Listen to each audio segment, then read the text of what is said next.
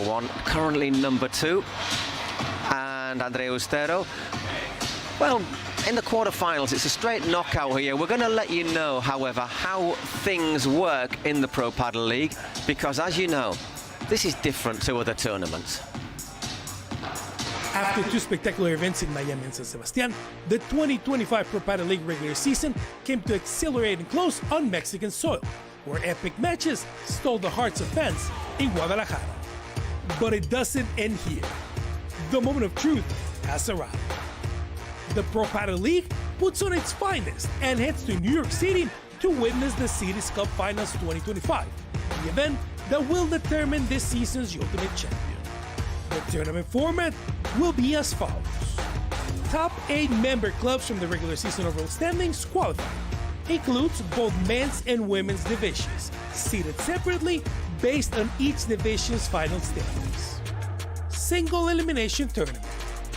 Includes a 3rd, 4th place match played immediately before the 1st, 2nd place match. A player must have appeared on the matchday roster in at least 2 of the regular season events to be eligible to play in the Cities Cup. Teams eliminated in the first round, the quarterfinals, are placed 5th to 8th based on the regular season standings in their respective division. Points from the Cities Cup matches are calculated using the regular season point system. The member club with the highest combined points total in men's and women's divisions in the Cities Cup is the champion. Yeah, well, once again, Jorge, we're talking about our end-of-term paddle exam, and I hope you were all taking notes on that, because the exam comes on Sunday, on podium day, about the format of the Pro Padel League. What we can tell you is our quarterfinals, they are straight knockout. If you win, you go into the semis. If you lose, you are on your way. I think it's our new catchword. You're on your way to JFK, and you're on your way back home. Let's have a look at how the matches went yesterday. We started off with the Flow Rider Goats against the Miami Padel Club. Winners of the overall season, the Goats of Delphi Brea and Gemma Triay, playing Miami Padel Club, who'd struggled for results in the first 3 events. And to be honest, there wasn't any real surprise here, Jorge. No, any surprise for us. And yesterday, Gemma and Delphi saw everyone why they are the #1. From the first game, from the first point, they saw to the opponents, hey, we are the #1. Maybe if you have the idea to win today, it's not the day. And I think it was an easy match, 6-1, 6-1, if I remember. But sure that Delphi and Gemma, they won't continue with the plan, and they want to win the PPL, sure. Absolutely, they raced off to a 4-0 to 4-love lead in the first set, and just that one game in each set for Sandra Veiver and Virginia Riera. Let's be honest, a good, experienced pair, but it didn't really give them any options. And let's be honest, Delphi was struggling. Delphi Brea was struggling with a cold. She got about 2 boxes of Kleenex every time she went onto the bench. And Gemma, unfortunately, she showed absolutely no signs of the stomach bug that had gave her problems a week ago. As you're saying, you're just seeing here how basically they controlled nearly every point of the match. And all the players, Paul, are very happy and very excited to play with this atmosphere. But remember, yesterday, I think only 13 minutes to start to win 4-0. I think it was 13 minutes to get 4-love up. Yeah, it was.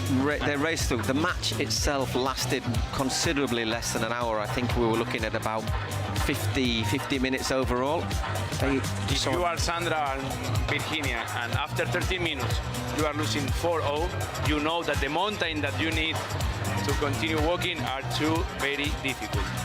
So what's going to be very interesting is that Gemma and Delphi will play the winners of our opening game in this session, which is the New York Atlantics against the Houston Volts, and that sets up a very, very interesting possibility of Gemma and Delphi once again playing against Ari Sanchez, who is obviously she's not with Paula Jose Maria, but obviously the main rival in other tournaments over the season. But Ari, today here with us, is with different lefty, different style, and maybe different result. we shall have to see. And so we're just seeing a few more big points in the match as the Flowrider goats. Okay, the second match shows, I think this was a typical example of how Padel, Jorge, can change from one set to the second to the third. We're talking about the San Diego Stingrays against the Cancun Waves. Yes, totally agree, Paul. But if you play with golden point, if you play with a super direct in the final set, yesterday we had the option to check what happened. If you are not totally focused, if you are not ready to fight 1 over 30, remember that yesterday Sophie side, after 3 games, she had 20-30 minutes with a bad style, bad game, bad strategy, and for this reason the first set was 6-2. But after this second set, we had the chance to look or to watch that Vero Virceda had a not very nice moment. She lost a bit. Just to remind you, for the it was the Stingrays of Vero Virceda and Claudia Jensen. For the Cancun Waves, it was Sofia Sainz and Marta Borrero. Marta Borrero was very consistent all the way through, and we have to say Claudia Jensen played some fantastic. Claudia always is consistent. Yeah, and she played, I'm sure we'll get it in the highlights, what is probably the shot of the tournament up to now. I mean, hopefully you'll see. I haven't seen it yet, but she basically played a scorpion, which is playing with a racket behind her back, and if I did that, you'd be carrying me out of here in... And remember with the bajada, Paul, yesterday, one bajada down the line, next bajada, diagonal. Diagonal, and finally the opponents. Hey, it's impossible to know what's the Claudia Jensen idea, but final with the super tiebreak. I think that we had a small surprise because after 2 fight, 8-0 to start the tiebreak. So that is how the women's bracket stands at the moment. We have the Flowrider Goats and the San Diego Stingrays into the semi-finals. The Goats will play the winner of the Houston Volts and the New York Atlantics home team. Of course, they're up first. The Stingrays will play winners of the Matrix against the Las Vegas Smash. They will be our second match on court. Okay, let's go into the men's tournament. And Fede Chingotto, he was playing that violin. He was playing it, well, he was playing it for the Arkansas Matrix. Chingotto and Tapia against Inigo Joffrey, Alex Arroyo, 6-4, 6-3, but a game which also had its story to tell. Yes, was a difficult story to try to understand, because yesterday we were talking about the explosive match, smashes, and yes, in total more than 30 smashes yesterday. But remember, Inigo Joffrey, under my point of view, was the best player yesterday during this match. And the difference maybe was Alex Arroyo in the end of the match. When they had chance to recover the score and try to play the super tiebreak, Alex had different mistakes. And finally, if you are playing against Chingotto and Tapia in the finals in the Cities Cup, what happened? You go to the GFK.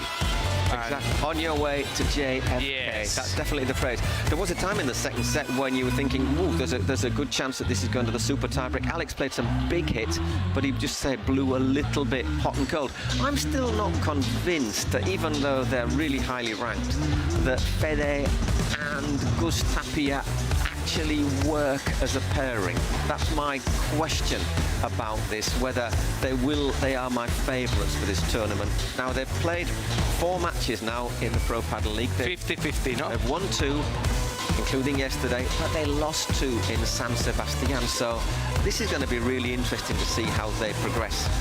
Yesterday, Chingotto, with the interview after match, he was talking very, very clear. Yes, we are very good players, but never play together. If you maybe you can to be the number 1 and the number 3 of the world, but if you don't have usually chance to play together, what happened?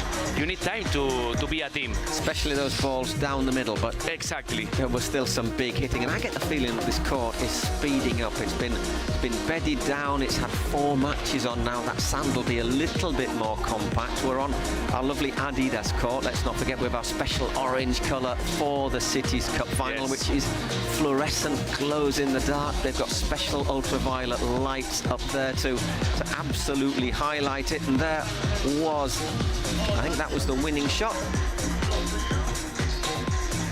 There you go. And it ended 6-4, 6-3 for the Miami Padel Club against the Arkansas Matrix, which took us into our last match of the day, which was another thriller, wasn't it? It lasted just over an hour. 6-4, 7-6 to the Stingrays. Good day for the Stingrays against the Houston Volts. Jairo Bautista and Lucas Bergamini against Alberto Trabanco and Pepe Aliaga. Was an amazing match, Paul. And yesterday, my feeling watching these two young players honestly was wow, wow, wow. Because Pepe Aliaga level was amazing, but please, with all my respect, under my point of view, Trabanco yesterday was MVP. But what happened when you have chance to beat professional, not professional players, top players, and Bergamini is in front of you? Now I'm trying to remember all the points that these four players played during the tiebreak, and I think that Bergamini yesterday, with the level that he saw us during the tiebreak, was simple, amazing. Yeah, exactly, and it has to be said as well that Jairo, once he got into top gear as well, started to hit some big winners. So, but I said Trabanco played really well. We saw them after we got back to our hotel. They were all dressed up, ready to go out to drown their sorrows. Although unfortunately, Pepe and Alberto Trabanco are too young to drown their sorrows. They have a long career. But Paul, I was talking with different players about that they are very excited to play here. It's an amazing court, it's high quality court, but playing a theater is not easy, it's too high. And when the opponents play high lobs, there are moments that the lob is very high, the darkness is ready. And sometimes they lose a bit the ball, and to play smashes is not easy. We saw some incredibly high lobs in this match. And by the way, the theatre has got 1, 2, 3 ranks of seats, and then the ceiling above it. You can hit the ball up here so high that it will come down with snow on it. Again, you're seeing how Pepe played some really good shots. Maybe just made a few more middle mistakes than Alberto Trabanco. But so this was a match that, if the tiebreak had gone the other way, who knows what would have happened in the super tiebreak? Yes. But finally, Jairo and Bergamini, I think that they saw us the higher level yesterday during the tiebreak, Paul. Exactly, and great day overall for the Stingrays. So they got the women's team into the semi-finals. They got the men's team into the semi-finals. They didn't even qualify for the Cities Cup last year. So I was actually talking to the owner in the hotel afterwards. He bought me a beer, which is very nice of him. He was in a celebratory mood, and he was saying, we've deserved this because we work really hard. And he was very, very happy to see them both through. Bergamini said he's off. He said he's off to the basketball tonight, but we recommend that you watch the paddle. Okay, that's what it is. The Miami Padel Club are through. They will play the winners of the Flow Rider Goats and the Cancun Waves. That is going to be a game and a half later on to enjoy. The Stingrays, they beat the Volts. They'll play the Atlantics or the Smash once again. That is going to be very impressive. That's what we have to look forward to today. Okay, the Volts, Atlantics for the women, Matrix, the Smash for the women, and then after 7 p.m. the Goats against the Waves and the Atlantics against the Las Vegas Smash. Okay, so that is what we have to look forward to over the next few hours. So it's that time when we always have to make our prediction. Okay, we have Houston Volts, the two Martas, Marta Caparrós, Marta Barrera, Andrea Ustero, and Ari Sanchez. How do you see that one? Paul, yes, I think that today we have two matches of the day. The first one is this one, is Marta's against Andrea and Ari. Of course that Andrea and Ari, they are favorites. But if we have one thing that we can to consider that they can to win any match this season is Las Martas. They finished third in San Sebastian. They were second in Guadalajara, and they were very unlucky in Guadalajara. Got a big call go against them right at the end that they were philosophical about. Okay, we're moving on to the Matrix, Arkansas Matrix against the Las Vegas Smash. Marta Ortega, Sofia Araujo on the Smash. Got to say, higher ranked pairing against Araceli Martinez and Patti Jaguno. So plenty of experience there with Patti and Araceli. Yes, of course. I think that this match, Paul, is the today match that have, on paper, more difference about who is the favorite. Why? Because Araceli Martinez teams usually play in the left side. Today play in the right side. What happened? This is a mystery. They have chance, of course, but this is a mystery about Araceli level today. I think that she has amazing level to win today match. But Sofia and Marta, they are a very strong team. Okay, so that's the women. We're going to say with the smash, we're going to go with the smash and the Atlantics. Let's have a talk about the men. Okay, we are looking at the Flow Rider goats, Rubini and Ausberger. No Pablo Cardona, he had to drop out with injury, and they take on Franco Del Bianco and Maxi Arce, who have been a partnership in other tournaments and have done very, very well. That's a tough one to call. I think I have two ideas about this match, Paul. First one is, I think both teams, they don't take any prisoner, okay? Maybe it's the faster match today because explosive, electricity, high intensity. But the difference that Leo and Juan play together less times than the other team. Maybe the small difference in this match is that Franco and Maxi, they play automatic. Maybe this is the small difference in this. Absolutely, and those are two teams as well who are going to have a good bank of supporters, owners and teammates cheering them on. This is really what the Pro Padel League is about, and we'll have our last match of the session, which, have we set the best to last? Who knows, but once again the home team, the New York Atlantics, Lucas Campanolo and John Sanz, taking on the Las Vegas Smash winners in Guadalajara, Chisco Gil and Gonza Alfonso. Yes, because Chisco and Gonza, I think that they are a very strong team. Chisco is very solid. He's very smart with the strategy. Gonza is amazing player, magic, talent. Now he's playing, I think, with the higher level that he's playing in the last 4 or 5 months. But what happened? That Lucas, Campagnolo and John, I remember 2 or 3 years ago that they played together. It's a crazy team. They enjoy when they play together, and I think that this team is the teams that the spectators pay one ticket to enjoy with this kind of players inside the court. But I think that this is the match of the day. I think that we will enjoy with 4 matches, but this one, Paul, I'm waiting, very, very excited. Do you know what I think the deciding factor in this could be? That John Sanz knows when to hit his smashes. He's calmed down. Sometimes he used to give points away with wild smashes. I think he's calmed down. Him and Lucas, they look a very well-balanced pair. And yeah, we're going to start saying goodbye to you now. It's our time. We're going to leave it to Eugenia. We're all ready to go. Time to welcome the first 2 teams. Take it away, Eugenia.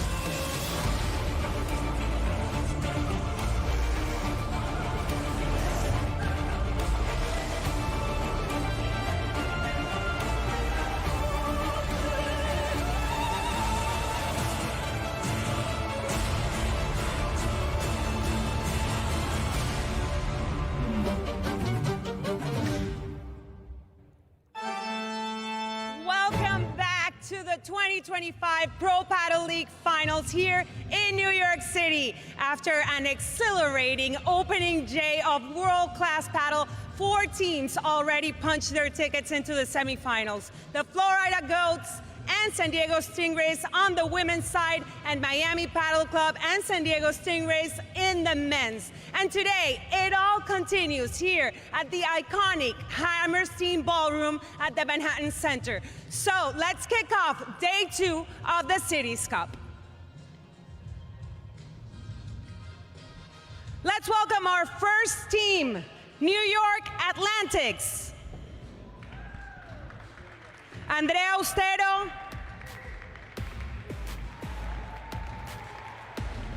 and Ari Sanchez.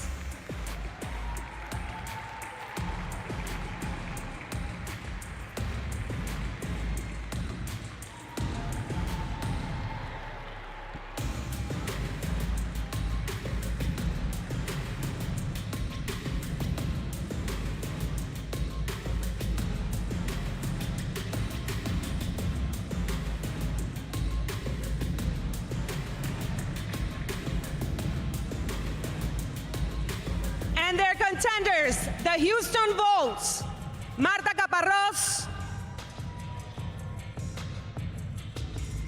and Marta Barrera.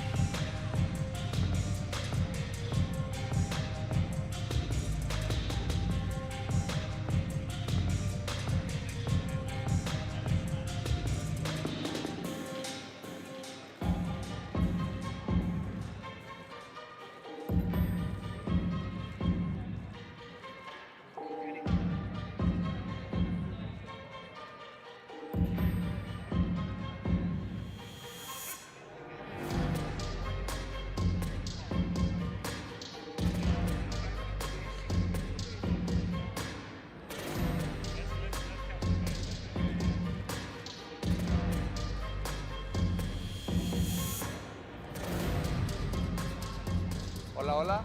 Vamos a dar inicio al sorteo. Primeramente, sabiendo que son 10 minutos de calentamiento, 5 minutos con estas bolas entre ustedes y los siguientes 5 minutos normal. ¿Correcto? Las mismas reglas que ayer. Todo en orden. ¿Alguna pregunta? ¿Todo bien? Ok, vamos a iniciar el sorteo. Espera. ¿Tiempo? ¿Qué piden ustedes? ¿Piden ustedes Pro Padel League o PPL?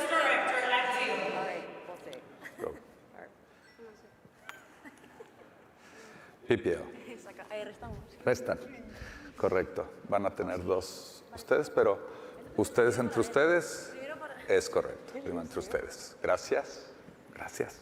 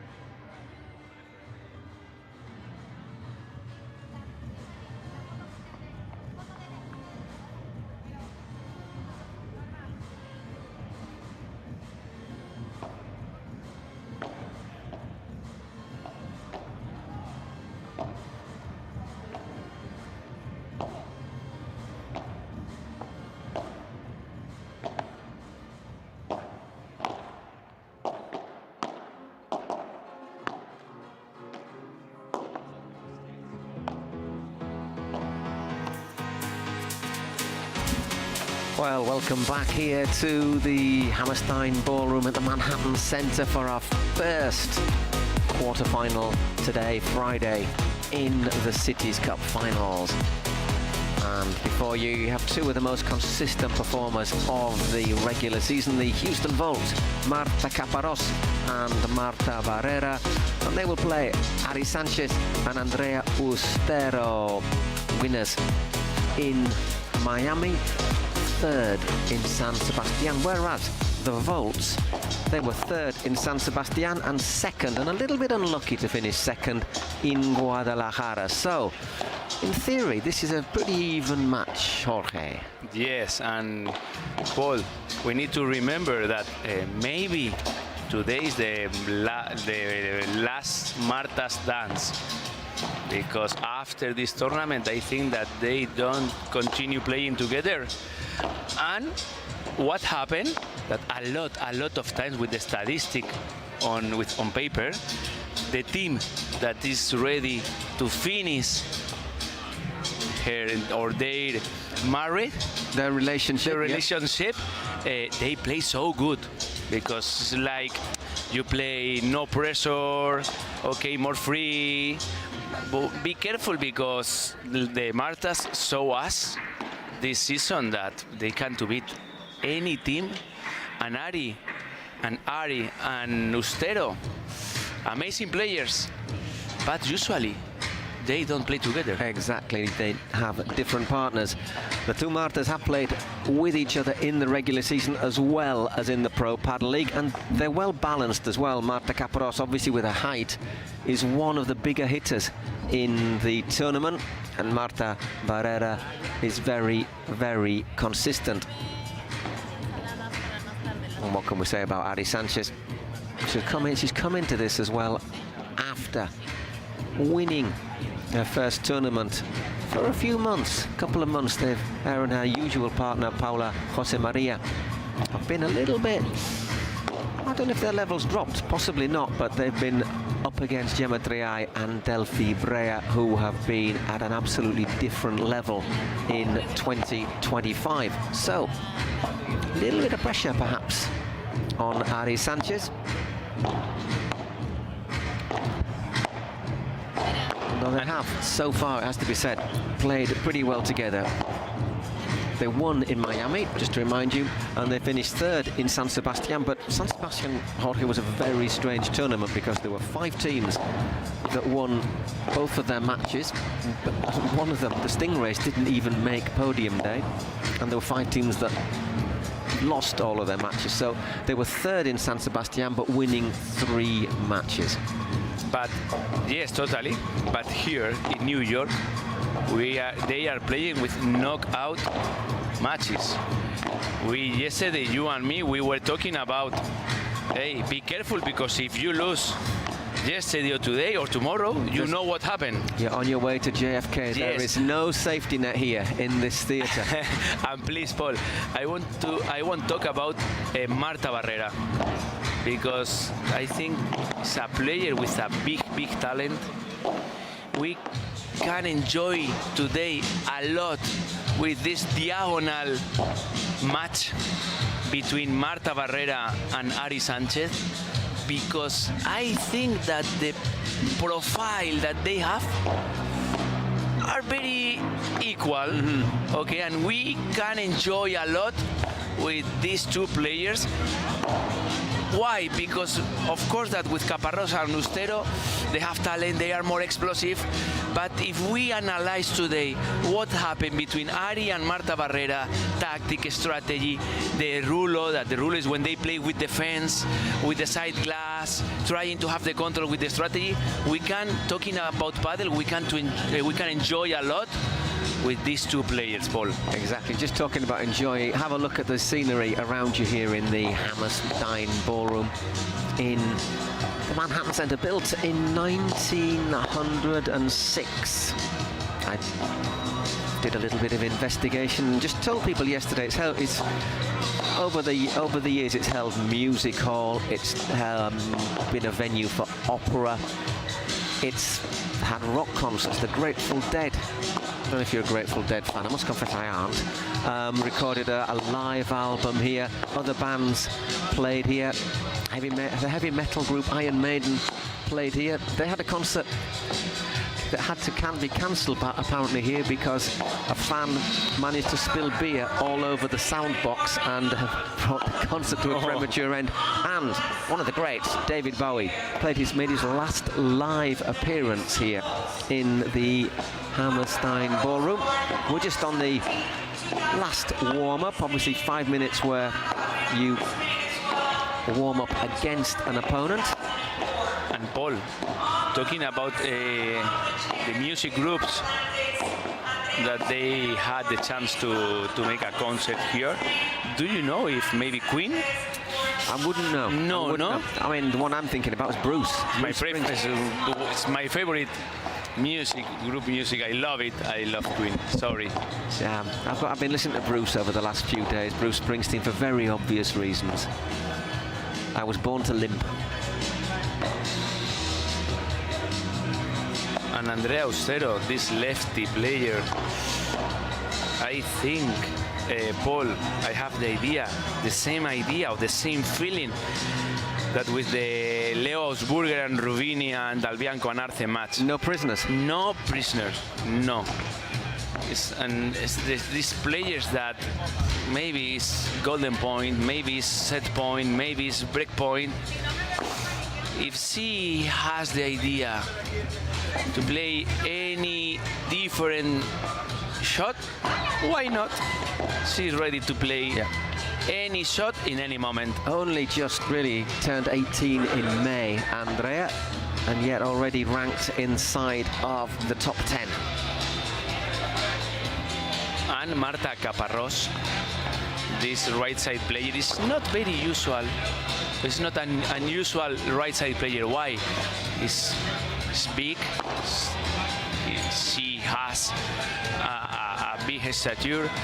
In a few 2-3 steps, it's possible that she touches the ball behind the line, and in 2-3 steps she's ready close to the net. She's a good player when she needs block the ball. I like this player because she can play different style. One thing that gives her an advantage, of course, is being tall. Yes. On the serve. Because Yes, if you can that's true. only serve from, you can't serve from above waist height. Obviously, if you're 6 inches taller than everybody else, then you can serve that little bit higher.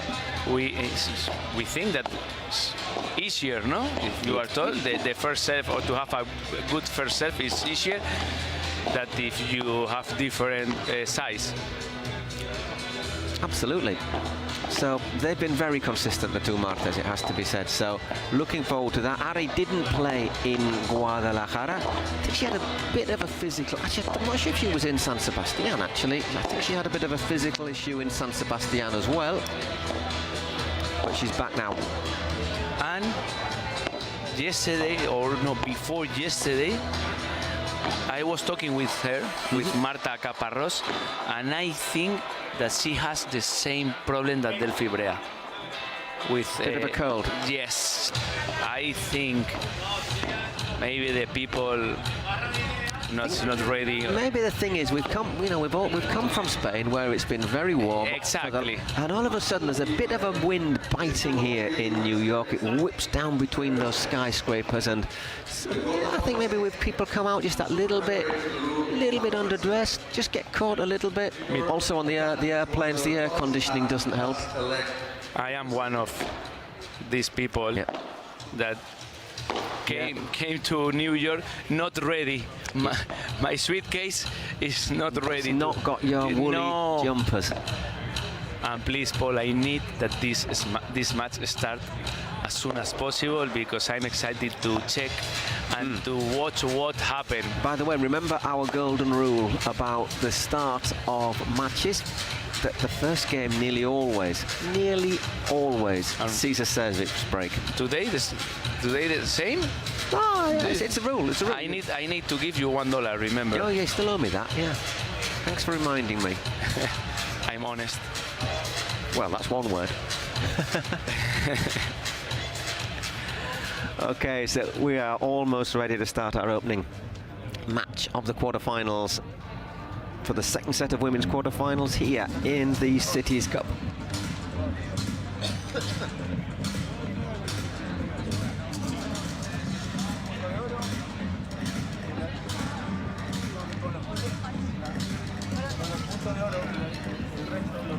Just to remind you, golden point if it's deuce 40 all in a game, and if it's 1 set all, then we go to a super tiebreak.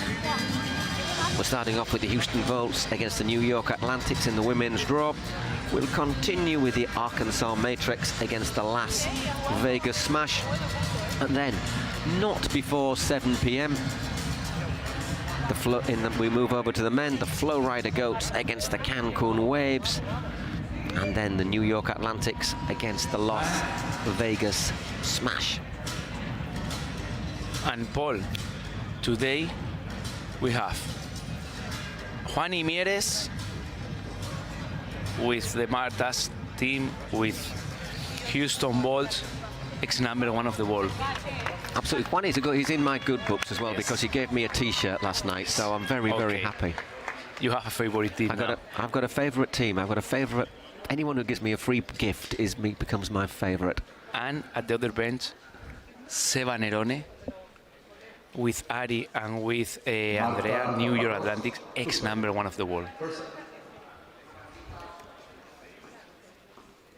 Okay, Marta Caparrós to serve. Let's see if that extra bit of height does give her an advantage.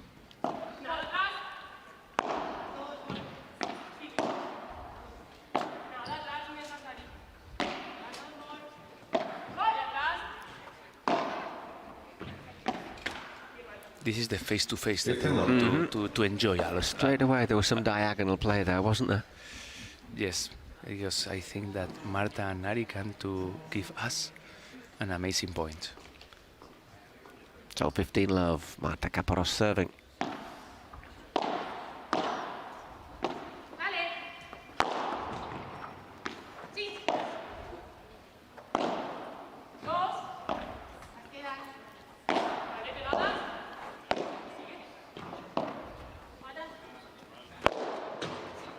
Andrea Austero didn't waste time in unleashing one. Looks like she warmed up well. Yes, and Andrea Austero, I think that one of the good characteristics that she has is the smash. She has an amazing kick. When she hit the ball go with a big effect. It's an amazing smash. Okay, set off really well off the two glass sides.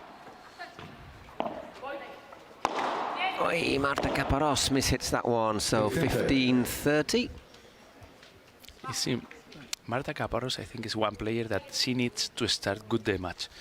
If she starts with different winners, wow, she's very dangerous. If she starts with a few mistakes, she can go a little bit the wrong way. Once again, looking for those angled shots. Marta Barrera, and she puts that one into the net. Maybe a bit too close in there to hit it. And look, the last two mistakes, both Martas play amazing, very good, with the side or with good bandeja, and with the ball ready to finish the point. Mistake, hard luck.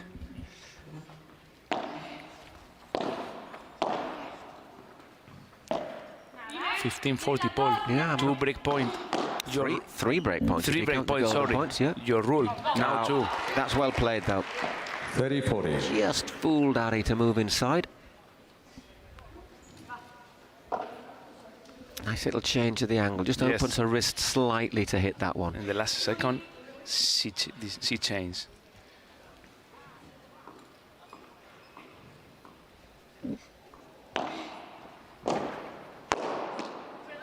Well played, Marta Barrera. So Deuce, golden point. First game, first golden point. Golden point, yes. To receive. And very good first serve from Marta Caparrós. Now Andrea Austero, she wants the golden point.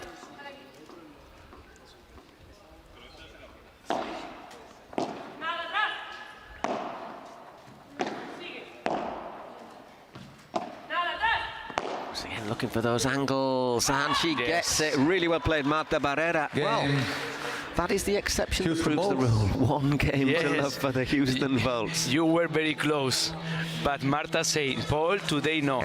No. Paul, no. Paul, no. And look, please, the number of times that Marta Caparrós play with the fence and with the side glass. She loves play with the fence, with the side glass.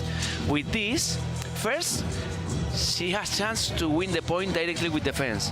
And second, she has a big partner Yep. with the level and with the Height. and with the height. If the opponent don't play too perfect after the fence or after the side, Marta Caparrós is ready to make a bigger attack. Okay. It's Andrea serving now. Andrea Ostero.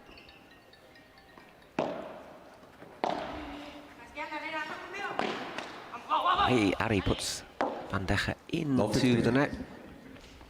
Love 15.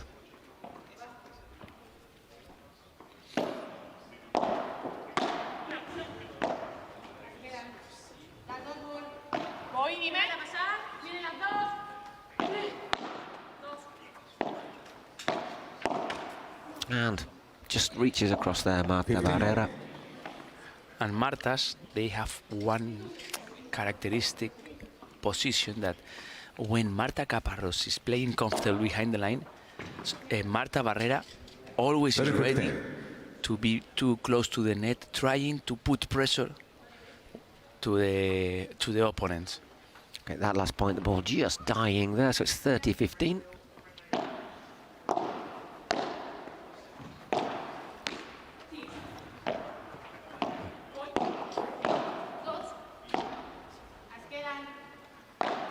Ari just opens her shoulders a little bit, angles it across.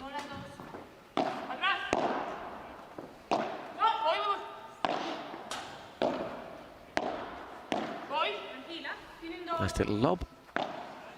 High lob now. Great backhand from Ari. Very good, Ari Sanchez. Very smart because she plays this bajada.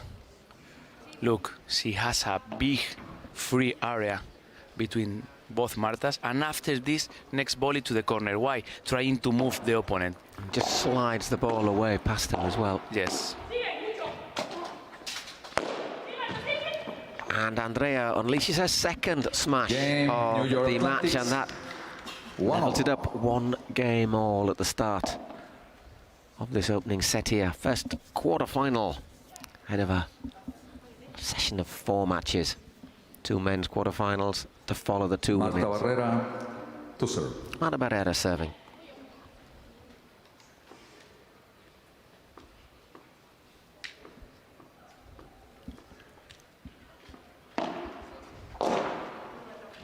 Good serve. Yes, good first serve. And a lot of lefty players, when the opponents can play with the side glass, bit aggressive, the left side players need to defend this shot with the backhand, and this is not easy for the lefty players. Good Really fake, eh? Really well played down the middle as well. Just fooling them both. Left a bit of space between them, it has to be said there, Andrea Yes. and Ari.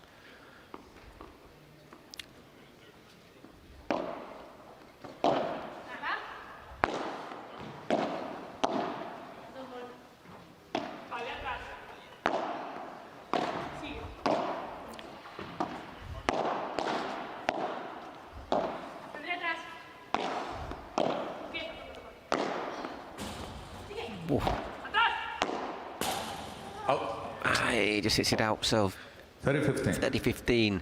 Did well, Ari, on the previous ball. It Yes. bounced very high. Yes, and check this, eh?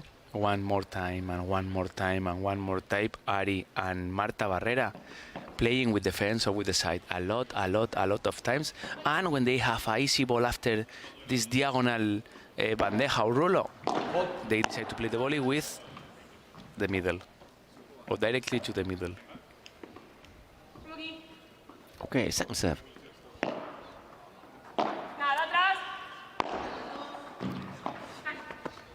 Manages to get it out there, Ari Sanchez. Out. Just goes long there from 40-15. Andrea, so 40-15. She was jumping. She thinking, oh, in, out, she feeling this. That's fault. Trying to keep the serve low over the net, but it's a fault second serve.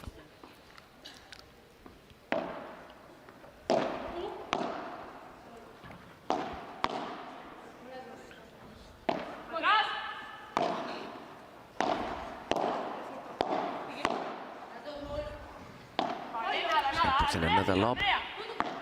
And Marta, once again, that fake, but this time they will get to it in time. Again, looking to use that angle. And again.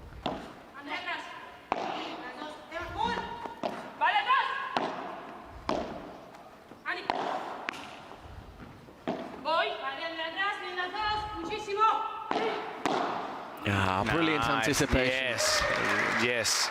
The Ari anticipation was amazing.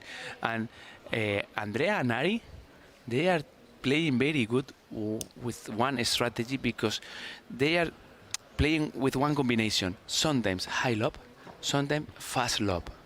Why? Because they don't want that the opponents have time to prepare the bandeja. Okay, and for this reason, this is the reason that why they play or high lob like this or fast lob. Out. Deuce. Okay, Golden point. another golden point. So Yes. they're having to work for their games, Andrea the Restero Martas.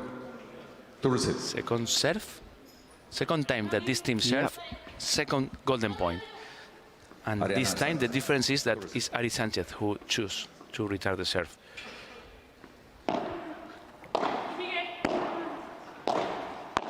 A little bit of a mistake there on the volley from Marta Caporoso. First break Game.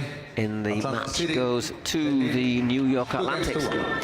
Well, let's remember, are the home team here. They should be the one that have the fans behind them. So, 2-1 little advantage. It'll be Ari Sanchez serving to try and consolidate that break when we come back. I think we should say, a break's never a break until you've held your own serve afterwards. But now I think that next game with Ari Sanchez serve, put the 3-1 on the score. Well, they were looked in a very good position on that last game, the Bolts, as well. They looked, was it 40-15? This was 40-15 to golden point.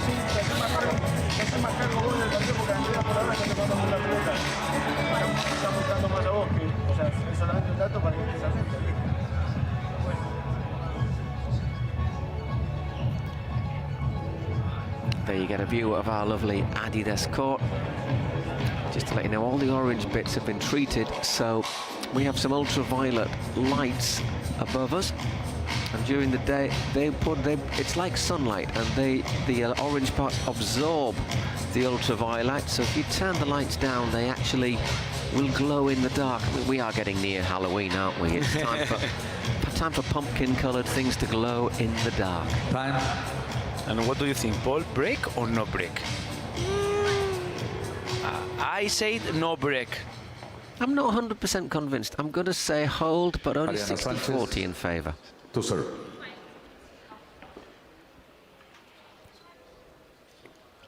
Never more vulnerable than when you've just broken serve, remember.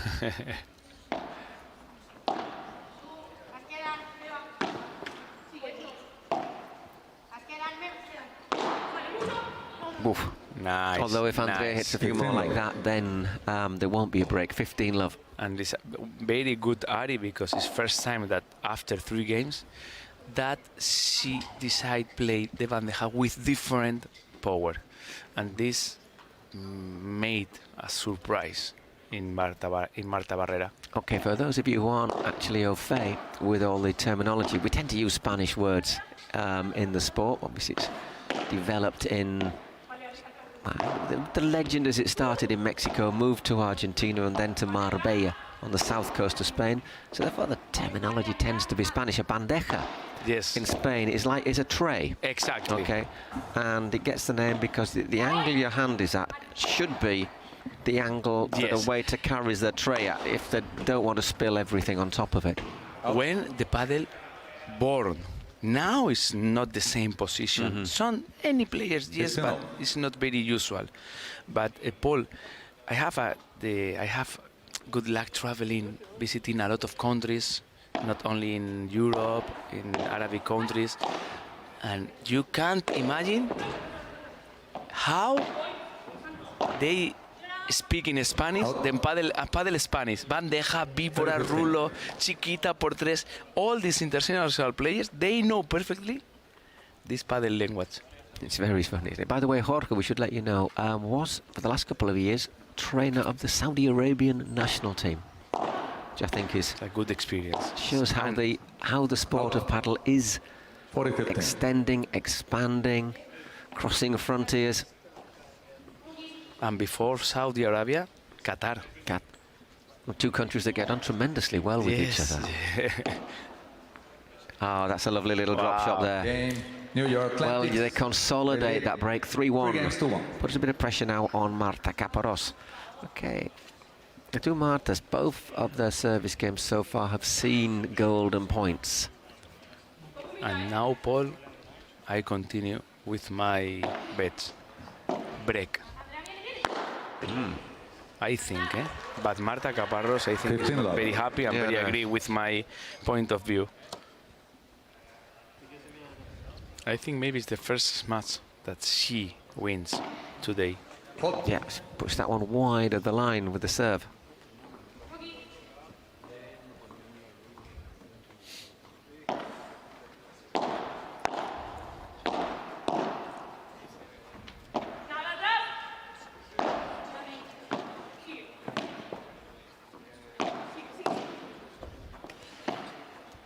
Wow, Yeah, they were Aris. aggressive there, Wow. weren't they? Very aggressive. But very aggressive and very smart. Lob, she waits, chiquita. Look, she play a fake forehand because it's possible to play ball fake and backhand. Forehand and backhand fake. Because you saw that maybe you are ready to play lob, and in the last second they change the grip and play chiquita or normal forehand.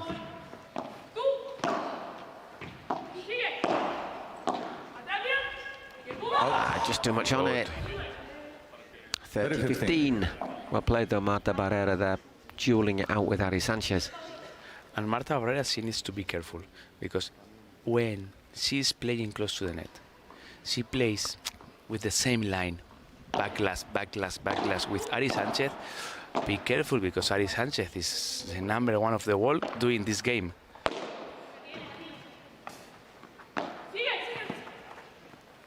And once again, just angling it across Marta Barrera, and it's 30-all. Once again, pressure on the serve. Yes. I think that's the problem, isn't it? If your serve is always under pressure and you're going to 30 to golden point and the rivals are winning to 15 or to love, sooner or later it gives. Yes, and I think, Paul, that Marta's team needs to put some spicy in their game because now the feeling is that Ustero and Ari Sanchez, they are very, very, very comfortable playing behind the line. Look.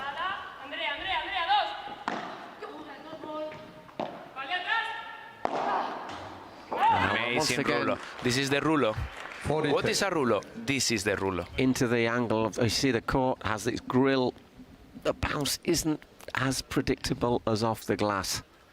If you put it in there, you've got a good chance of winning the point. 40-30.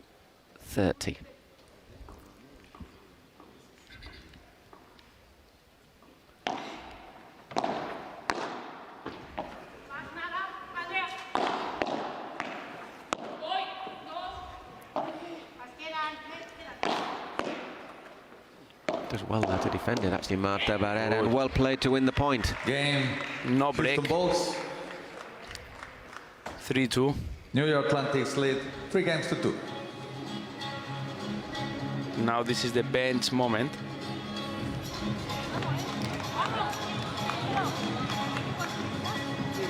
See what Seba has to say.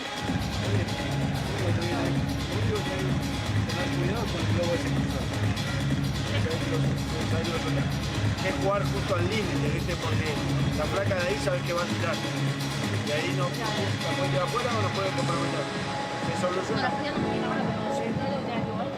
No, tiráselo por el medio o bien alto también. Pero estamos bien. De hecho, estamos sacando nuestro saque con solvencia y en el de ella amenazamos más. It's what we were saying, is if they're struggling with their serves, we're taking ours with solvencia. We're winning our serves pretty comfortably. We're putting a lot of pressure on their serve. Because we are our serve is relaxed moment. We're good. Pasa del otro lado, la iniciativa. Vale, vamos, seguimos, Seguimos. Let's carry on, carry on. Vamos, Andrew. ¿Te pongo el objetivo? ¿Me ganas un poquito de serie? Time.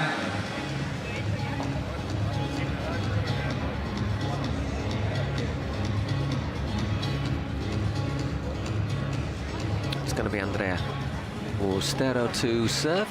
The Atlantic's looking to take a 4-2 lead in this opening set.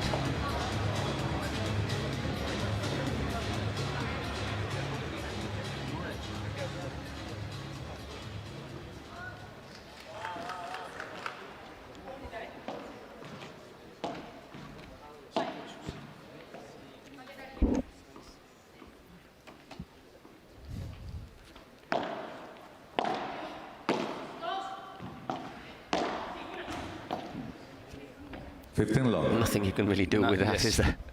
Great backhand into the side. And this is one of the amazing shots that Ari Sanchez usually she plays during the matches.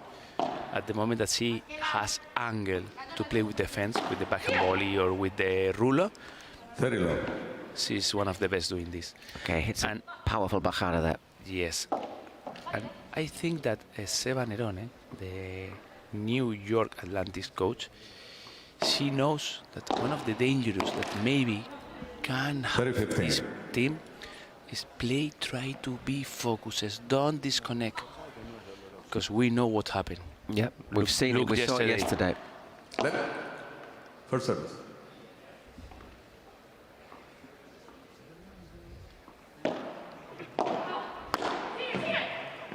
And once again, 40-15. serve, volley winner, 40-15.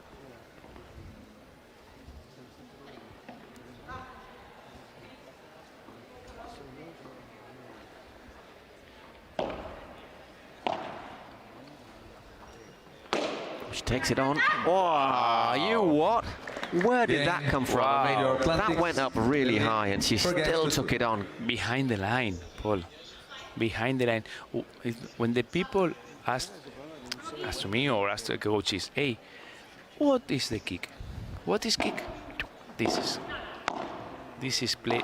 This is hit the ball with kick.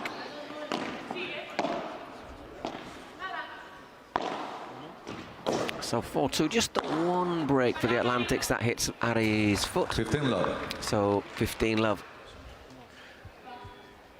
And Paul, sorry, 3 times Ari and Ustero team serve during this match. 3 times with 15. Exactly, with, as Seba said, 3 times. 40-15, 40-15, 40-15. Comfortable. And Marta's golden point, 40-30. I'm sure that if Marta's team now win this match comfortable, I'm sure that Seba Nerone, a New York coach,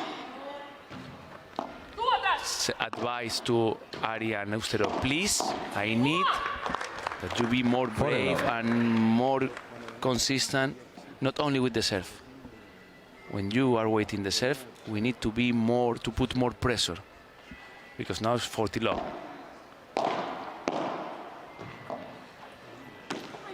40-15, just stretching. I think she would have left that one there, Marta Barrera.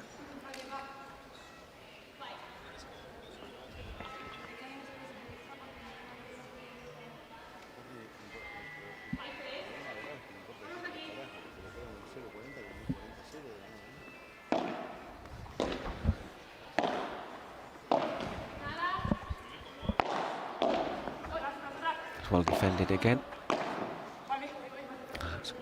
Great return over the top there from Ari. Got the bajada, angles it across again.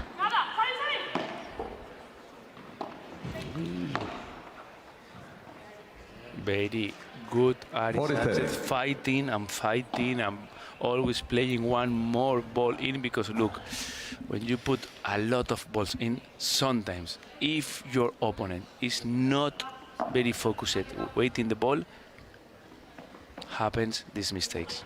Okay, just slipped away, hitting the side of the court before bouncing there for Marta Cobras, and once again they've gone to, the game goes to at least 30.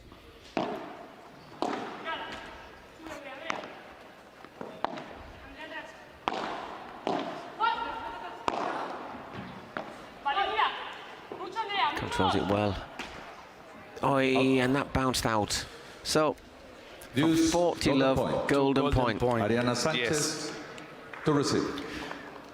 And now Ari Sanchez repeat with the golden point, because last time that Ari Sanchez returned the golden point, this team won the game. That's what caused the first break.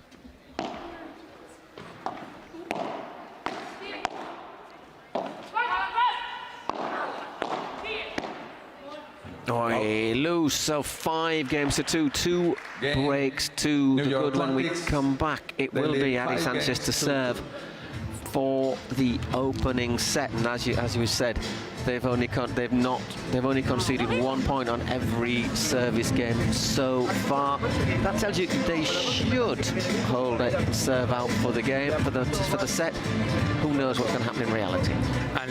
And look, Paul, first break was with Marta Barrera serve, Ari Sanchez returning the serve, and Marta Caparrós, she had a easy mistake with the backhand volley.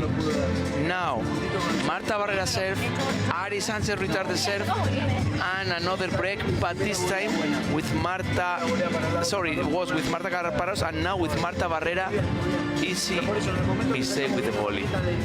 Repeat the same situation with the same player serving, different player doing the easy mistake, but 2 easy mistakes in a golden point makes that you are losing 5-2. Only these 2 small mistakes make the difference, because remember, it was 40 love.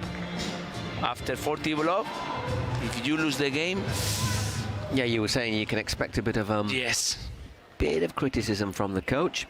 As it is, they won the last 4 points to take the game and are now serving for the opening set.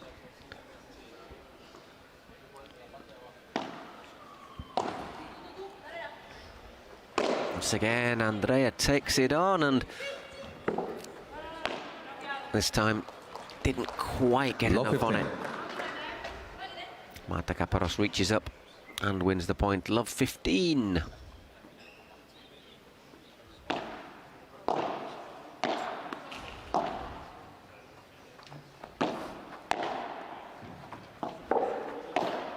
Come out aggressive, the vaults.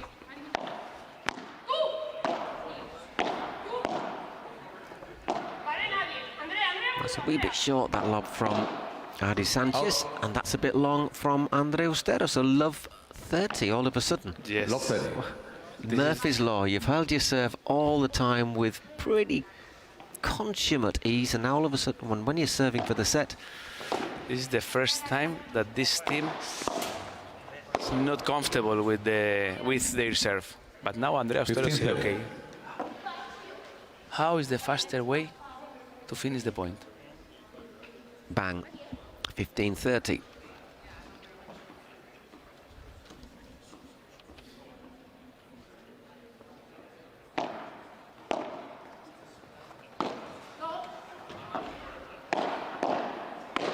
And that's a pretty quick way to finish it as well. Bob Ari Very puts well. it out over the 4-meter part of the court as well. 30 all. The feeling that I have, Paul, is that this team, the Ari Sanchez and Andrea Ustero team, they are deciding when, where, and how. Oof. This is love 30. 40-30. Okay, don't worry. We accelerate a bit more. 40-30. Well, Ari hits the accelerator there. Found the angle. Just drifted a little bit across there, Marta Barrera. That has not gone out. Well, might have done for a minute. Far end of the court.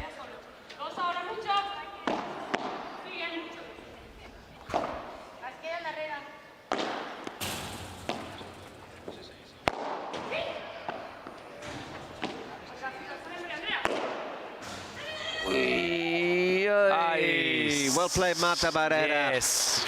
Golden point. And it's the Use. first time that Golden point. Martas have a golden point, trying to recover one of the breaks. Marta Caparrós.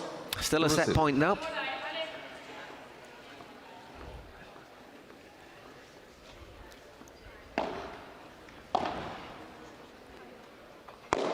Oi, Wow. Andrea, I don't think that was the moment to go for that. So Game there is goes for one balls. of the service breaks. New York City lead Little 5-3. chance just to get back into this for Marta Caparrós now, who's serving. Now, sure that if they win this game, they go to the bench thinking, okay, only one break to have chance to win the first set.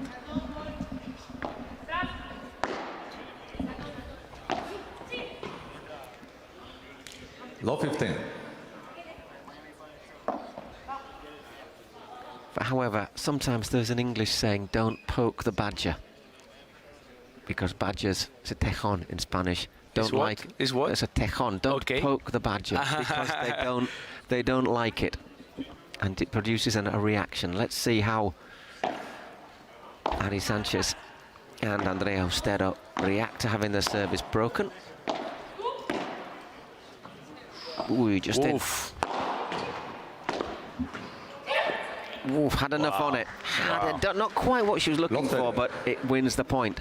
Love 30. And I think that Ari Sanchez and Andrea Austero team, they want to go to the next time to the bench with one set in their pocket.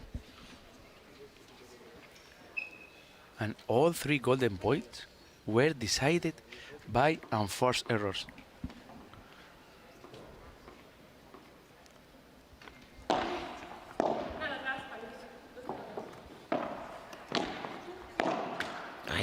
Just reaching for that one, and it's love 40. So once again, 4 set points.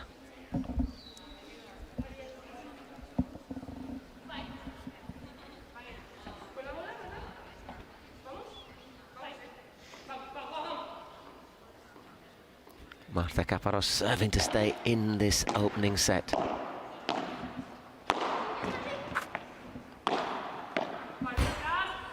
Great defending.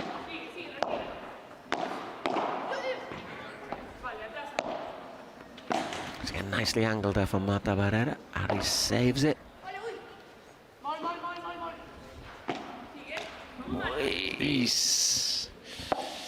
I 15 think for that Ari was thinking, I have margin, love 40, 4 set balls.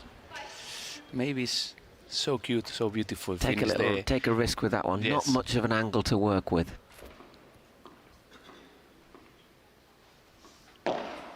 Fault. That's gone long.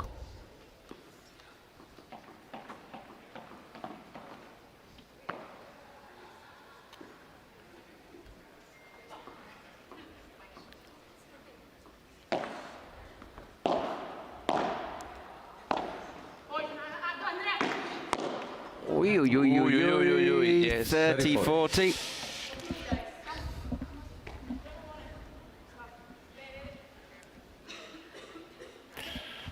Look now, Andrea Austero. She's trying Come on, wanna finish to this? recover the activation.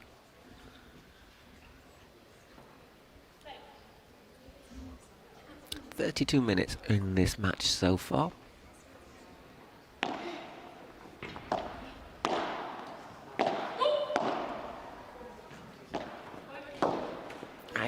Just good Chiquita. Yes, there. very Had good a- Chiquita. And she's First got a set long way to bend to down. New York Caparrós. Athletics. So that is the first set. 6 games to 3. 32 minutes.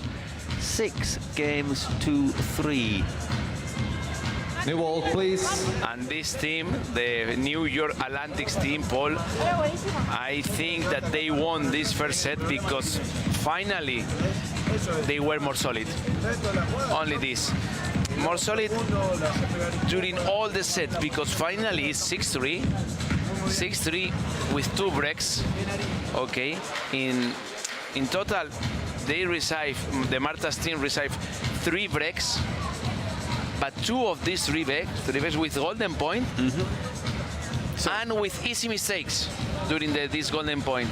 Only a small difference make the difference. It'll be interesting to see the percentage for the points won when we get the stats Yes. at the end of this. So, anyhow, we've seen, Jorge, we've seen in nearly every match so far, in the 4 matches yesterday, well, not in the first one perhaps, how this can change from set to set. By the way, you're just looking at our back stage, well, backstage. This is the VIP area, the entrance to the Hammerstein Ballroom, all in our Cities Cup final colours.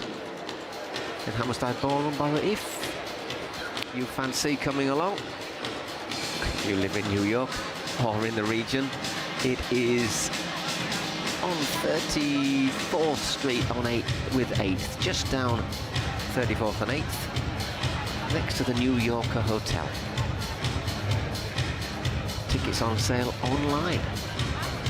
Check out the website and social media as well. We're making our cameraman work a little bit between sets here.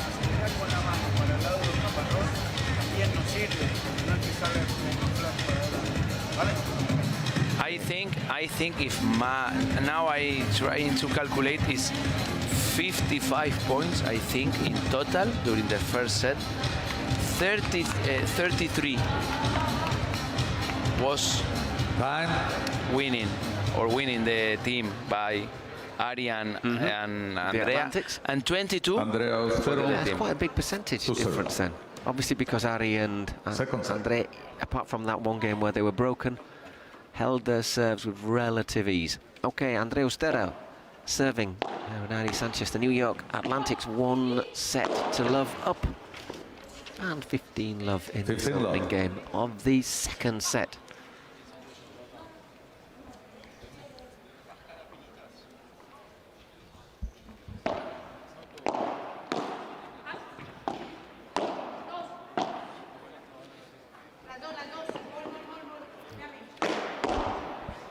Came down with, as I said, snow on it and absolutely drilled the bajada by Ari. Very good bajada, very, very good bajada.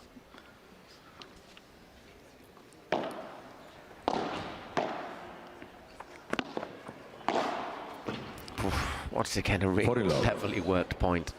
As Marta Caparrós stretching to get there, opens the space up. Marta Barrera has to move across, and then just puts it in the area that was left free. When Ari Sanchez is playing, New York Atlantics, feeling that she is enjoying a lot the match, I think it's the most dangerous Ari Sanchez that you can have in front of you. Well, the thing is, sometimes, how often do we see teams win the first set, then sometimes lose the opening game of the second set? There was no question of that. This time, that's the court coverage from Ari and Ustero, showing that they are quite very comfortable playing deep if they need to. Do you remember I told you one of the most dangerous problems that Marta's team have today is that Ari and Andrea feeling is that they can play all the match behind the line and win the match because they are playing very comfortable behind the line. Marta Caparrós serving. Good deep serve there. Marta Barrera gets across. 15 love. Looks to put that one down the line. Yes. Clips the top of the net and drops the wrong side. Well, the wrong side for Ari Sanchez, obviously. And Paul, I remember that at the beginning of the match, I told you, look, Marta Barrera, how many times she plays with the fence and with the side glass. And now, I think 3-4 games ago, that she can't to play a lot of times with the fence. Why? Because Ari and Ustero decide change the lob. Now they play more times the lob directly to the tee. You know what is the tee? Okay, the tee is like the middle of the middle of the court. And if you play here, your opponent, in this case Marta Barrera, has chance to have angle to play with the fence. Rulo there winning the point for Ari Sanchez. Whoa. So he gets the angle in there brilliantly.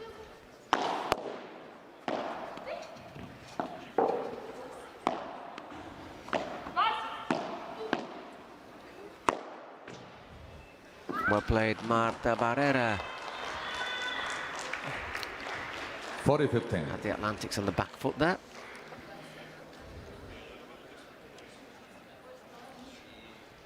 Not sure if that last volley possibly couldn't get out of the way, Andreas. That it might have gone long, I think. But 40-15, good response.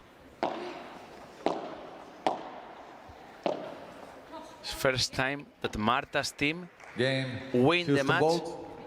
40-15. Win the game 40-15, exactly. Second. So, a good response. As you say, Adi Sanchez to serve now. Ana Sanchez to serve.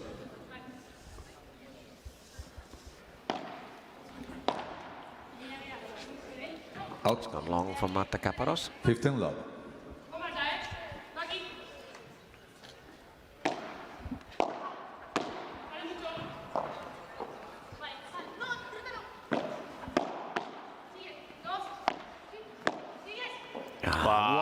Wonderful change of angle Very low. there, Yes. the diagonal. One, because it's not easy. Look, when Marta Caparrós played this diagonal forehand, open the angle. And when Andrea Austero needs to make a big step, it's not easy to return the ball with a different diagonal. Very, very good Andrea Austero talent. Amazing hands. Another decisive point there from Adi Sanchez, 40 love.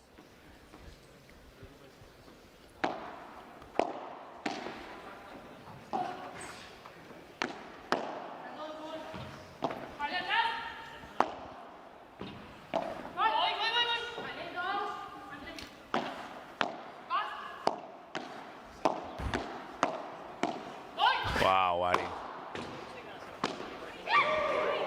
That's the net, maybe. Yeah. No, Nope, no, nope, didn't. no, Game, amazing. New York Great winner, Athletics, great winner. But Ari lead does 3 blocks, 1, 2, 2 3. games to 1. Oh no, she's quite a long way from the angle we're sat at. By the way, it looks as if she was a lot closer to the net. Yes, because with this, no, perfect, yes.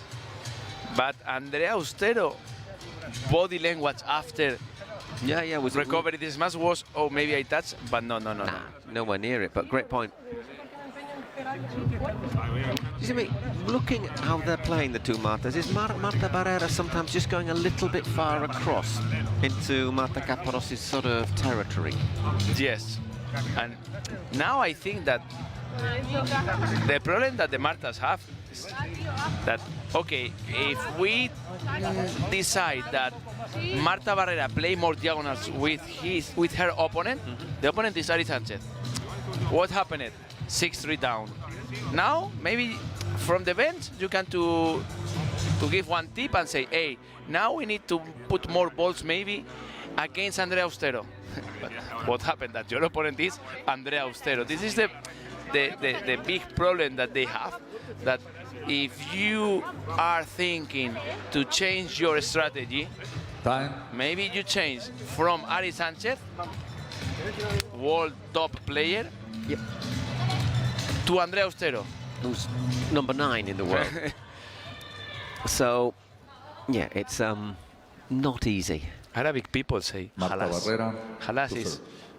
enough. Say no more. Well, we'll see. Marta Barrera to serve. All going with serves so far in the second set.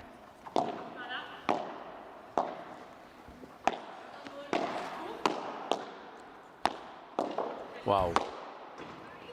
Wow. Wow, Andrea Austero. But once again, the defensive play Block deep 15. behind the line. Bring Block. that point. Block, block, block. Block, look, rotate, rotate a bit, boom. Rotate, running.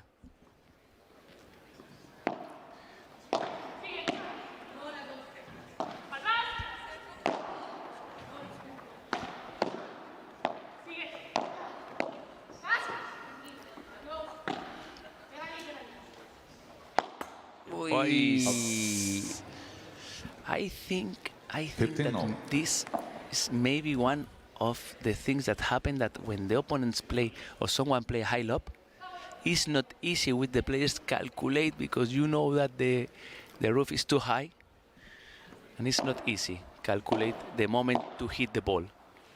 Maybe she was very close to the net as well there, Annie. Maybe Yes. she was just worried a little bit about going into the net. 15 all. That's another high one. This time she lets it bounce. Drills in a bajada.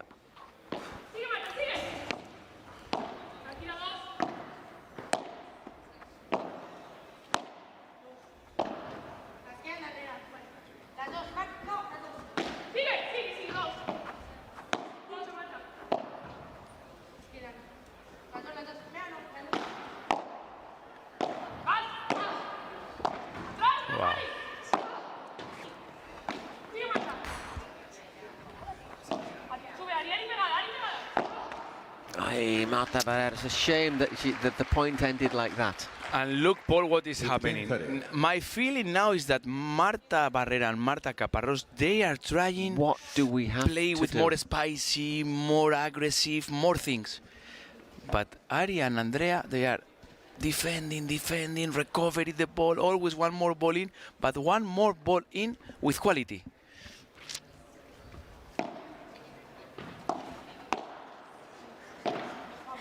Ui.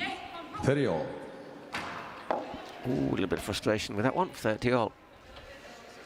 Yes, because she knows that was an important moment, 15-30. If you win this point, it's 15-40, 3 break points.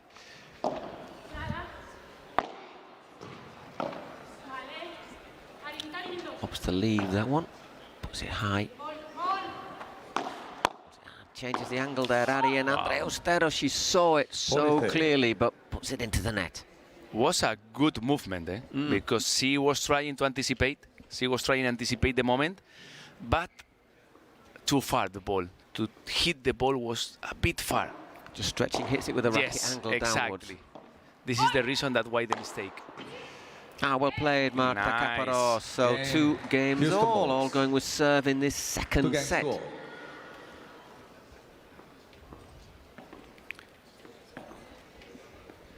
It's 2-all, 4 games. The first set finished with 32 minutes. Now, in 13 minutes, 4 games. The balance is no, more or less is equal. Wow, Ari. Wow, Ari. 15 love. I remember that we were talking about this during the first set, that when Ari Sanchez have chance to play backhand volley with angle, I think 99% of the times, she plays perfect with defense. Fault. Fault on the serve. 15 love, second serve.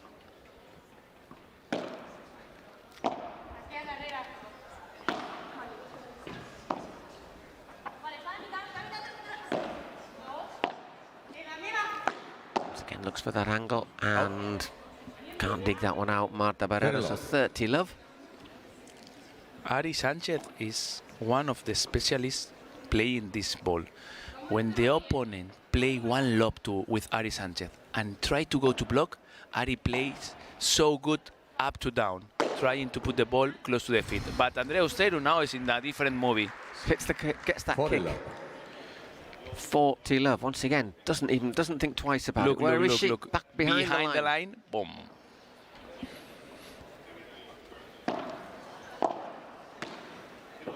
Wow. And Game. dominant New York service Atlantic. game. 3 games to 2. So once again, 3 games to everything 2. going with serve, but they're always just that game down, aren't they, the Volts?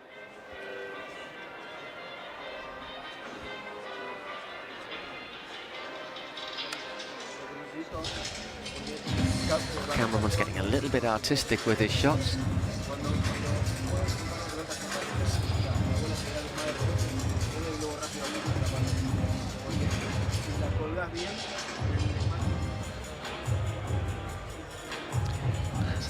Seba Nerone is talking with his players. Say, hey, if you have chance, say to Ari, if you have chance to play fast lob with Marta Caparrós, it's a good option because maybe she tries a good smash, but if our lob, fast lob is good, maybe her smash is good for us because we can counterattack. And look, this statistic, Paul. 3-2, 5 games. Ari Sanchez and Andrea Austero won 15 points. Marta's 8 points. 3 games, Andrea Austero and Ari Sanchez serve 40 lob, 40 lob, 40 lob. One of the homework that I think that Marta's needs to study and to do. Their serve, because if they don't break it, 0 points they won with the Ari and Andrea Austero serve during the second set. Good start.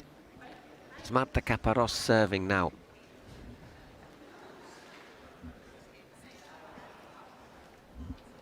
Thank you. Silent, please. Thank you.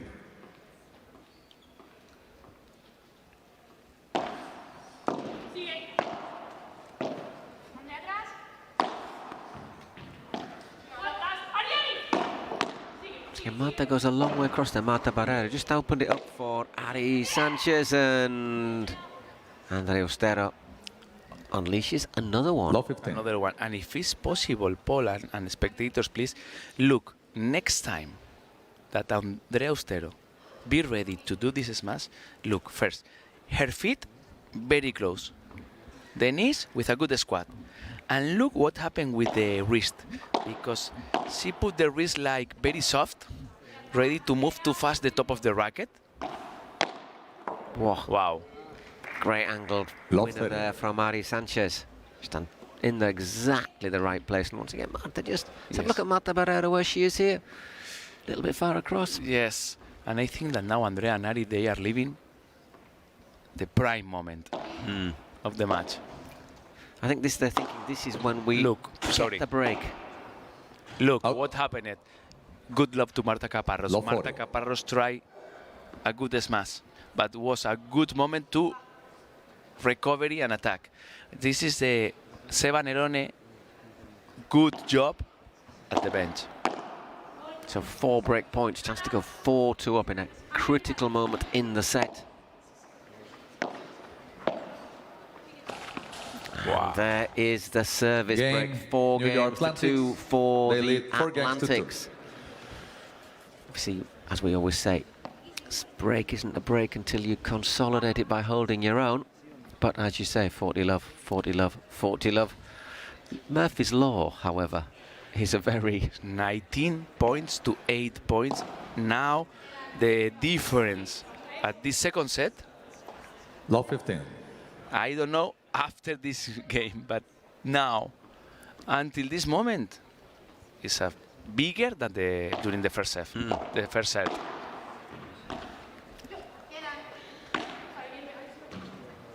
oof, vicious little 15 effect all. there off the glass. 15 all.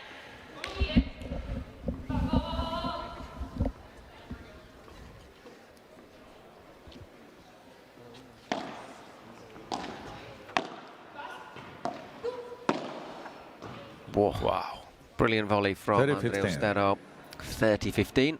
And look, now Andrea Austero for handballing. Look, she opened the face of the racket, and when she hit the ball below under the ball, and put a big slice effect that makes that when the ball touches the glass, it's impossible that the ball have a good rebounds. Ah, very, very, very clever. I was just about to point out the 40-15. technical things that he'd shown about that smash, and there, it's a fake smash Yes. into the angle. Look, all perfect. In the last second, tack. 40-15. Oh, a very rare 40-30. forced error there Yes. from Ari Sanchez. 40-30.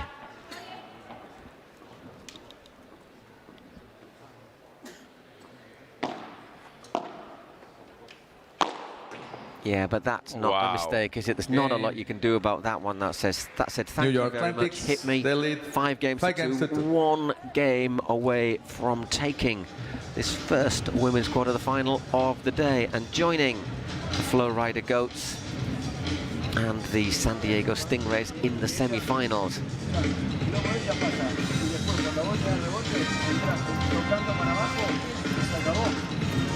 Entonces, ya que tenemos la fórmula, vamos a tratar de hacerla de nuevo. A ver si salvamos acá.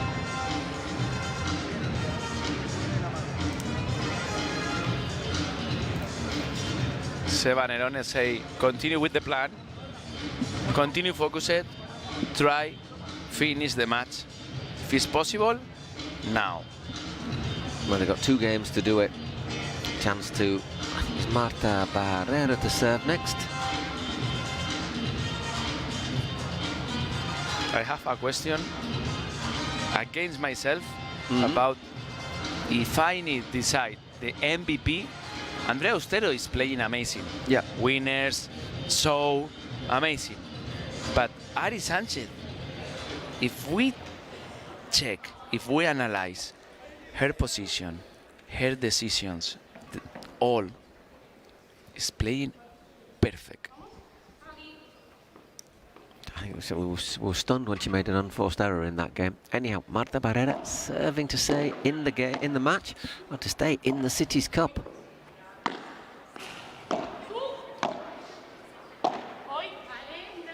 This is the lob that Seba Nerone wants. She's done really well to keep that in. That's a great lob as well. Takes it on and wins the point. Brave from Ari, because that was not an easy shot. Yes, and Marta Barrera was going to the net trying to block this Ari Sanchez bandeja, and Ari Sanchez in the last moment decided to play more diagonal, and this surprised Marta Barrera.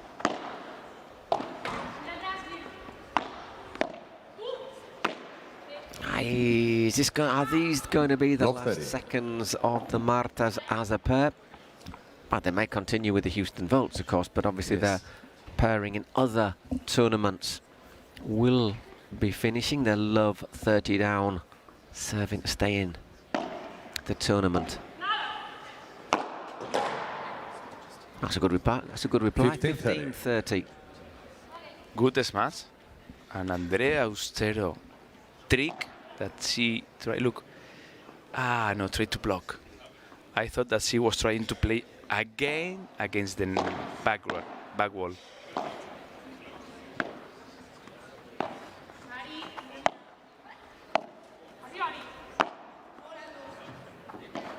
Just watches that one off the rebound. This time she follows it round the other way.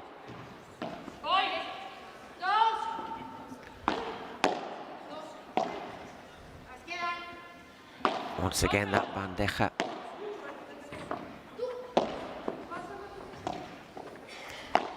Just working for the opening, aren't they? Wow. That kicked up again, spun out. So 3 match points for the New York Atlantics to become the 3rd semi-finalists in the women's competition. I think that the Andrea Austero numbers today with the smash por tres, 70-80% with success, I think. Just a reminder, por tres is that part of the side of the court which is 3 meters high.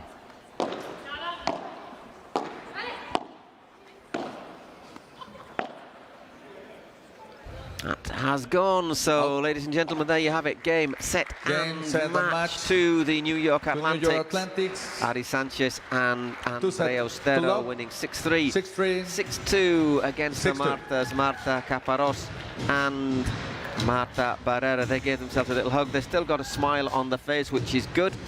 Hopefully that they're thinking, well, tomorrow we'll go and do a bit of tourism that we haven't been able to do so far. Shame for the Houston Volts. A really good, really nice team. Really enjoyed them all year in the Pro Padel League.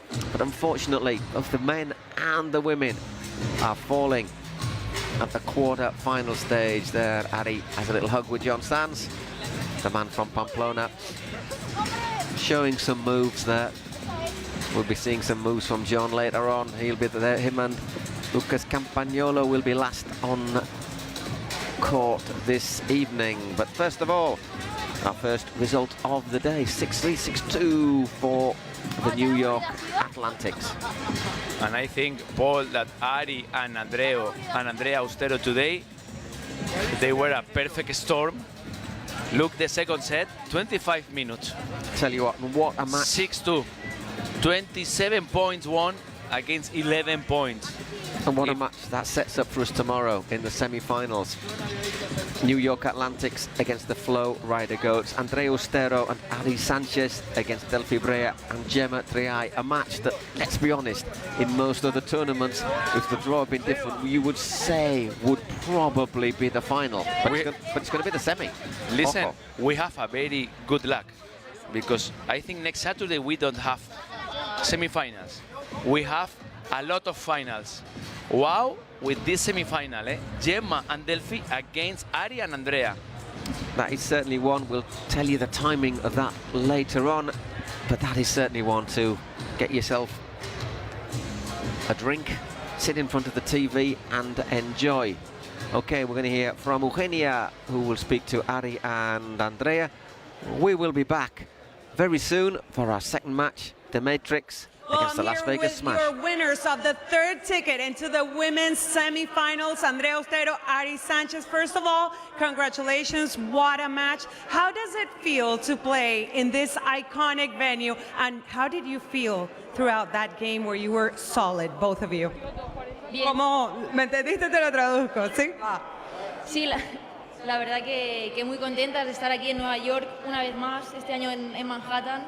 Nunca imaginé que jugaríamos el pádel aquí en Nueva York.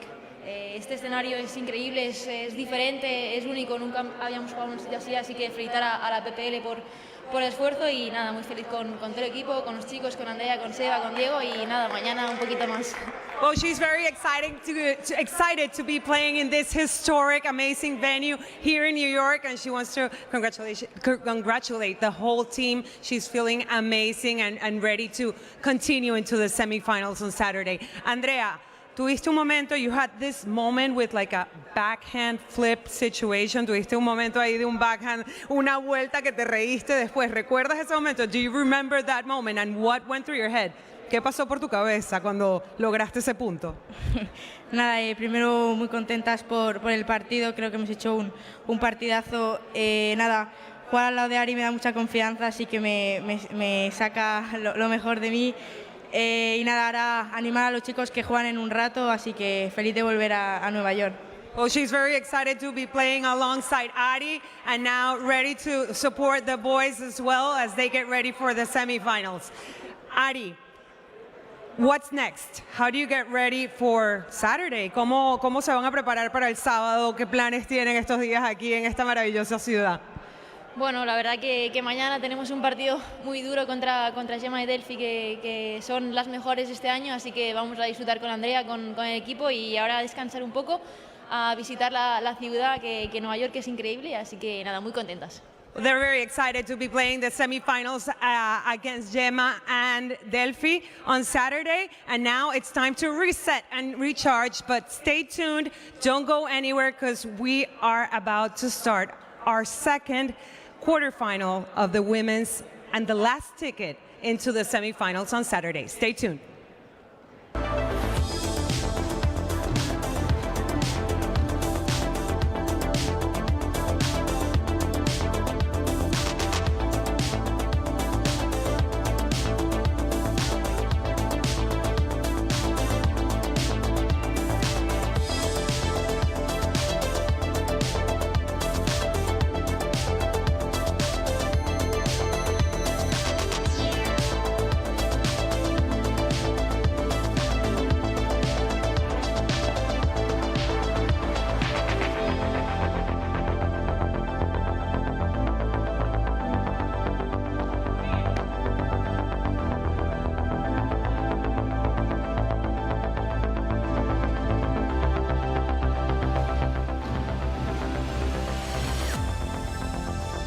If history has taught us anything, it's not to root against the underdog, against impossible odds. You don't stand down. You swing first. Kalshi. Trade on anything. Through ideas, imagination, effort, and enthusiasm, dreams are built. We are making paddle the sportive choice for thousands of people around the world. Each court built is a match won. And so, court by court, match by match, we are creating a limitless playing territory so that the unbeatable passion that paddle creates can be spread throughout the 5 continents.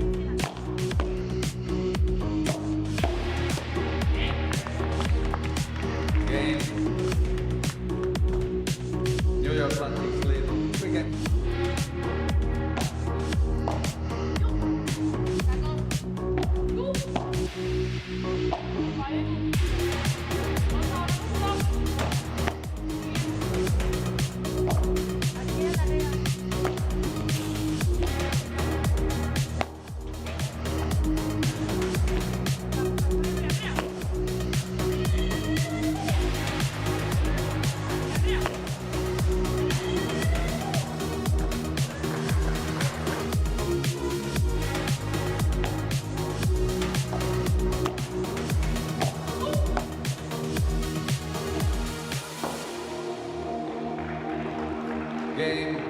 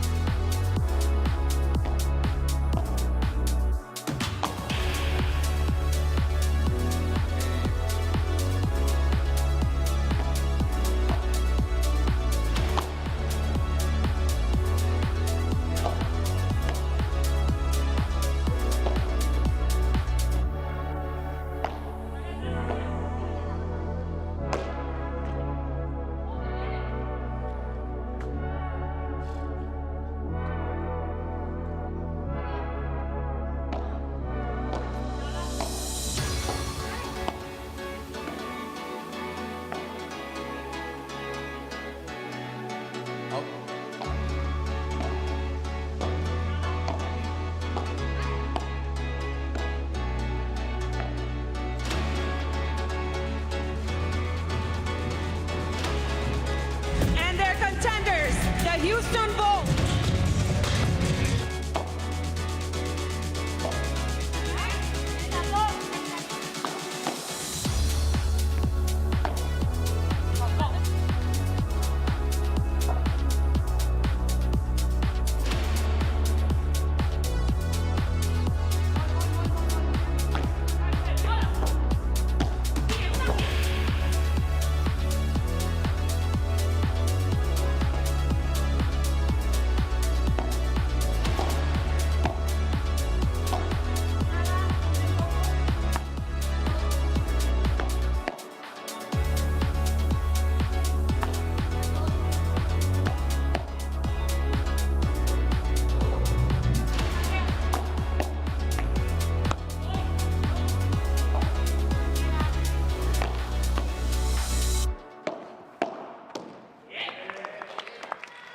Game. New York Athletics, please. Free game.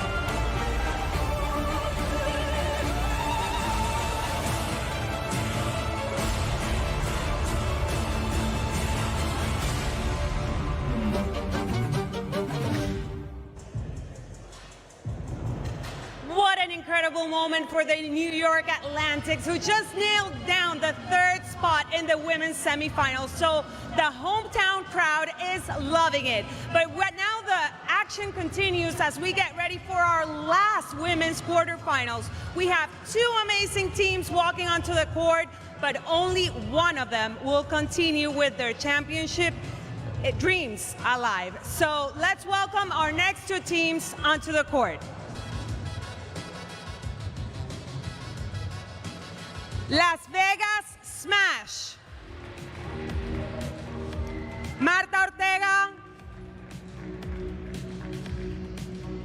and Sofía Araujo.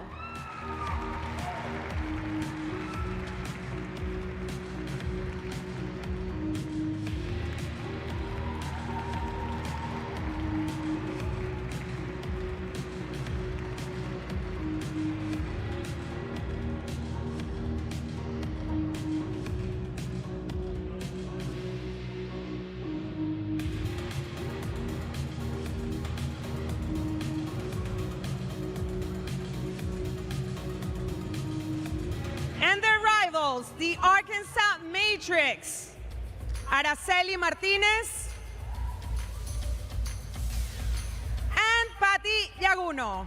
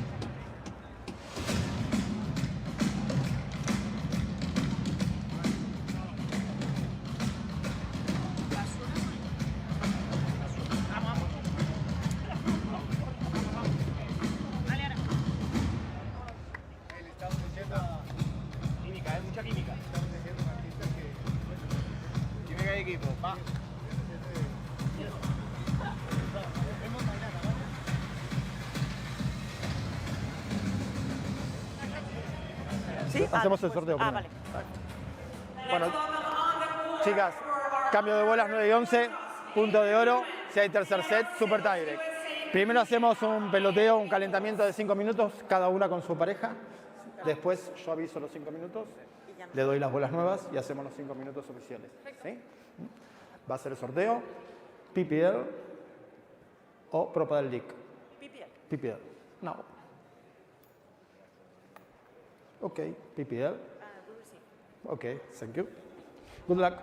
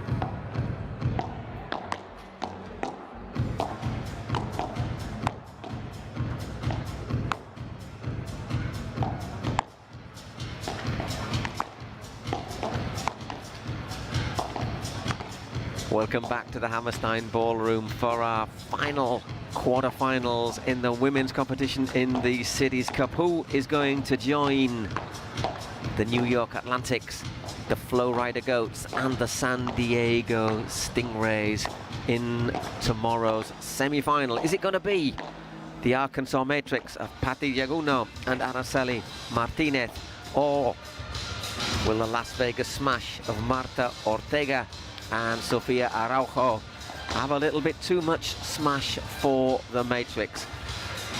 Who will have taken the blue pill? Well, we shall find out in the next couple of hours, maybe a little bit less. Myself, Paul Giblin, and I'm joined by Jorge Belmont. Jorge, on paper, if not on the court, we think the Smash are probably the favourites. Yes, Paul, hello again. And I think on paper that Marta and Sophie, they are totally no, but they are favorites. Why?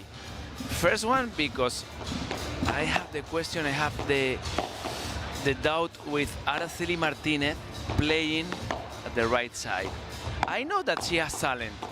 She has a very good talent, but when you need to play in the right side, it's not your side. And when the opponent that you have with your diagonal is Marta Ortega, that you know that she's one of the tops, she plays usually very consistent. She's very good behind the line. She has a good víbora. You know that the target that you have today is not an easy exam. We also think that maybe just the intensity that Marta and Sophie can put into this match is possibly a little bit higher than Araceli and Patti. That might not be such a factor in the first set, but as we go on, that could be increasingly decisive. Yes, and Paul, if someone show us that always is possible have chance in the paddle matches, is Patti Jaguno, ex-number 1 of the world. She continue playing at a very high level, but only I have one question that I don't know if maybe this team, Araceli and Patti team, have, let's say, punch, have power to finish the points as soon as possible. But we know that Padel have a very good characteristic, and if you are very consistent and you are very solid, finally the Padel game pay very good. But we need to wait, and we need to check if finally Sophie and Marta, they are the favorites of this match. Okay, Araceli has spent a lot of the Pro Padel League with the Matrix. It was only really in Guadalajara where she got her chance, and the Matrix won the match she played in. She played really well. As you say, though, the problem is that she will be playing on what is not her natural side. We've seen how that affects players in the past. Last year, Delphi Brea had to play on the left for the New York Atlantics, and it wasn't as effective. And now that Araceli is not playing in her natural side, only the problem that I can see is when your cross is Marta Ortega, maybe Marta makes that Araceli feel bored after to check that you need to fight and fight and fight to finish the points. But all is possible, of course. But Araceli Martinez has big talent, and we need to check with the first 2-3 games what happened, if they have chance, or if Sophie and Marta start with the high intensity that usually they put in their games. Yep, they've been effective so far. Let's just have a look at what the Las Vegas Smash have done in the Pro Padel League as I look through my notes. They were third in Miami. Was it third? That means they didn't lose a match. And in San Sebastian, they weren't so great. And didn't make the podium either in Guadalajara. And now, Paul, now with this Finals Cup, we know that it's directly knockout. But with the PPL system, that for me is amazing, is because it's very, very exciting to follow the games. Look what happened, for example, in Guadalajara.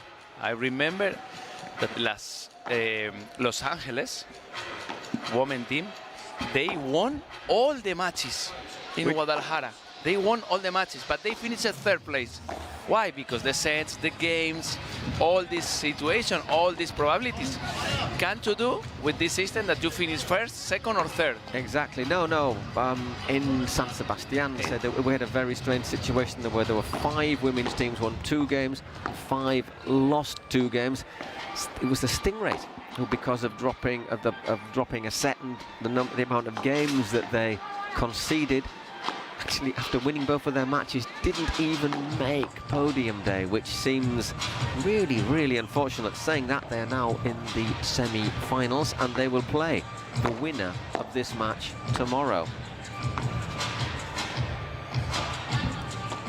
In the closing moments of our warm-up, just about ready to go.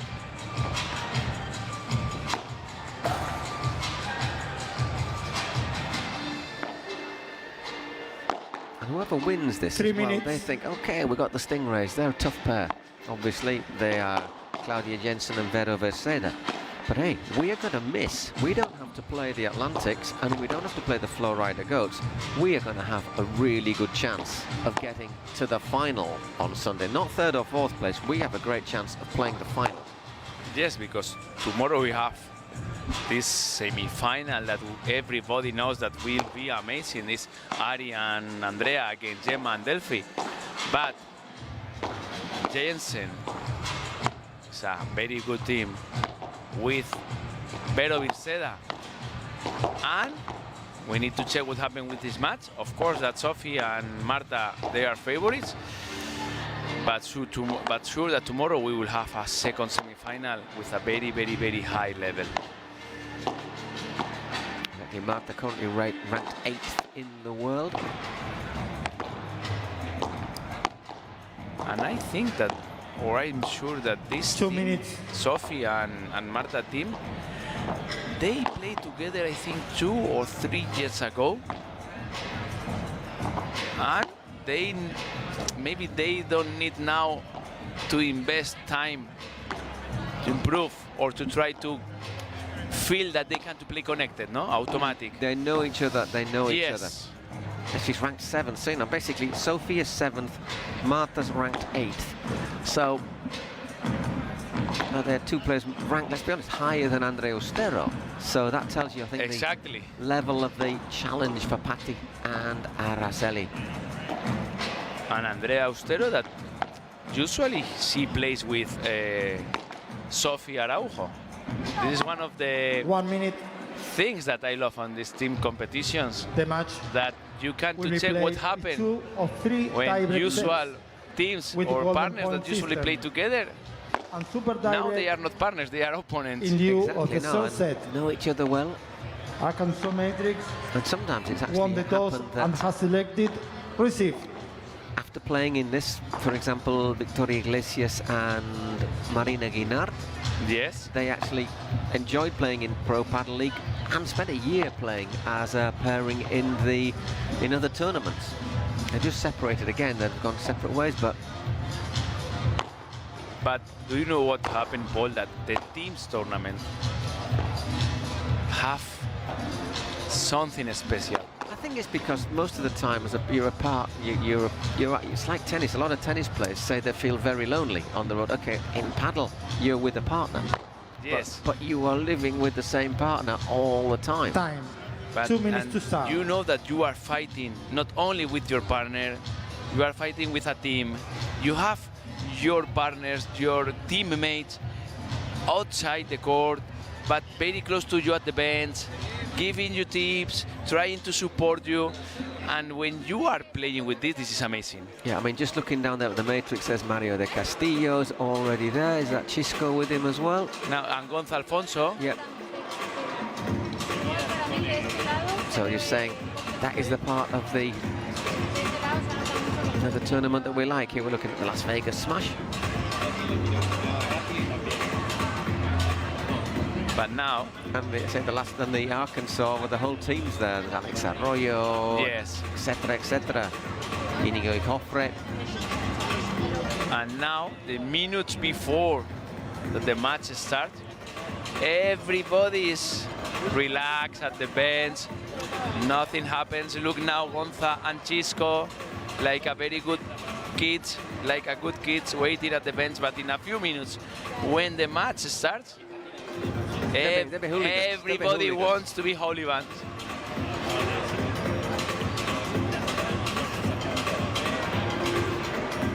So all ready to go for a second quarterfinal of the day, our fourth of the women's quarterfinals here.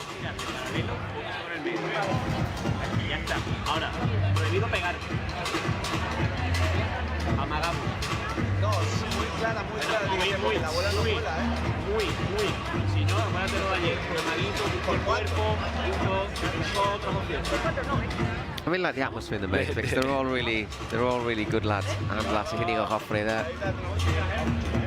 Mario didn't get to play, but still playing his part. I think that we need to give Mario the best coach of the bench, because he's saying now to Patty and Araceli, please, no smash, only fake smash. Yes, if you have a big chance to finish with a smash, try. But if it's possible, no smash. Why? Because he knows that they've not got that. One of the powerfuls that Araceli and Patty they have is not the smash. Lob, consistent, counter-attack, fake smash, rule of defense. But please, don't feel that you can finish the point with the smash, because if you try, maybe it's not the best option. I think what they know is that if Marta Ortega and Sophie Araujo get close to the net, they're going to win the points. Yes. Okay, Sophie quite often starts really strongly. There she is with Marta. It's going to be Marta Ortega to serve. Ready? Play.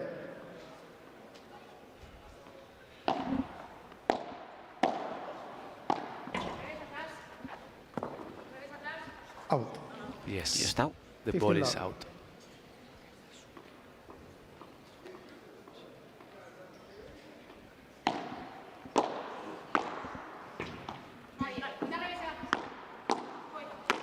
We've just got in each other's way a fraction there.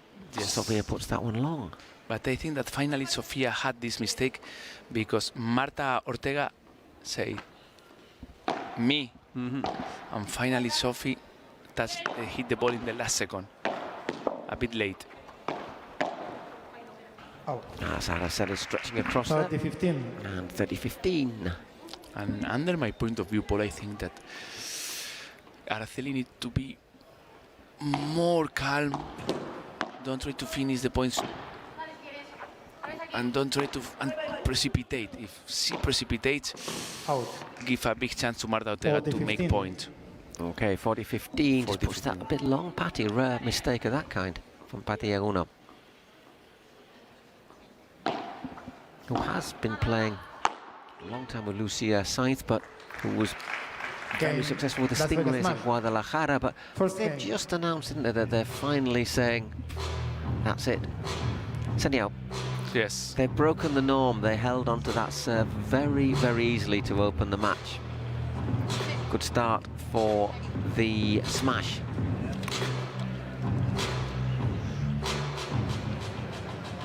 And ending very fittingly the first game with a bit of a smash there, Sophie Araujo. I think, Paul, it's the first game from yesterday that no surprises, no breaks, no chance. It's 40-15, fast, direct, finish with a smash, ciao. Here's Araceli to serve.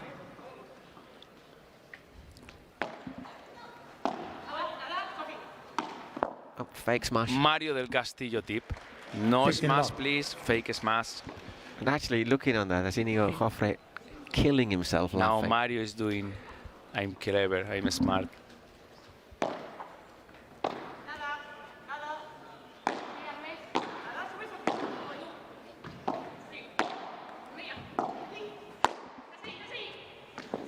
Patty didn't listen to him that time.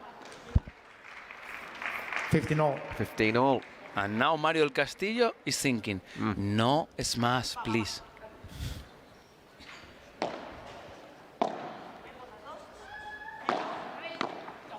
Digs that one out very well, Sophie.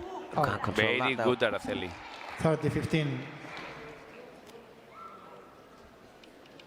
Look that Araceli decide with the last bandeja play down the line, because I think that she wants to try that Marta Ortega don't have a long rallies against her.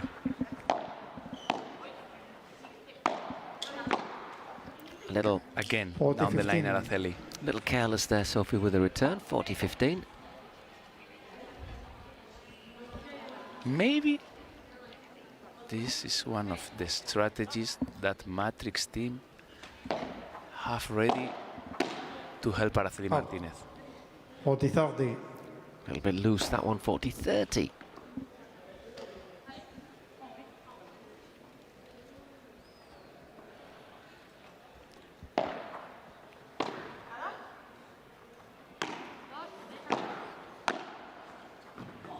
Very good well volley. played. Well Yes. played. I can submit Because it. look, now with a forehand game volley, with over. a normal forehand volley, she has chance to win the point. With the last mistake that Sofia Araujo Araceli to serve. made with the backhand volley was because she tried do more. One of the tips that all the coaches, the professional coaches, repeat, and we love more is less is more. In Padel, less is more. Just keep the ball alive. Yes. That's a lovely shot from Sofia Araujo. 15 love. Little diagonal bajada. Look at this again. Watches the ball. Knows where she's hitting it. She knows where Patty is. Yes.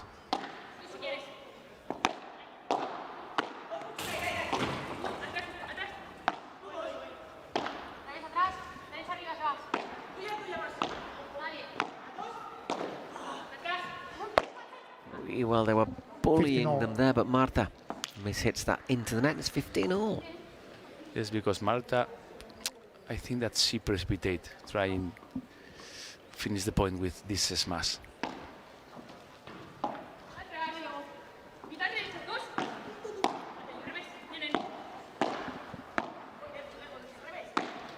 Again down the line. Yeah, And well again played. down the line.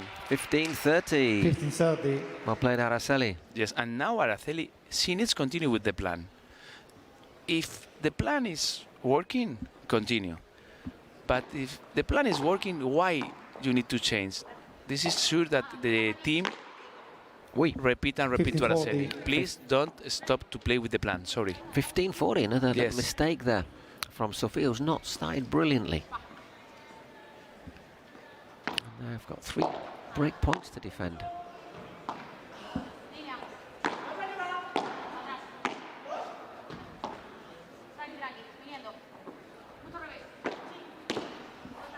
Well defended by Patty.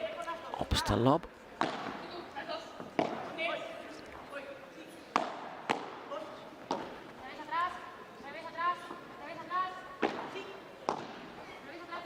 Well, gets well back over the net there, Patty.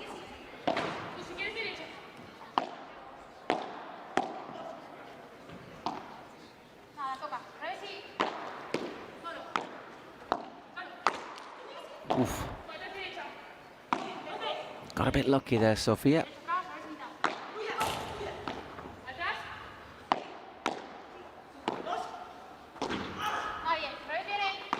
Turning into a long rally and another mistake there from Sofia Araujo. So a service break up for the Leading by Matrix. 2-1. And the moment the smash not on fire exactly. No, the smash is not feeling good, not feeling comfortable. But Matrix strategy, these 3 first games, hey, congratulations. Araceli Martinez playing down the line. Why? because Araceli Martinez and Matrix teams, they know that if Araceli play long rallies against Marta Ortega, maybe it's not good idea. What they want, that Patti Llaguno play long rallies against Sofia Araujo, because if Patti Llaguno is very good with some strategies, with any strategies, with long rallies. Yeah. The moment, all working out very nicely. And Mario earning his coaching badge here.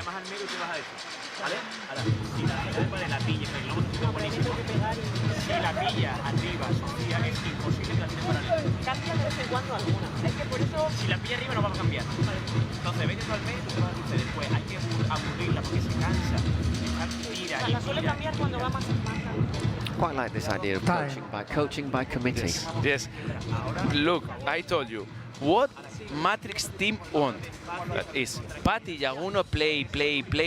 If it's possible, 3 hours against Sofia Araujo, because they think that finally Sofia Araujo maybe can feel bored, and they are betting their money about to Patti Llaguno. With Patti Llaguno against Sofia Araujo. This is the Matrix strategy. Patti Llaguno long rallies against Sofia Araujo.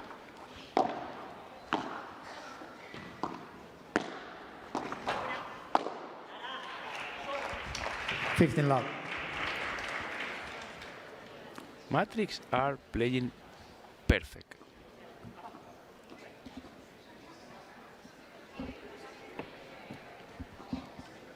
Patti serving, looking to consolidate that break.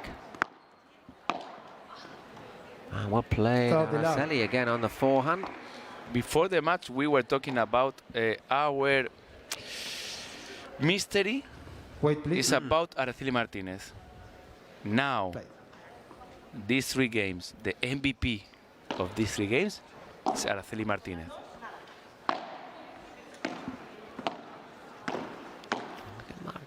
Marta and Sofia just getting in each other's way a little bit.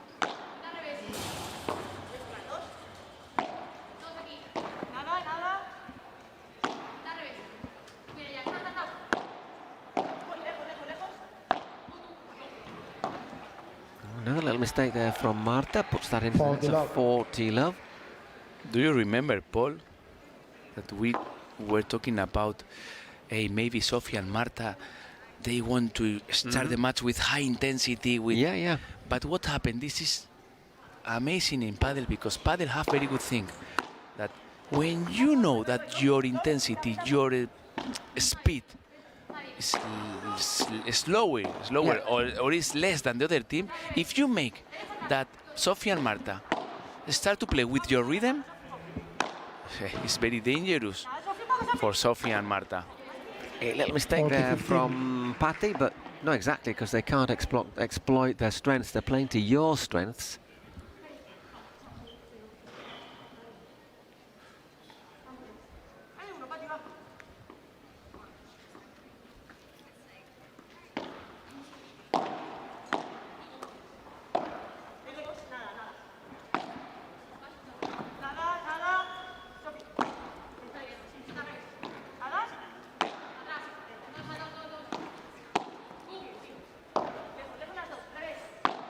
They've not really been able to get to the net at all, have they there, Marta and Sofia? That's a little bit of a mistake, though, 40-30. Yes.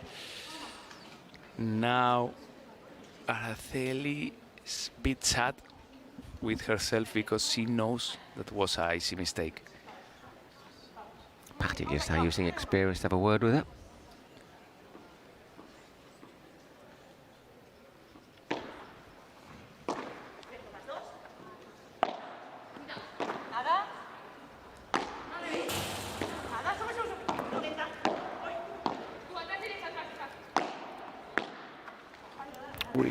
It was well played though by Marta, I think, drilling that in right to feet.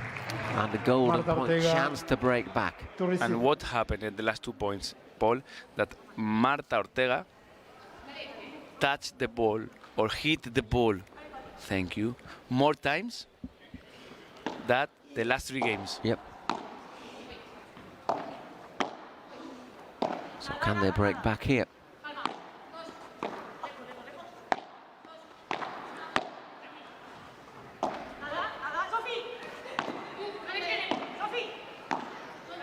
they were saying Sophie's coming into the net.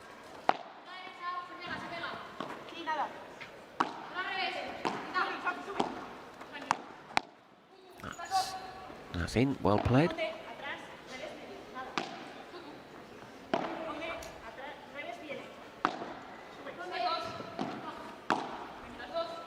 Sophie's moving all over the court, isn't she? Just making sure she's not in the same place, so they have to guess all the time. Yes, because one of the strategies that now Sophie and Marta can play is that when Sophie plays parallel lob, down the line lob, if she goes to block, Araceli needs change the direction. But now, great winger, amazing. Did it? She doesn't apologise. I don't know if it flicked the net, but it was still really well angled. They lead by 3 games to 1. To work for it, but holding on to serve. 3 games to 1. I think, but despite that, perhaps better signs for the Las Vegas smash there. And look at the last 3 games with Araceli Martinez serve, Sofia Araujo serve, and Patti Jaguno serve. Araceli and Patti won 12 points, and Marta and Sophie 6 points. It's a surprise. For me, it's a surprise. It's Marta Ortega serving now. Lovely fake smash this time from Sofia Araujo. The problem that Marta and Sophie maybe could have is that Patti Jaguno plays this combat maybe 1,000 times. She knows what she needs to do to win this match. And the feeling is that Patti always is trying, or she's hitting the ball not very comfortable. But the Patti's hit always pass. Always goes back, doesn't it? Yes, always goes back. 30 love.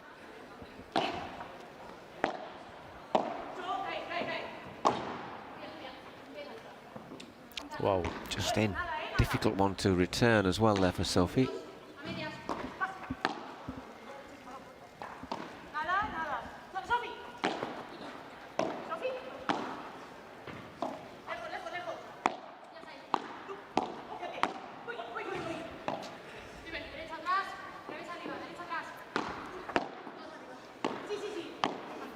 Another well-worked point, ends with a bit of an unforced error, 30-15.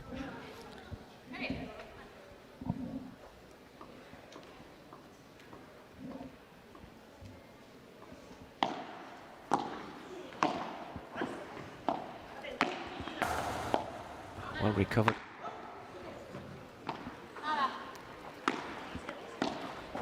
And just a little bit optimistic, I think, there. Araceli just trying to drop that over the net from a long way back. Yes, and so far, I think that Patti and Araceli is the team that make me feel that they play together every day.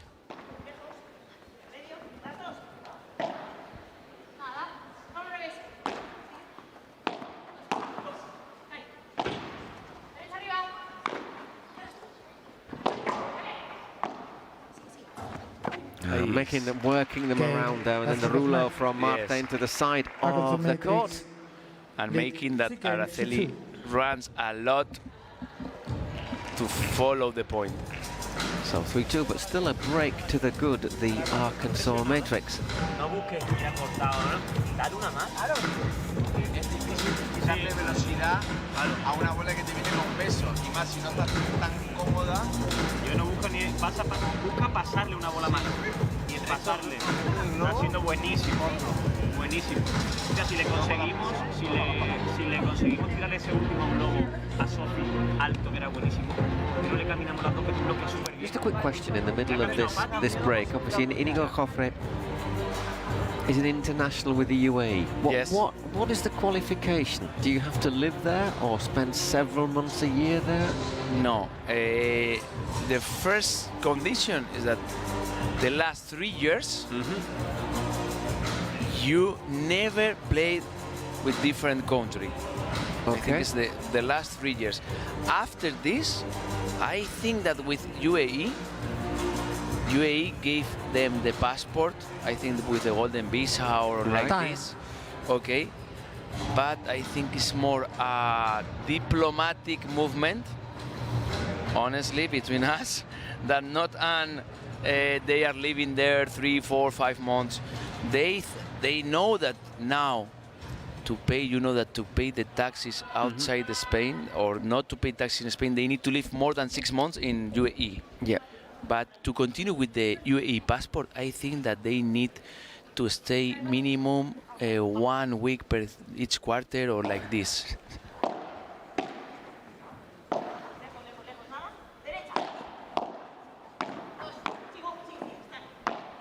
So it's not exactly demanding.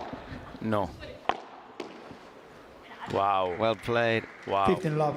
And if we continue talking about the Mario del Castillo tips, he said the last time that that Araceli and Patty went to the bench, say, hey, don't try to put or a big kick or high power in your hits. Put only one more ball in.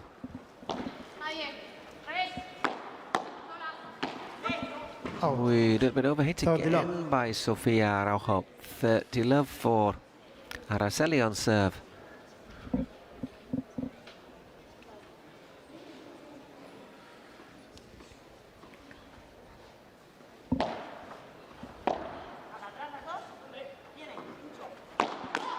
Oof, what a block.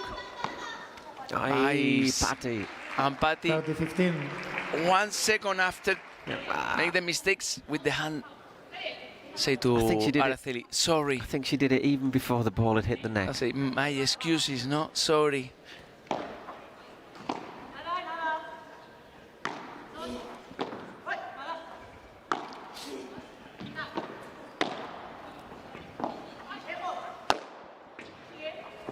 We will play it again, Araceli, 40-15. 40-15. Look, Araceli, it's perfect because she decides play a hard smash the last second and with this make a surprise.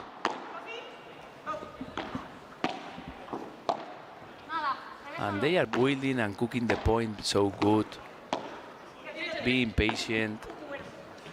Look, Patty, recovery, one more ball. Oh, It's unlucky because she was covering brilliantly. 40-30. Yes.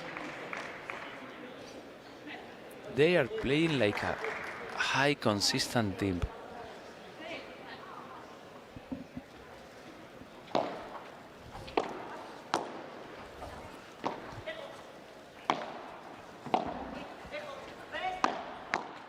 We just got lucky, just got a bit lucky. Golden point. A golden point, which comes from seems to come from absolutely nowhere.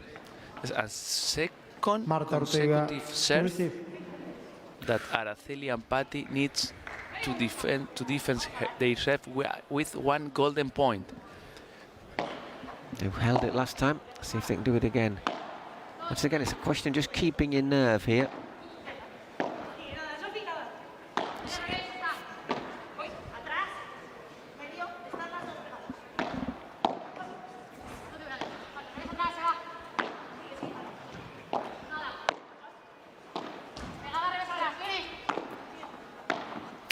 Trying to put the bait out to Sofia. They're trying to tempt her into a smash.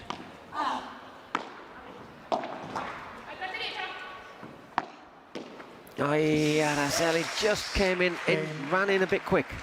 Yes. Ran in a bit quick, and there 3 games sold. is that break back. Yes, and look, she decides go to block, amazing, but sometimes when you go to block and you check that your opponent is very close to touch the ball, you need to stop as soon as possible to have a good base to block. She ran too fast, and probably for this reason she lost the point, the golden point. Love. Got a bit lucky there, Sofia Araujo. Top Portuguese player, of course. Oof, mishits that, but just gets lucky off the net cord.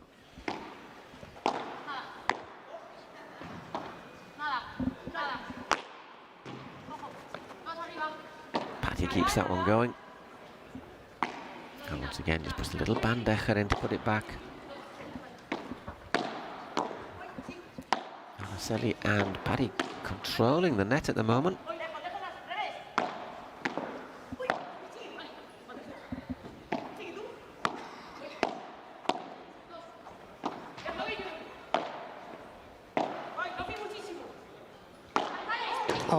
Paddy misreads that one.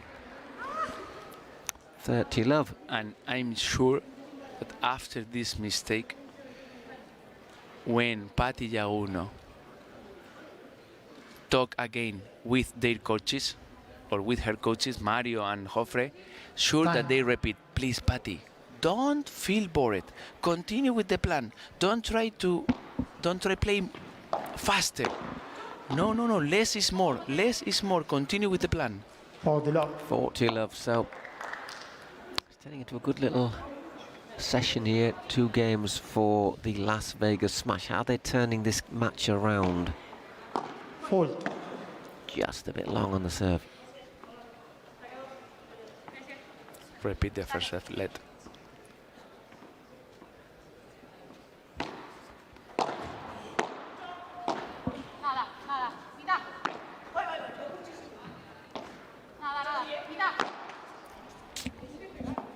For 15. I have the feeling, Paul, that the match from Las Vegas Smash is not, they don't feel very solid, or they don't feel very inside the match.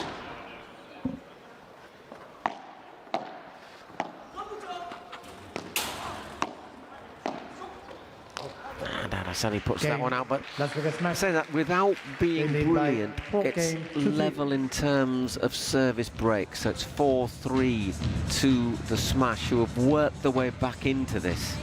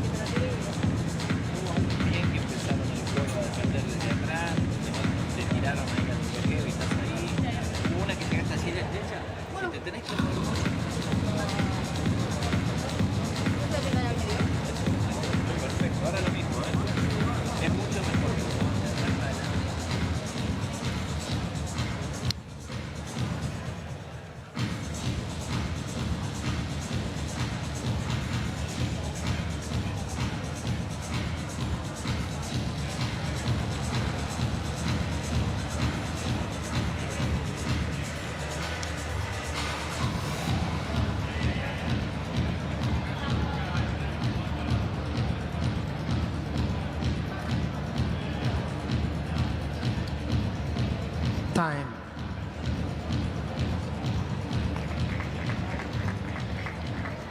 I think, Paul, now with the next game,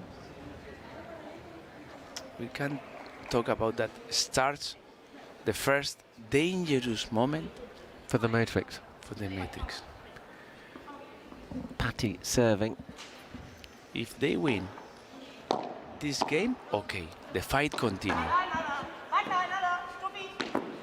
If they lose, you feel that you were fighting a lot, but that the other team served 5-3 to win the set. They've managed to weather the storm. Exactly. And, well, anyhow, good start. 15 love. Winner from Araceli down low.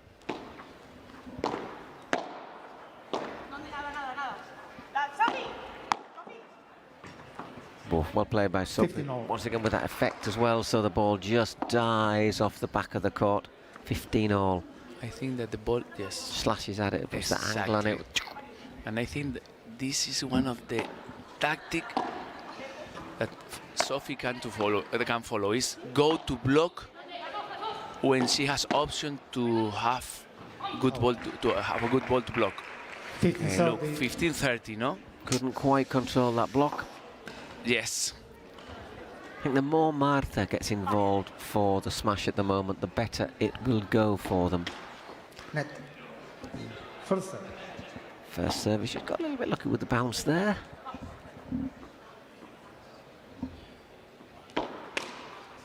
Second serve. You don't see many double faults in paddle, not at this level. A lot of academies and paddle schools have one rule, Paul. If you make a double fault, €1, $1, or you pay the beer, depends. I think the key word is don't see many double faults at this level. Exactly, exactly. Seen a couple in the Pro Paddle League. Oi, Sophie, just looking to baby that one over the net. 30 all. Very much in the balance this game, and you feel not just this game, but perhaps the first set. Important, very important point now. 30 all. 4-3.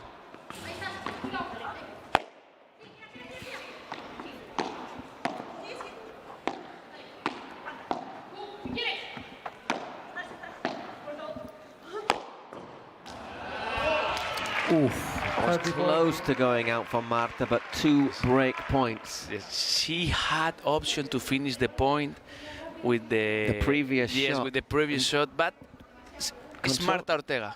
She prefers have more chances to finish the point, and if she needs build the point more time, okay, she do it. She does it. Yes. Could wow. Point a bit more, just rushed in there, well played. A golden point, another golden point, which I'm going to say is arguably the most important point in the match so far.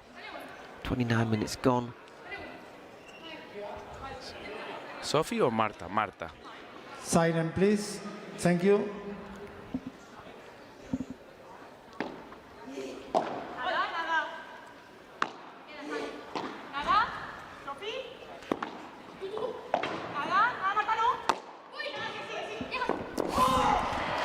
Well played, Patty, keeping her nerve, and it's 4 games all, so still everything to play for in this opening set.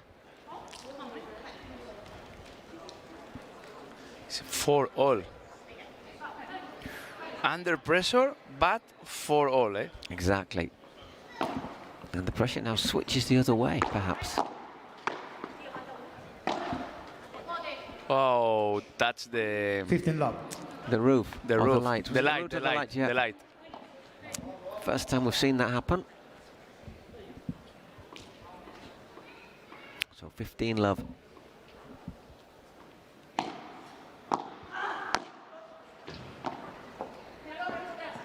Out.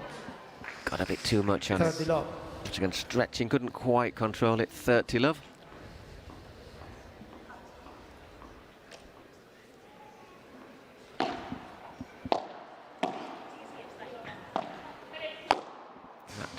Why not?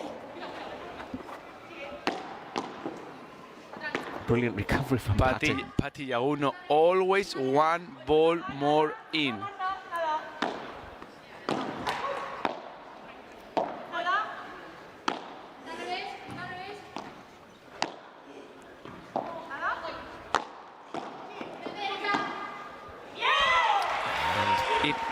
Paul, if someone asks you, hey, how is Patty Llaguno style?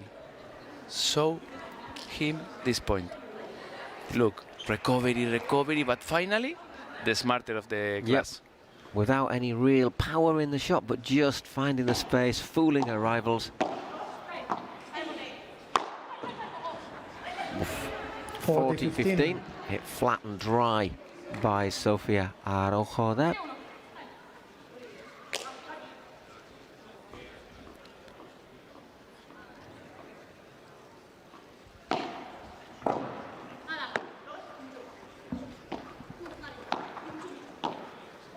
Just past the half hour in this opening set. Ah, lovely change of angle, change of direction, just wrong footing, Sofia. Well played again, Patty. And I agree with you that 2 minutes ago you said Patty Llaguno touch the ball not with power, but always smart, always perfect. Yes. Yeah, good. Kicks up there like a like a jackrabbit. And that is 5-4. So once again, the smash will have the chance to put a lot of pressure on the matrix. Araceli to serve. And what a serve. 5-4. First time that one team is close to win the set. Returning the serve, but if Las Vegas Smash win next game, they win the first set. They win the first set, yes. Yep. With the Araceli Martinez serve, no? Yes. Yeah, Araceli serving.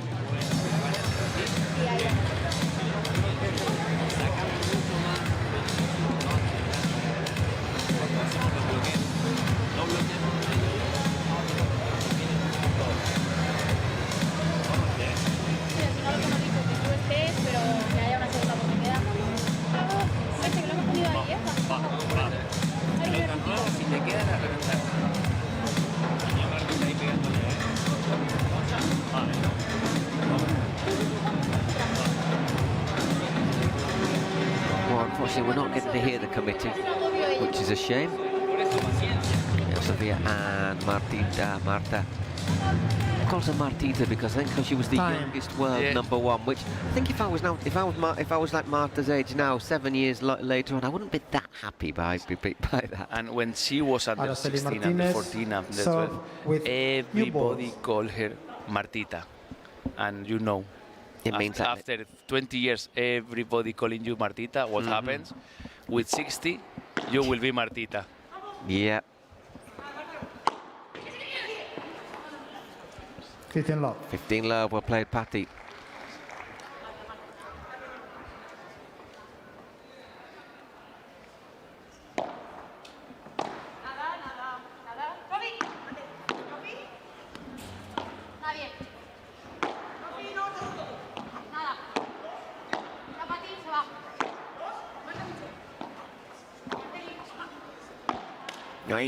Araceli, maybe she. Yes. I think she tried to control herself to stop herself going for the smash.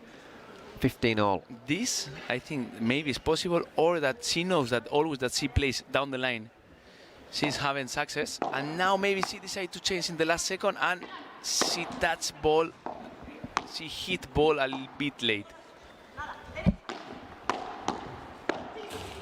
Wow. We were playing Marta. Aggressive at the net there. 15-30. Paul, they won the set, eh? They are now playing with more pressure. Look, Sofia Araujo, 2 points ago, she was playing hard bandejas.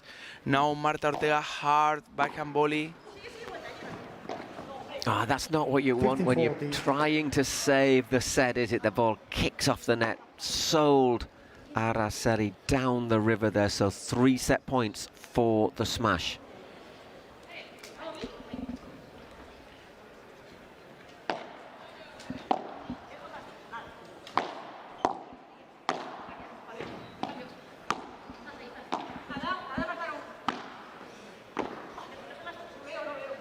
Good lob.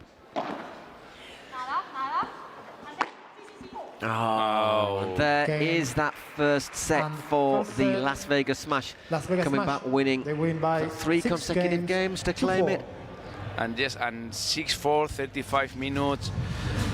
Now the problem, Paul, the matrix problem is, hey, I have the feeling that we were 35 minutes playing good.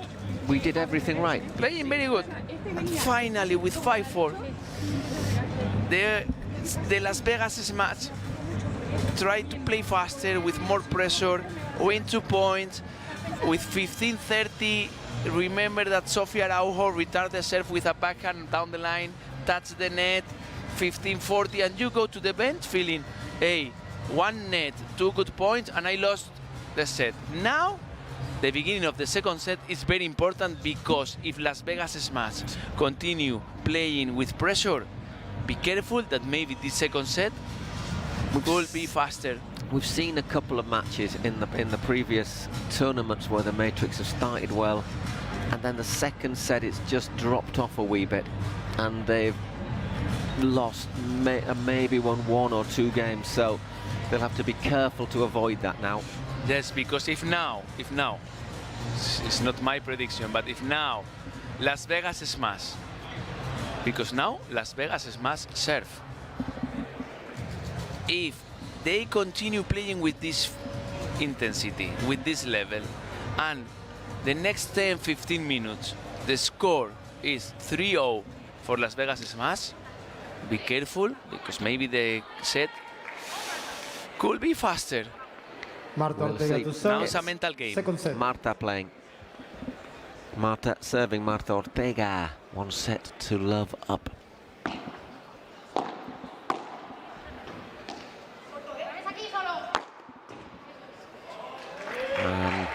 15 it's love. decisive from Sofia Araujo. I think we see Sofia Araujo jumping and skipping. That's when she's really lively and looking dangerous. Yes. Wow. You know what is this, 15-0. not? Yesterday I told you. Test dormilona. They're Yes. sleeping. Put the ball to sleep there, Patty. 15-all. Look, look, look. Tack. Wow. Just rolls the ball over the top. Whoops, it is it. Little misunderstanding. Sofia recovers.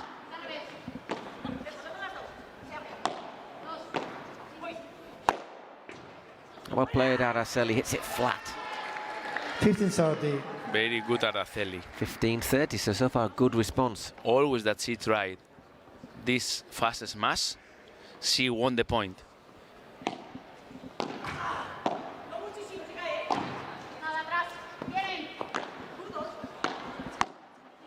Ooh, just dropped in time. That's it. Sofia took no prisoners that 30-all. time. 30-all. Exactly. Very good forehand volley, look, with the Araceli corner. And after feel a good forehand volley, she continued walking to finish the point. Very good Sofia Araujo position. 30-all, still in the balance this opening game though, the second set. Change of angle there from Patty. Just a bit too much on that fake smash from Sofia. Wow. Brilliant block from Araceli.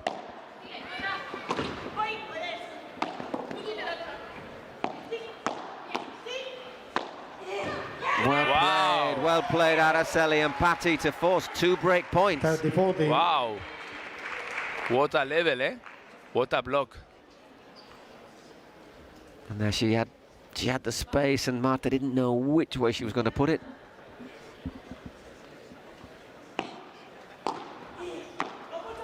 Oh, and that goes long. Great response from the Matrix to break back in the First game, opening game second of the second set. Very good Matrix comeback, no?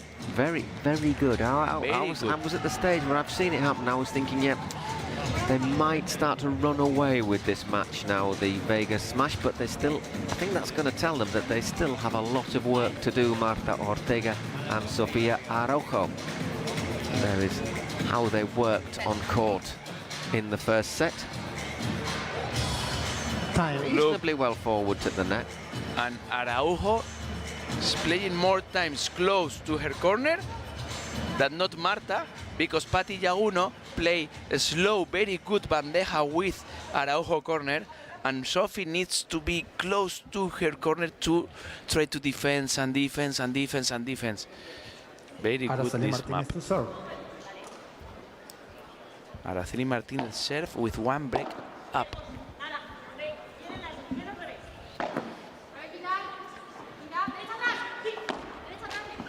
The angle there, Sofia. Oh, so, 15 love. Araceli's on fire. very clever little shot. 15 love.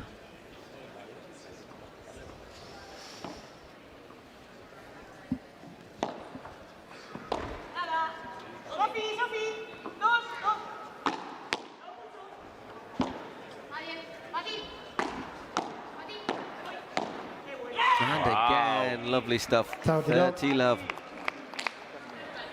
And it's not the first time that Patty Yaguno finished the point. Look with this forehand volley.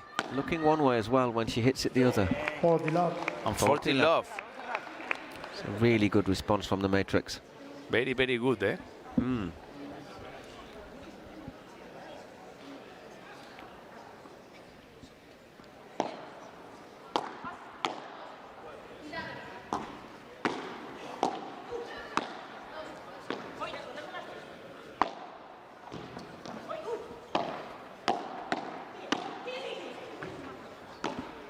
wow, tremendous bajada down the line. Yes. Look, Angle. Spectacular stuff from Patty there. Just uses the speed of the ball. And now Paul, Matrix only needs continue with this intensity, because remember first set. They played very good the first 4 or 5 games, and finally Sophie and Marta won the first set. Now what happened? What is happening? Sophie and Marta are feeling the same at the beginning of the first set, and Araceli is playing again very good down the line with a good volleys. They need to continue with this intensity. Sophia under real pressure on this serve as well. If you lose this, that's 2 set breaks. That service breaks down. That's better. 15 all.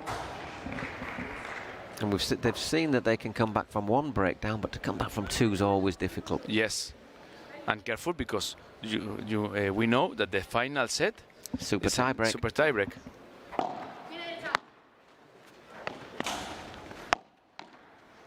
Well played again, Patty.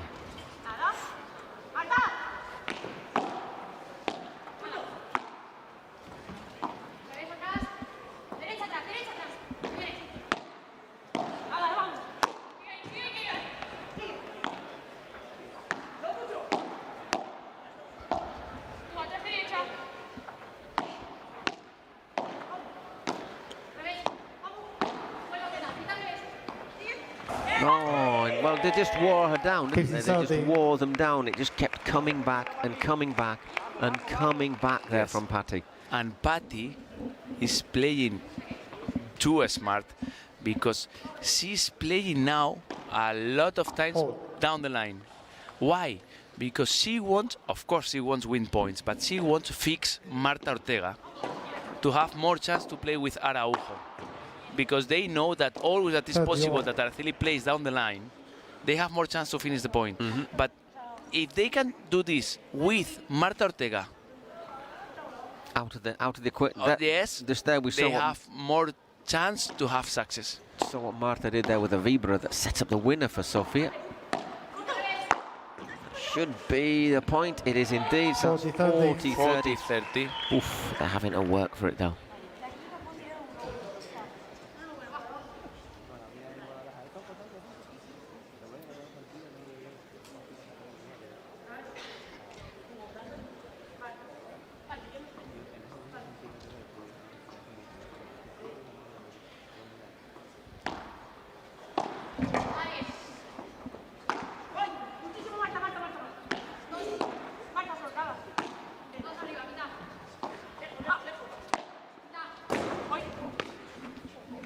And well, they've held the serve there, but once again they were really made to work for it.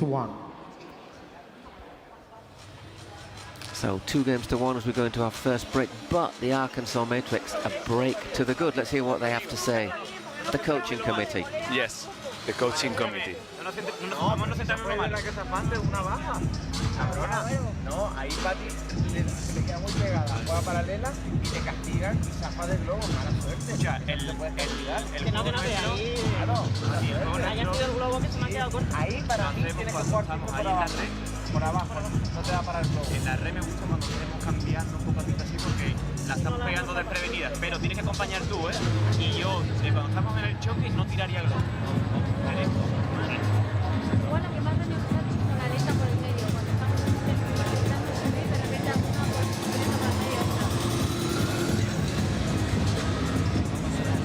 The thing is, the pressure here is because I'm pretty sure they know their rivals, they know they have to work hard against them, but you must think, if you're Marta and Sofia, you must think that we're favourites here. We really should get at least to the semi-finals.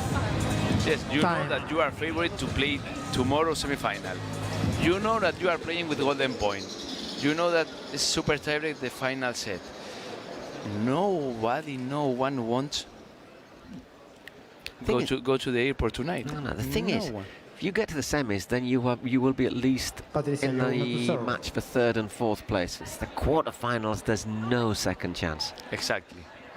Patti Iaguno serving. Please, thank you. Silence, please.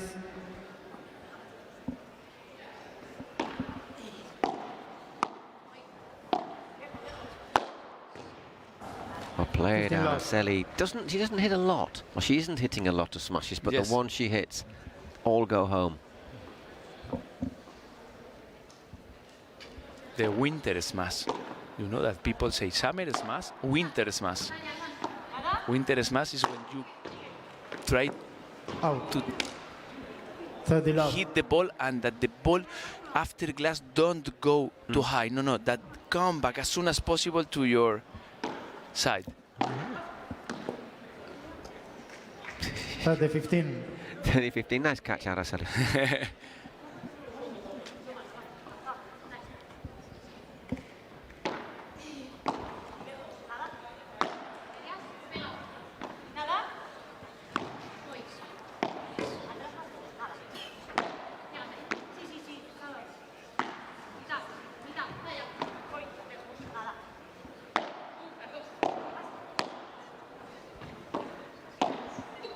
Wow. Lovely drop shot, 40-15. Before the match, when I told you Araceli Martinez is a player that has a big talent, this. Better from Sofia, 40-30.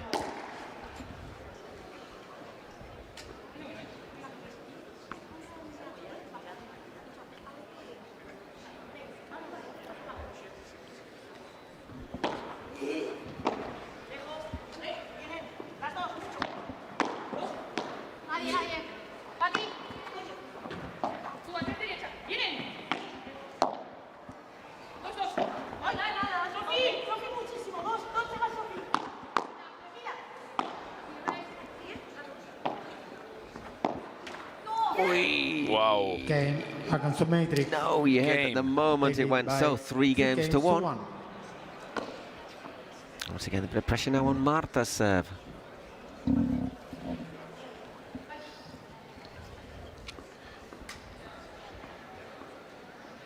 "49 minutes in this match so far." 15 love. Love, just maybe a little hasty with that return.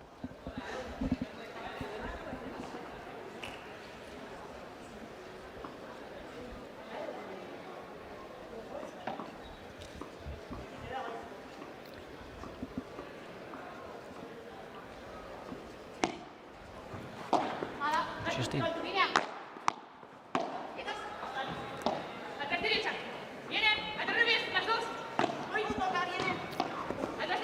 Again, another good lob, forcing Marta back. Looks for the bajada.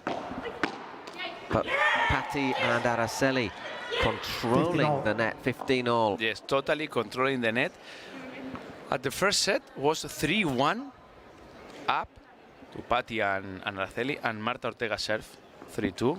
And after was the recovery, the moment that Sofia and Marta recovered the break. Now we need to check if the same scenario the first set repeat or Patti and Araceli want to play super tiebreak. Oh, I'm pretty sure they do. They won't. That was just long by a fraction there. Exactly. But it was there to be hit. It was there to be hit by Patti, and she knows it was like by a tiny amount. Oh, that's a lovely change of angle.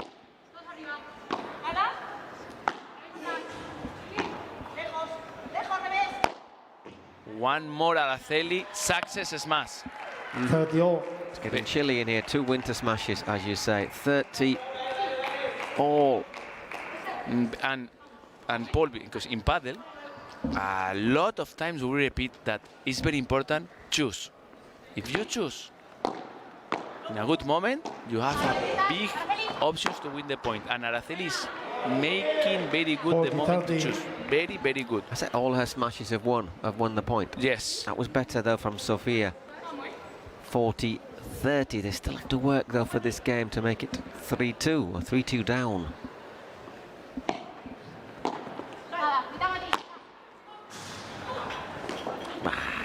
Game. Las Couldn't Vegas get match. to it. Once again, the cage at the top betraying the attempt to return. So both games going with serve, but The advantage still with the Matrix in this set.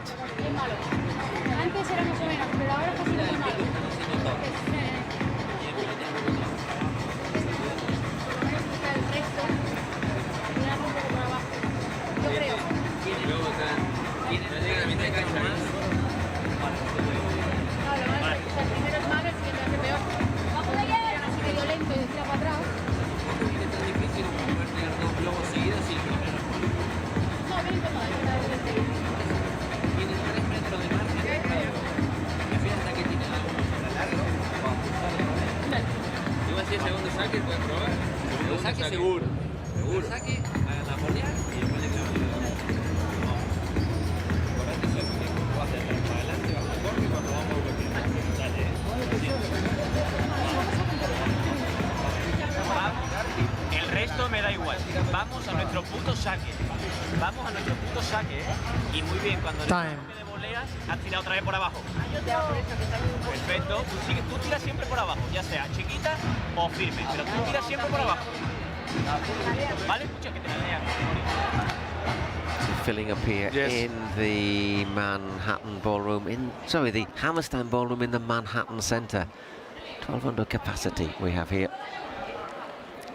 And now the Matrix committee, the committee say, please, Araceli, perfect. When you are face to face with the volleys, don't try with your volley, play a lob. Continue playing down. Hard, please. chiquita with your volley, but continue doing this. Bit long on the serve there. Now we need to check if the scenario is the same that with the first set or no, because during the first set, this game was the game that Sophie and Marta recovered the break. Exactly, so is history going to repeat in this second set? Well, at the moment, 15 love to the Matrix.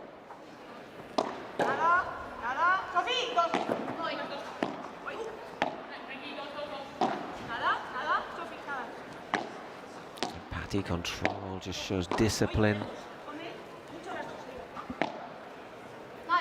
Araceli flirts with those lights at the top of the... Very good now, Sophie. The arena. That's a good smash, though, from Sophie. Haven't always worked out for her today. That one did. And she touched the net with the feet. Now the first difference is that during the first set with this at this game was 30 love and 40-15. Now it's 15 all and 15-30. Oy, oy, oy. Oy, oy, oy. As they say. It's not a good moment to make a shot like that. Make a yes. Needs to hold this point. Good lob as well. And once what they were saying about don't be too hasty. 15-40, 3 break points, 3 points to try and get level in this second set. And now easy mistake after a very good Marta Ortega lob.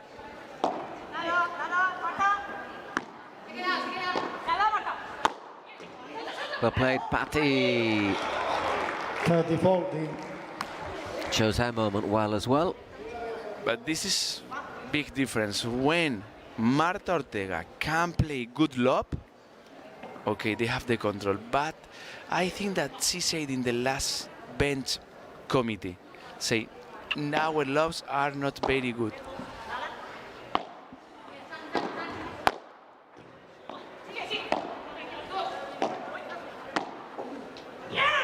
Well played, Patty. Saves 2 break points, takes us to a golden point. Yes. Rings a bell. Was it golden point when they broke last time? Yes, was with 40-15. Now is with 15-40.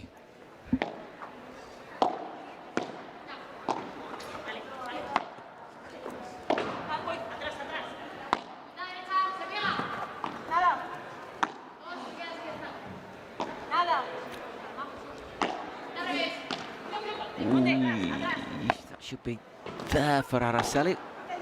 In the end, it's recovered.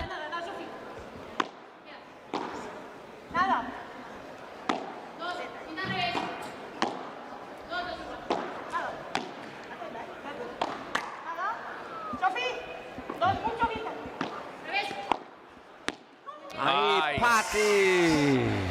Same situation, same scenario that the first game. This moment at the first set, Paul, was same golden point. And do you remember that Araceli Martinez had a bad block after to run too fast? Was this moment. Now is Patty Jaguno who decide the golden point with an easy mistake.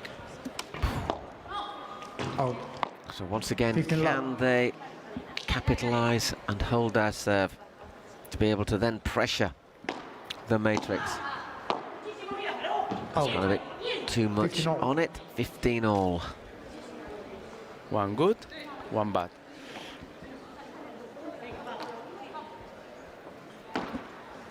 That's gone way too long. Second serve.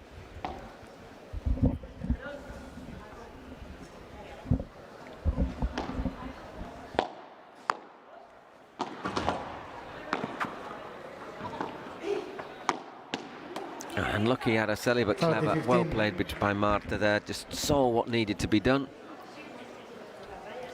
Always seems to get just a little bit too much on her fake smashes, Sophia. Yes, I think that her first idea was power, final, she decided the fake.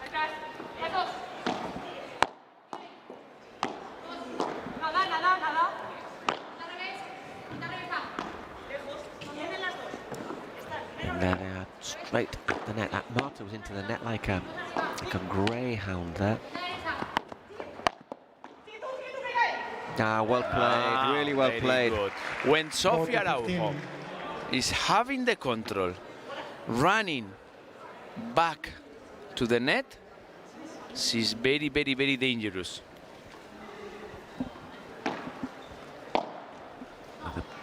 Lob, and that has way too much on it. So they've got the break and they've got themselves the break back and got themselves back in front 4-3, so they're in a chance now, the Las Vegas smash, where they can pressure the Matrix serve.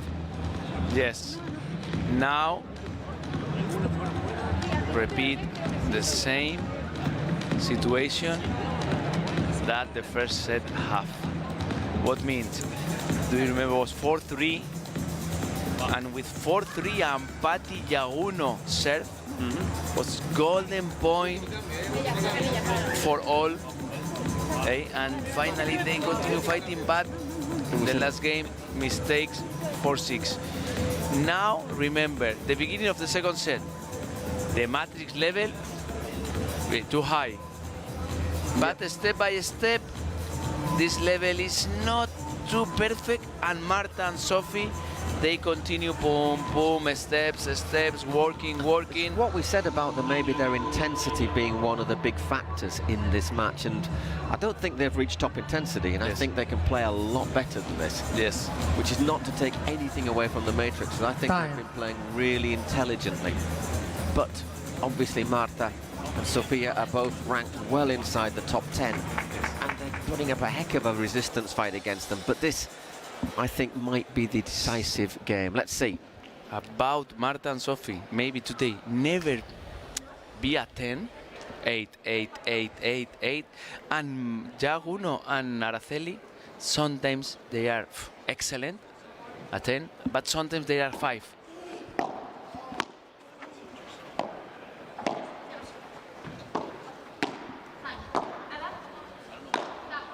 What goes a little bit loose from Patty. Love 15.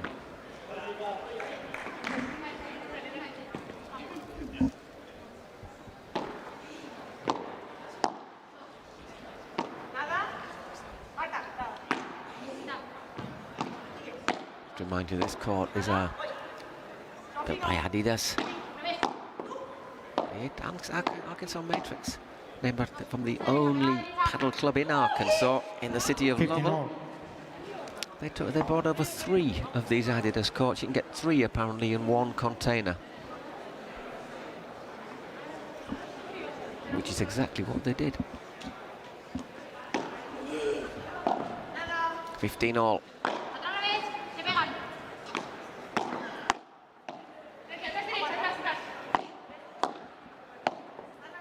Look where is Las Vegas. Now they are close to the net. They are trying to play with more pressure, more aggressive. Still well defended though by the Matrix. Sophie gets the kick. Yes. 15-30. 15-30. And Sophie, she continue thinking what happened at the last point, because she was a bit upset with herself because she knows that was an easy mistake, and sure that she hit this smash with all the power trying to finish at the point to forget the last mistake. We should be Patties though. Sophia get to it. Oi, unlucky. 30 all. 30 all. Still feel the tension here in the Hammerstein ballroom.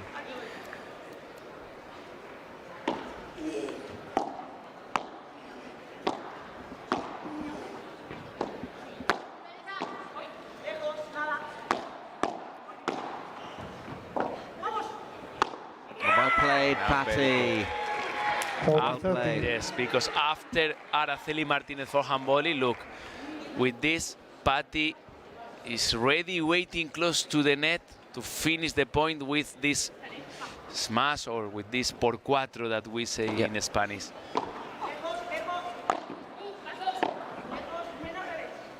Just to remind you, por cuatro means over the top, over the back of the court, where it's 4 meters high. And again, Sophia unleashes one. Golden point, break point. Golden point. Another massive moment in Marta this Ortega match. to receive. 1 hour and 4 minutes we've had so far. Same, sorry to repeat, same as the first set. Ah, but in the first set they held it. Golden point, 4-3. Marta Ortega choose to retard the serve.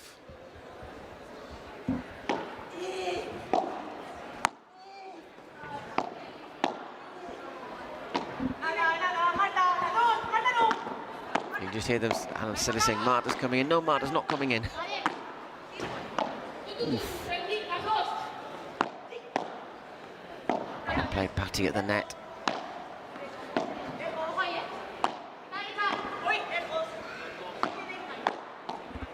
Wow. Brilliant defending. Oh, Araceli! Game, Las Vegas match. They lead Frustration by there 5 for games to 3. Araceli Martinez. 5-3. Could that be the decisive break? It yes, should be. And the big difference, Paul, is at first set, Patty Yaguno, Araceli Martinez, they won this golden point to 4-all, and now they lost. And Marta Ortega and Sofia Araujo, they are serving to win the match and to play love. semi-final tomorrow. 15 love. And another great point, though.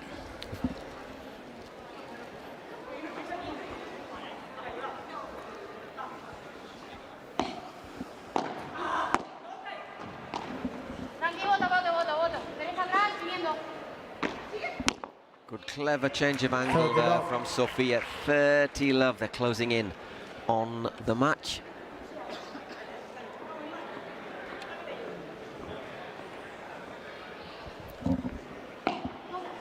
Hold.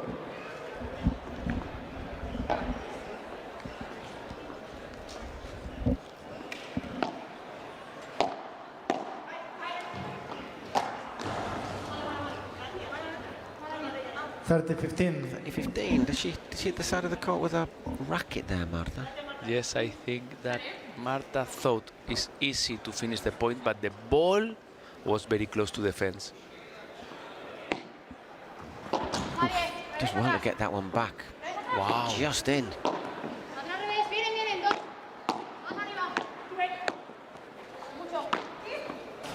Very well good, Sofia. played, yeah. Very Controlling the point there, Yes. Sofia.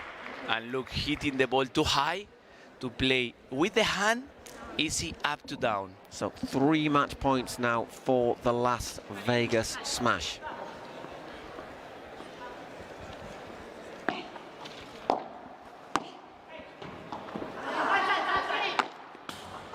Whoa. Wow. And well, there's not a lot you can do about that one. So, the Las Vegas Smash, they had to work really hard.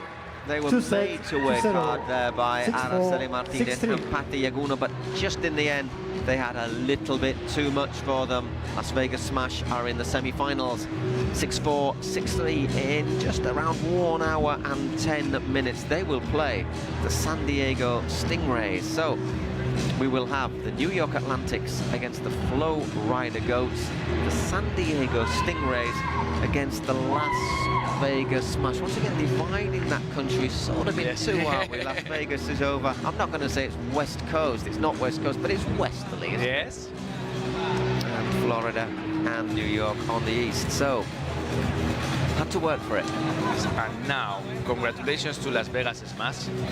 And look what happened at this match ball that Matrix starts both sets at a very, very, very high level, but step by step they were losing this intensity, and finally the consistent game, the solid game that Sophie and Marta introduced or went with the game that they decided to play the match, finally they won the match. Congratulations to Las Vegas Smash. It was a battle of attrition there. The Smash just had a little bit too much. We'll hear from the winners in a moment once again with our pitchside reporter Eugenia. And we'll have a little break before we come back with the men's, last two men's quarterfinals, the Flow Rider Goats. Juan Rubini and Leo Ausberger against the Cancun Waves, Franco Del Bianco and Maxi Arce, who have been one of the revelations of this year's Pro Padel League. Can they take it across the line in the Cities Cup, or will Ausberger and Rubini? Well, we know what they're capable of doing. It should be really, I think it's reasonably well matched. I also think it's going to be pretty quick, pretty intense, sure, and rather explosive. Anyhow, let's hear from Eugenia, Martita, Marta, and Sofia. Take it away, Eugenia. We'll be back very soon. Las Vegas Smash just clinched that last spot in the women's semifinals. I'm here with the winners, Marta, Sophie. What a game. How are you feeling playing together? Because that was unbelievable. Well, thank you so much, and hello everyone. It's such a pleasure to come back to New York. I think this environment is amazing. We've never played in a paddle court like this one. So congratulate all the team, because I think that it's going to be unbelievable for the rest of our experience, paddle experience. And super happy to come back with Sophie. We've always get along very well, and I think that you can see it in the court.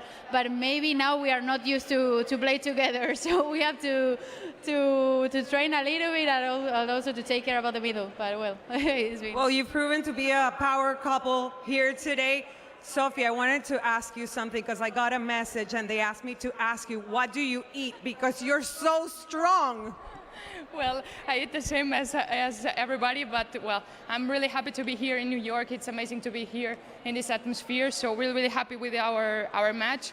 The girls play really good. I think I want to congratulate them, but for us it's amazing. And tomorrow we want more. Well, you're going to face Claudia and Veronica on Saturday in the semifinals. How are you preparing for that semifinal, that match, your next one? I think that we are going to train a little bit in the morning and well, just try to enjoy, because when we enjoy, we play better. So enjoy everything, the environment, the tournament, and let's win tomorrow. Yeah, tomorrow. No, Saturday. Tomorrow? No? Today, yeah, Friday? Tomorrow. Exactly. Well, that's a wrap for the women's quarterfinals, but stay tuned, because the boys are next, and we are still in action here at the Hammerstein Ballroom at the Manhattan Center. Don't go anywhere.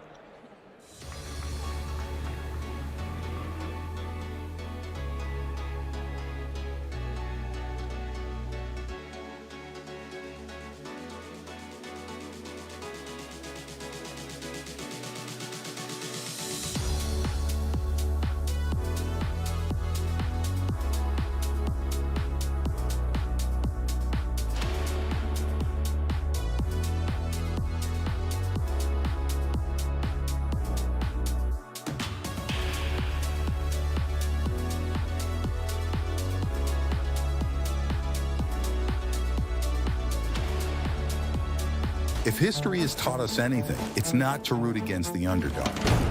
Against impossible odds, you don't stand down. You swing first. Kalshi. Trade on anything. Through ideas, imagination, effort, and enthusiasm, dreams are built. We are making Padel the sportive choice for thousands of people around the world. Each court built is a match won, and so, court by court, match by match, we are creating a limitless playing territory so that the unbeatable passion that Padel creates can be spread throughout the 5 continents.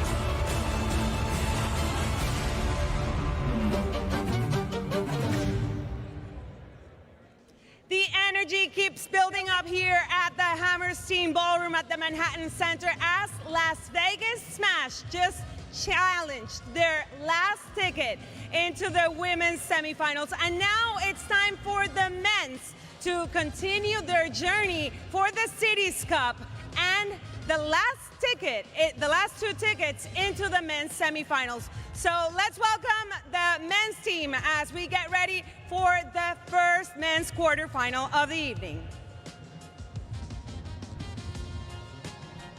Let's welcome the Cancun Waves. Franco Del Bianco and Maxi Arce.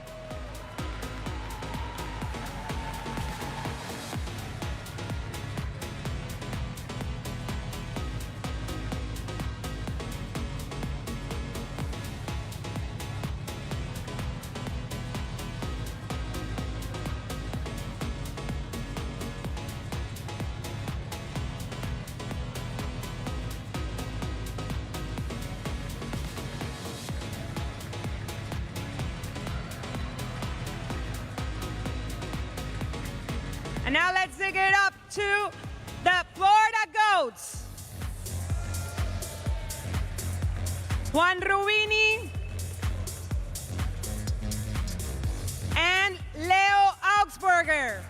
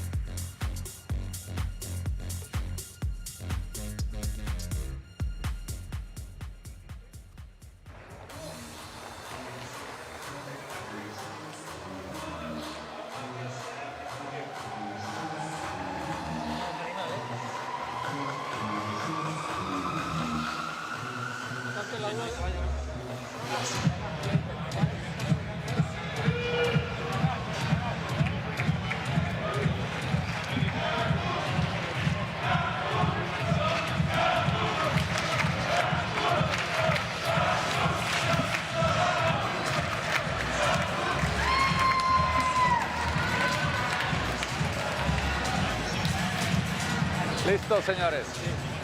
Vamos a tener 10 minutos de calentamiento que ya me imagino se les habrán indicado. Los primeros 5 minutos son entre parejas, los siguientes minutos normal, ¿correcto? Vamos a iniciar el volado. Ustedes inician Pro Padel League o PPL. Pro Padel. PPL. Restan. Correcto. Suerte.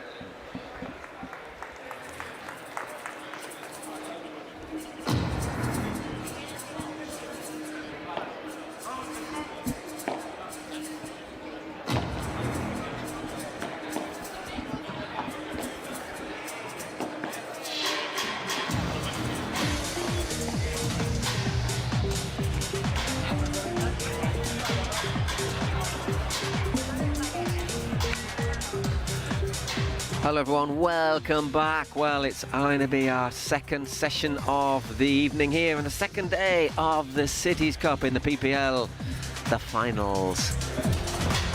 First of our men's quarterfinals for the day. It's going to be explosive, it's going to be fantastic. Honestly, don't leave your seats. The Flow Rider Goats, Juan Rubini and Leo Augsburger, against the Cancun Waves, who have got a pretty good supporters club here in the Hammerstein Ballroom, the Manhattan Center here on 34th Street in New York City. Franco Del Bianco and Maxi Arce will be playing for Cancun. Two players who know each other fantastically well. And they've had some good results. One of the revelations this year in the Pro Padel League. And what can we say about Leo Ausberger, player who has not got Pablo Cardona with him. Cardona's had to end his season a little bit early with an injury.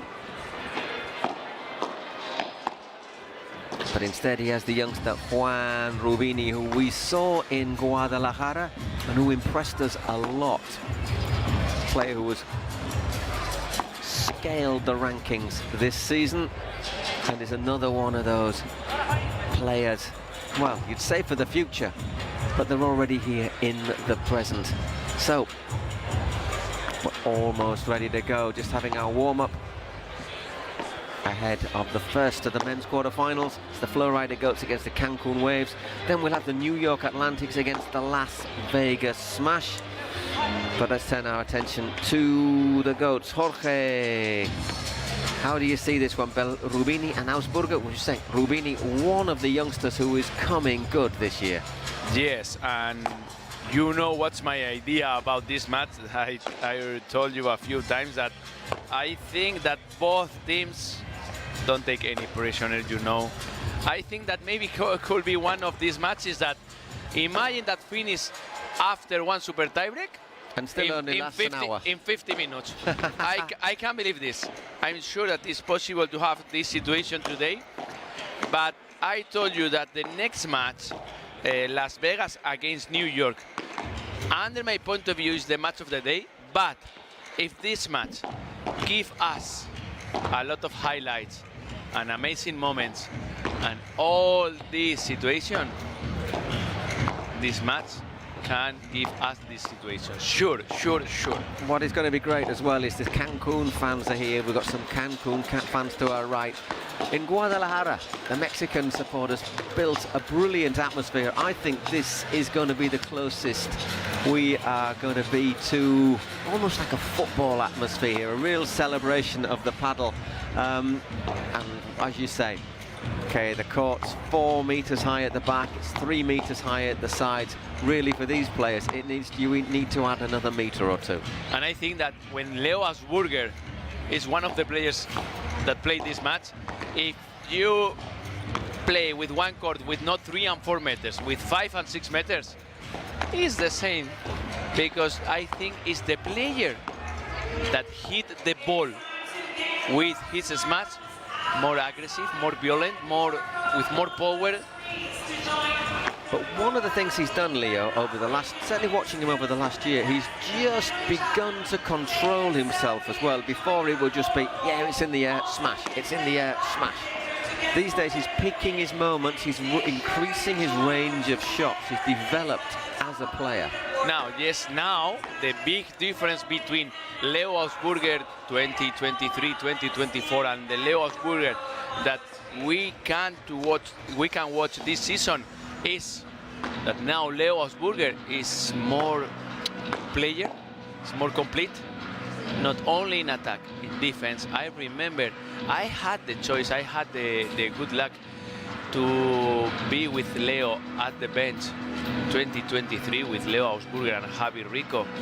Was an amazing player, but I remember that he had problems with the forehand before glass and with the forehand volley. And now when I compare this situation with 2023, the improvement, the level of Leo Ausberger is higher than 3 months, that 6 months, that 12 months ago. I'm sure that we are ready to watch an amazing match. He's already climbed to number 14 in the world rankings, Leo. I think when I commented games in a couple of other tournaments, he was ranked about 50 and he always reminded me, I don't know if you remember the film, you might not have seen it, a film called Bull Durham. It had Kevin Costner, it's about baseball, where he's like the veteran, and there's the young pitcher who is Tim Robbins, who can absolutely kill it, but who's also capable of throwing the ball and hitting somebody in the crowd. Leo Ausberger used to be like Tim Robbins in Bull Durham. And now he isn't. And now Leo Ausberger for us is Tim Robbins, no? Mm-hmm. Yes. Paul, I'm watching, I'm looking the spectators, and true. Cancun Waves look is ready. It's great. Wow. It's what you want to see here at the Pro Padel League. We're now closing in on the start of our match. I remember that in tennis, the players have the Davis Cup, and always Davis Cup is with a great atmosphere. Yeah. When one team play at home, it's the big difference because the full stadium support the players. Now it's not the same, but now Cancun Waves, we can see that they have a lot of supporters ready, sure, to make a big noise. Exactly. Rubini, just 19 years old.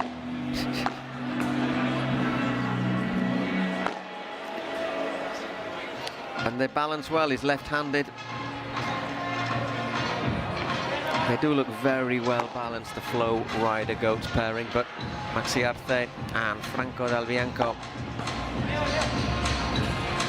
four Argentinians on court.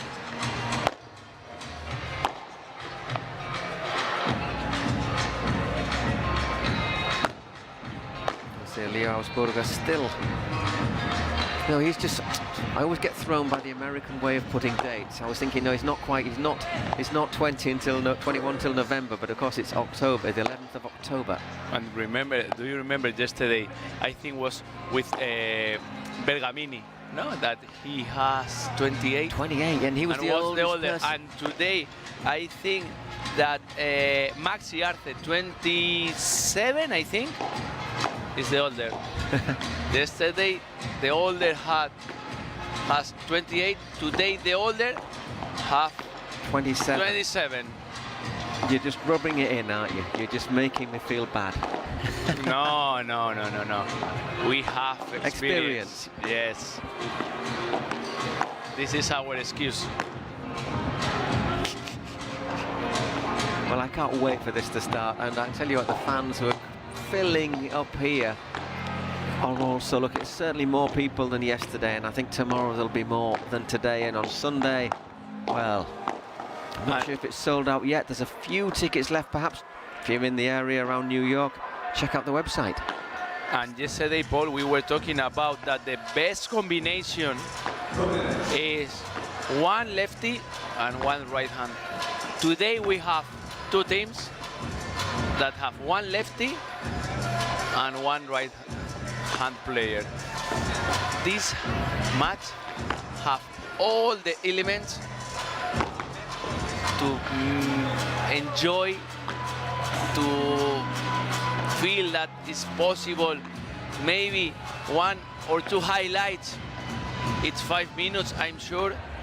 And I know Leo, and I'm sure that Leo loves this atmosphere, loves this theater. It's not a stadium, it's a theater. And absolutely.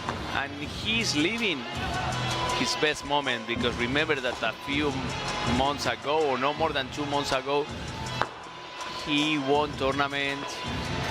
Now he feels that he's more, not veteran, but he has more experience.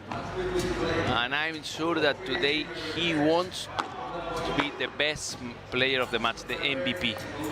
Okay, here we are in the Hammerstein Ballroom at the Manhattan Center. Today in Padel, it is indeed the theatre of dreams.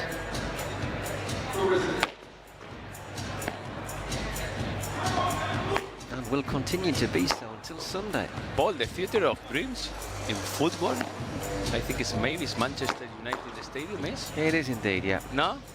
Mm-hmm. And now the players are finishing the warm-up. Right, I'm going to take my seat. I've been standing up because I'm so excited and can't wait for it to begin. Time for me to sit down again.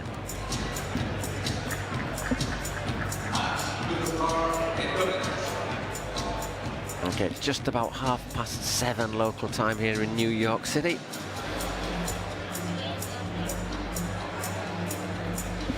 Get ready for the first of the men's quarterfinals tonight. Third overall, we already have Miami Padel Club and the San Diego Stingrays in the semi-finals. We get the Flow Rider Goats or the Cancun waves. It's just going to be a fantastic lineup tomorrow. Players are ready, Paul. Only we need to know who will serve. This is a match where I think the serve will be important, because it's be serve return. Just this, and check what happened with the team that returned the serve. Try to defend. Try and hit Chiquitas, try and keep the ball because low. Sure that today the lob is not a good option 90% of the times. The Stingrays, when they played the Goats in San Sebastian, they made them suffer by looking to hit the ball low. Maxi Sanchez, the Shark, using his experience.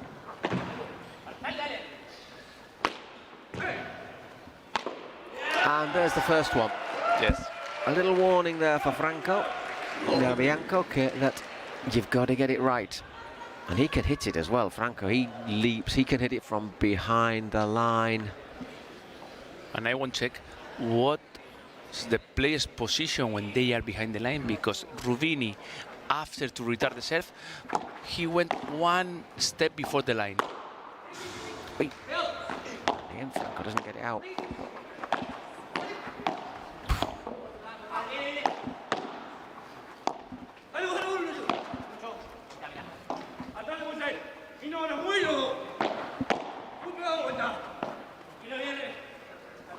That's a good ball down the line. Looks to hit it backhand down the line. Franco, love 30. Maybe this match could be the funnest match this PPL finals.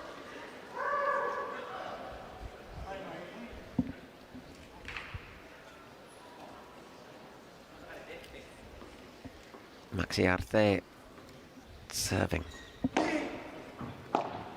Just looked a bit long, indeed it was.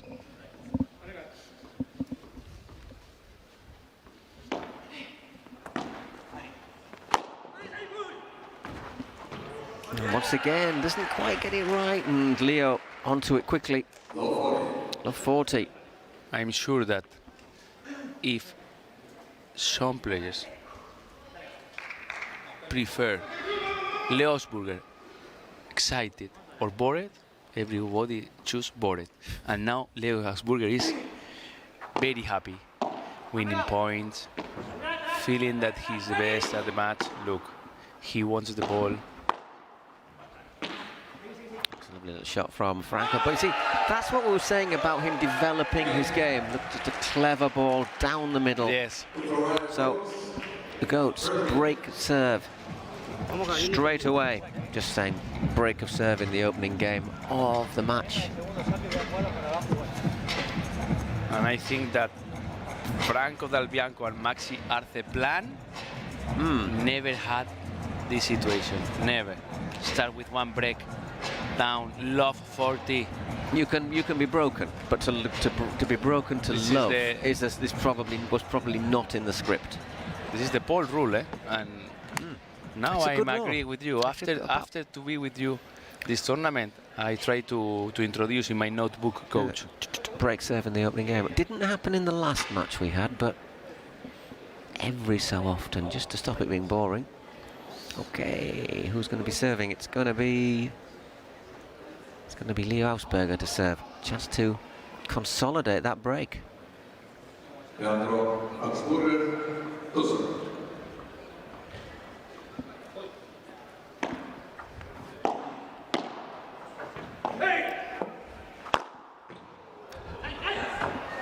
Look, if the lob go diagonal, go to the tee, he's going to go down the line. Leo Asburger is ready to move very fast and jump, always. Maybe it's one of the most beautiful smashes, technique smashes around the world. 30 love, that just clipped the side of the court, that return. 6 points. And 6 points to to the goats. Low rider.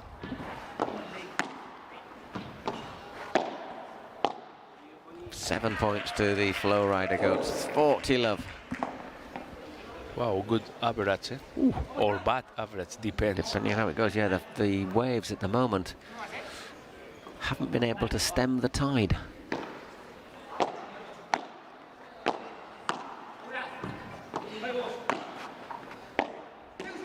And there, first point for the waves, 40-15. Yes, and this really mistake was because Leo wants to hit all the balls, and he was trying to hit the ball with the forehand volley and understanding with Rubini.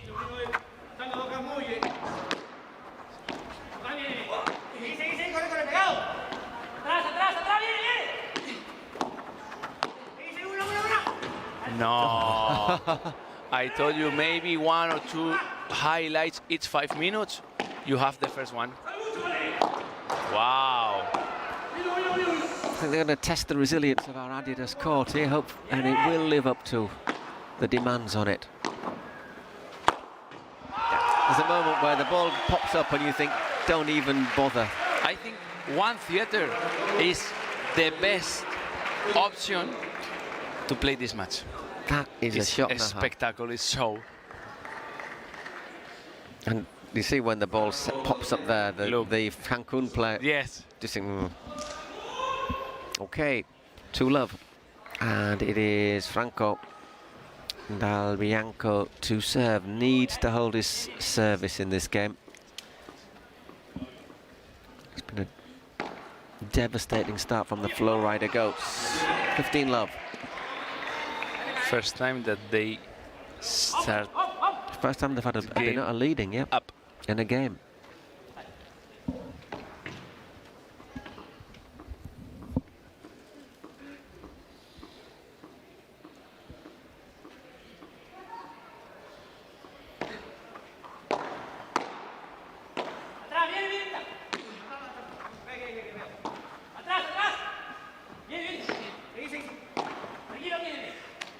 Once again, great lob. Amazing 3 lobs from Leo Asburger.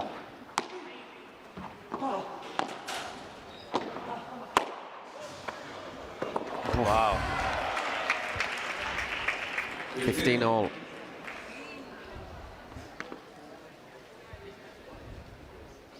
Actually, I mean, it gets a little bit lucky because it bounces off both sides of the cage and still runs away from Franco. What happened now with Leo? Silence. Bit of action in the boxes. And look, this retarded serve. Fast down the line lob from Rubini. It's a great option. He can't get that one in now. And the Waves get a bit of momentum behind them. You told me maybe this match is fast. No, maybe no. You told me this match will be fast. And now we can check that this match is going to be fast. It's going to be fast.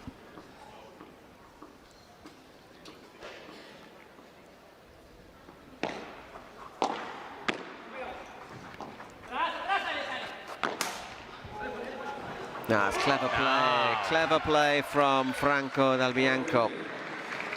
40-15.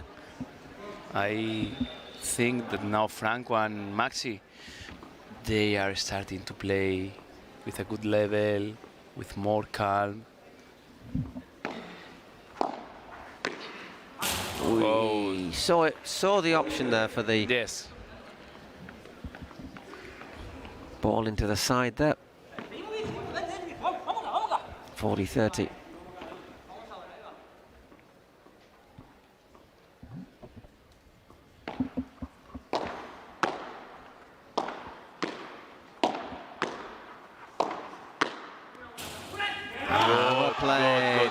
Good. So stemming the tide there at the right moment. At the right moment, a good moment to play with this level.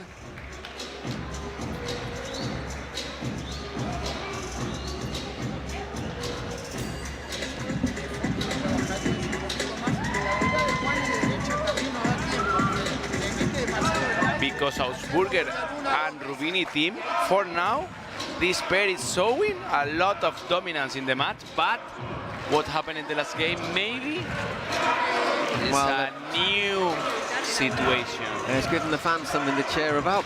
Look.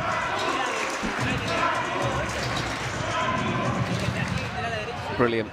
Good, no? Yeah, and the thing is, we've seen Franco and Maxi.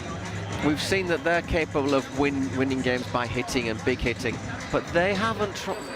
Maybe after the first few points, they've thought, "Ooh, we just have to modify a little bit. We have to use our heads here." Yes, and they need to trust on them. They need to believe that they have a high level, that they are more team because they played more times together. And if they can continue step by step showing that they have a good level, be careful, because of course that when Leo and Rubini, they are playing so excited, it's too difficult to stop this moment. But if Maxi and Franco, they can continue playing with this intensity, with this focus, believing in their game, careful, because sure that they will have chances to recover the break. Okay, it's Rubini to serve. 2-1 to the good of break up.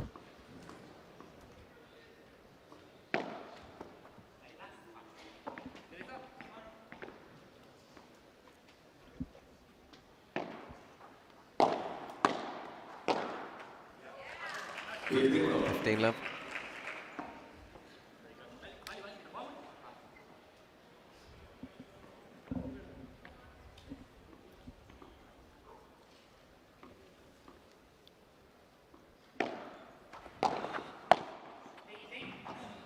And once again, just putting the pressure on, though, keeping him on the back foot. He served very good first serve. Franco Dal Bianco retarded the serve with a good backhand down the line, but what happened? He made one step, had a bad position in front of the line, and Rubini play against the Franco Dal Bianco feet, and this is the reason that why Franco Dal Bianco can't defend this ball. Look, look, look. 30-15. Maxi Arce wants. He's up for it. He wants spicy. Yeah, he wants party. He wants the fans going as well. Yes. He wants to give reasons to the fans to scream. Nice. Ah, well played, Leo. 40-15. 25 seconds. Okay. Just about. Leo is one of those players who still sometimes, if you can get under his skin, yes, he can. He's a little bit. He can lose his concentration. Yes, he's certainly improving and is certainly maturing. Yes. And I wonder if Maxi was just thinking, I'm going to.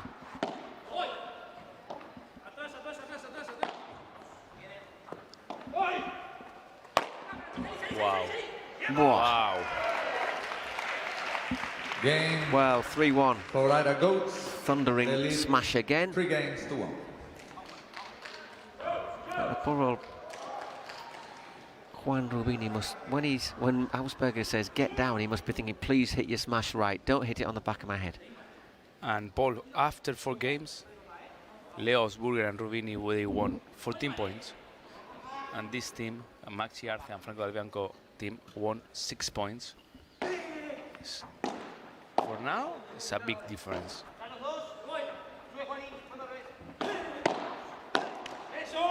Maxi puts that backhand into the net. Low 15. Yes, and Rubini, he wants this, because when he goes too close to the net, is because he's trying to say to Maxi, hey, come to my body, can't try to hit my body, because I'm very close to the net and I can't block this ball too easy. Second serve there as Maxi puts that one high and wide.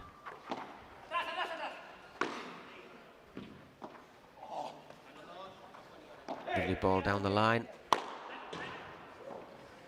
Rubini gets the instructions to get out of the way. Leo smashes it home. 30-love. It's impossible with this. I think 100% of with good results. He finished all the overhead shots that he hit. If he hits it right, you just have no chance, do you? It's a Bit short, perhaps. Franco's turn, but no. And, well, wow.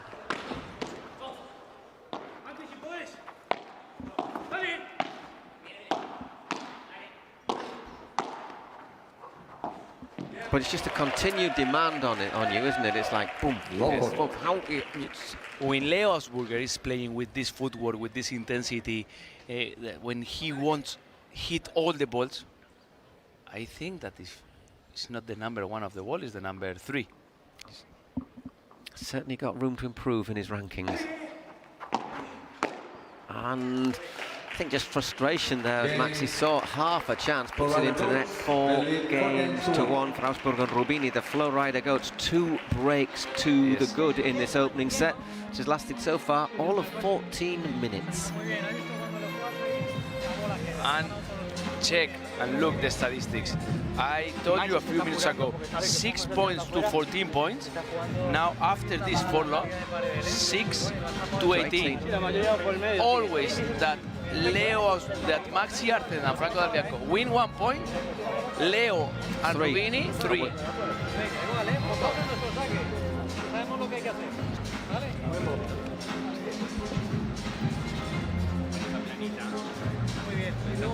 También que estáis haciendo muy bien cuando tú descargas por el centro, ¿vale? Cuando estás descargando por el centro, como normalmente te sale de juego, estás metiéndote tú muy bien en la espalda. Está genial, porque va muy cansado por el está muy bien. Sí, si se va rápido y no llega, sigo yo con ahí. Entonces, por eso, vas aquí y luego descargas aquí por lo que sea, como normalmente en el globo, entra en tu espalda. ¿Vale? Está genial, está genial. Good strategy. What is saying Jorge Martinez, the Flow Rider coach, say, hey, Rubini, don't worry with Leo, because you know that Leo always is going behind you to play a smash. But if you check that Leo can't do this, you touch with your bandeja, but middle.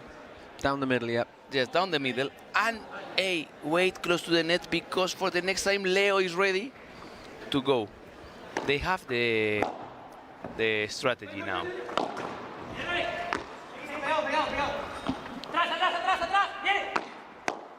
Oh, brilliant shot. Brilliant shot. I don't know how we controlled that on the angle. 15 love. But 15 love.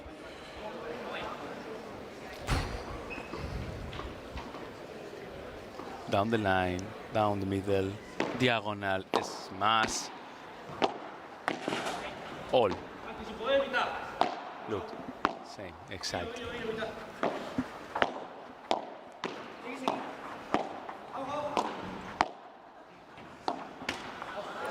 Wow. And dropped the wrong side, but 15 now. This is an electricity match, eh? But the thing is, they're defending well as well, because when they get they're trying Franco and Maxi to step forward and put them under pressure. Exactly, and the big difference now is that the player that is play the best attack is Leo, and the player that is playing the best defense is Rubini. But if Rubini play these smashes, yeah, it's complete. It's rather complete. 17 minutes, Paul, for 1, 30-15.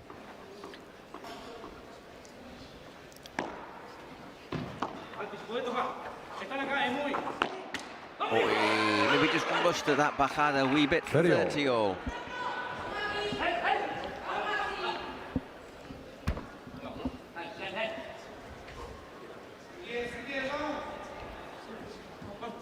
Still a little bit of work to do in this game.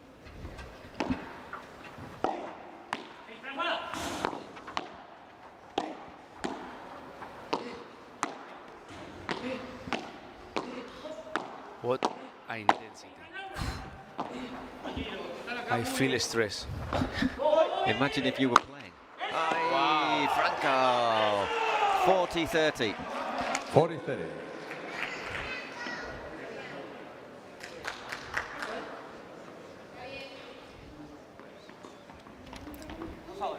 Probably the longest game of the match so far. Yes, 1 minute.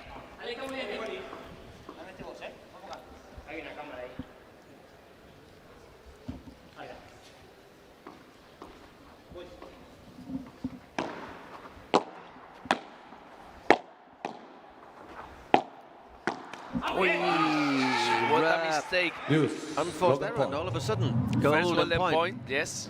Chance to maybe pull back one of the breaks here.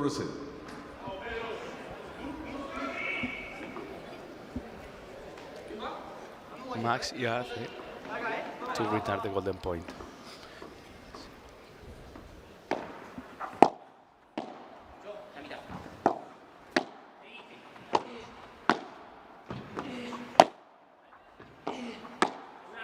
Ooh, I think. Wow! In the last millimeter. I was, for a second I thought that was out. Let's have a look. Oof. To be fair, Franco's right there, isn't he? Franco Del Bianco, and doesn't question the call. So 5 games to 1. 19 minutes. Oh. And now Franco Del Bianco serve to try to continue having life in this set. In this set. Now you saw the video confirmation, it was just in.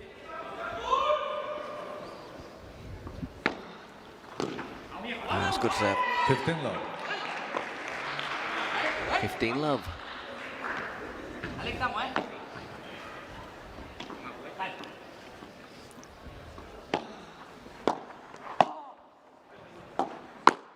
Well played. 30 love. The Cancun fans find their voices. One of the general paddle rules, if you can attack the corner, your partner needs to do this. Go close to the net to finish the point.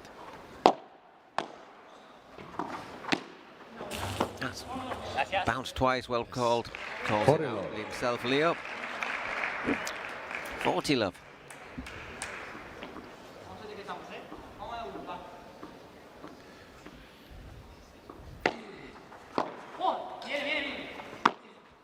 Aye, 40-15, just trying a little 40-15. Because fake smash down the middle. Yes, and Franco Del Bianco was thinking, sure, smash.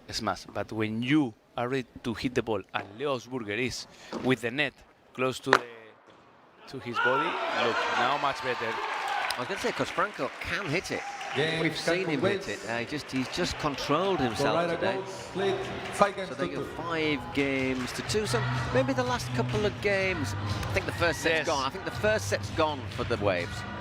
But it might give them hope of a comeback in the second set. And we know what happens. If you make it 1 set all, then you go into that super tie break, and anything can happen.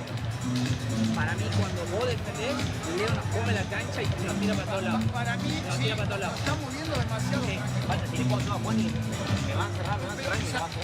Pero cuando te da rebote, lo sacás, lo sacás.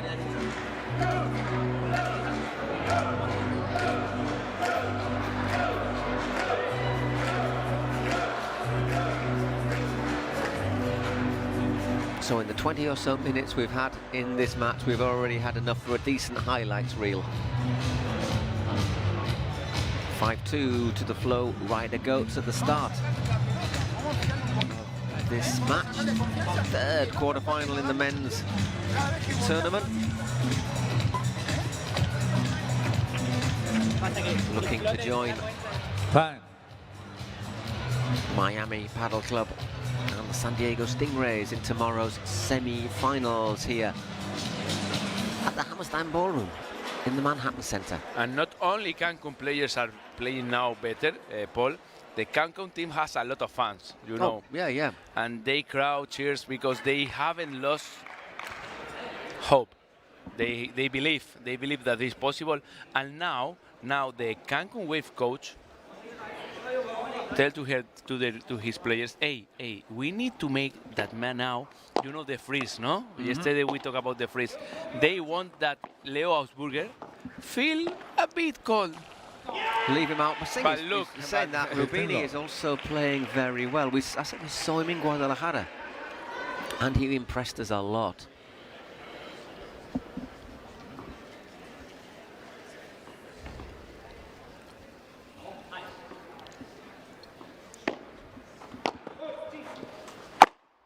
Yeah. Short love with Leo Augusburger. Point gone. Yes. 30 love.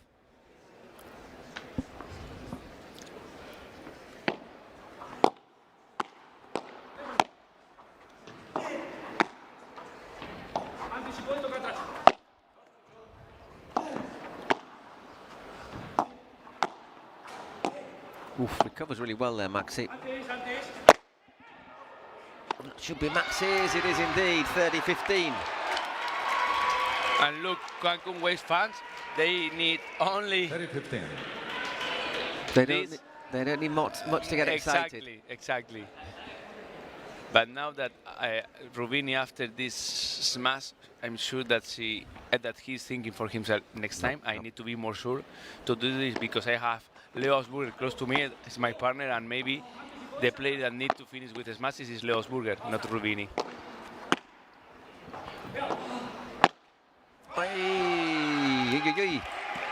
And Rubini puts that into the net, 30-all. This is the Cancun Wave coach plan. Rubini touch more balls, hit more balls, and if he makes mistakes, maybe eat his confidence, feel pressure, Leo Osburger feel cold, and this is the Cancun Waves plan. Rubini feeling pressure, Osburger feeling cold.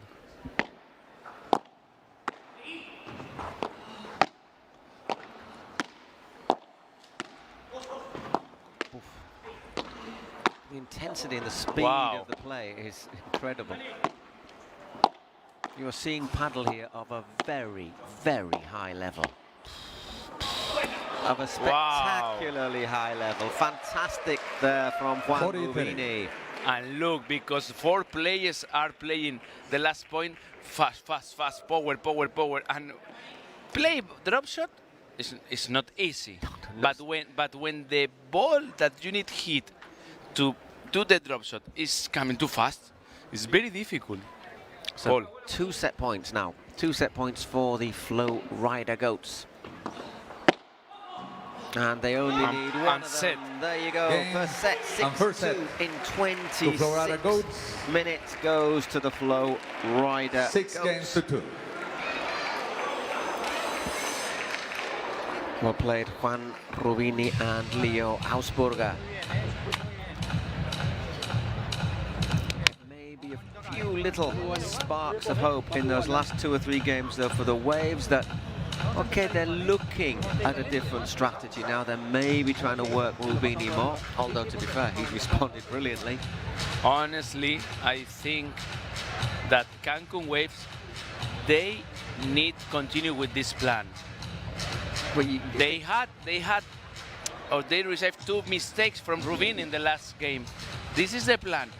And if Rubini continue playing this high level and Ausburger continue playing with this attack game, maybe sometimes you need to go close to the net when finish the match, give the hands and say, hey, congratulations. Yeah, you have been playing fantastically well. Yes.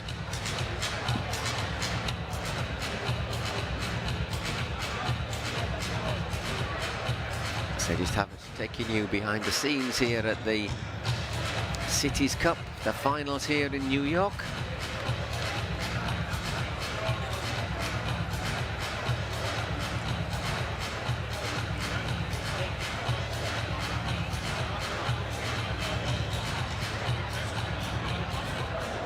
Okay, we're coming back on court at the start of the second set. How is this one going to go?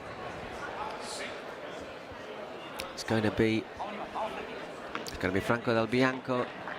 Franco Del Bianco to serve. Second serve.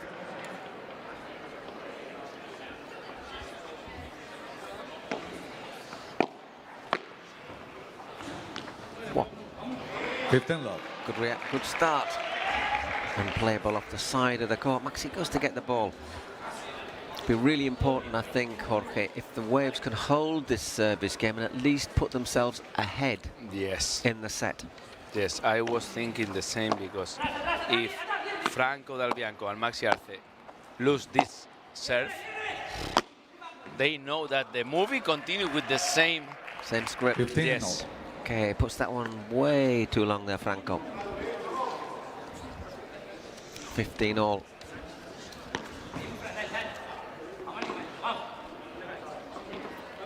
Finally, the first set finished with 26 points to 14 points. It's nearly twice as many. Yes, nearly twice.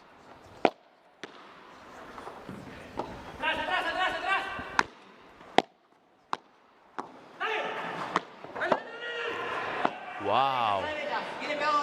Wow.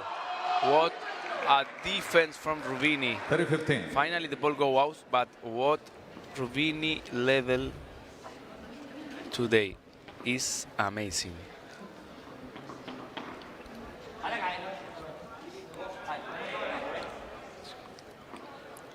Okay, 30-15. And Paul, it's crunch time for Cancun Waves. This game. Look, 30-all.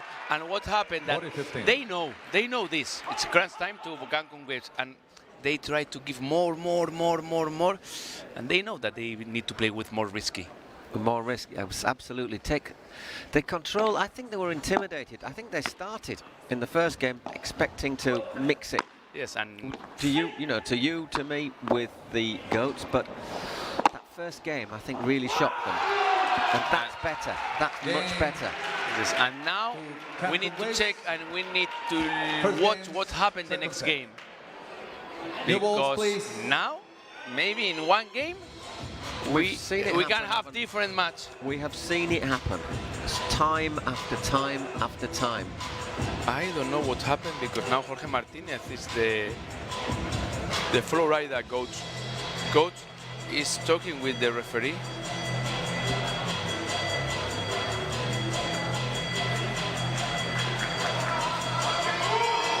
Not quite sure what about one. I think that now we have 3 matches, Paul. This match, what is happening at the bench, and what is happening with the spectators. So we don't know where to look. Okay, who is going to be serving? It's going to be Leo Ausberger to serve. Okay, first game in the second set going to the Cancun Waves. New balls.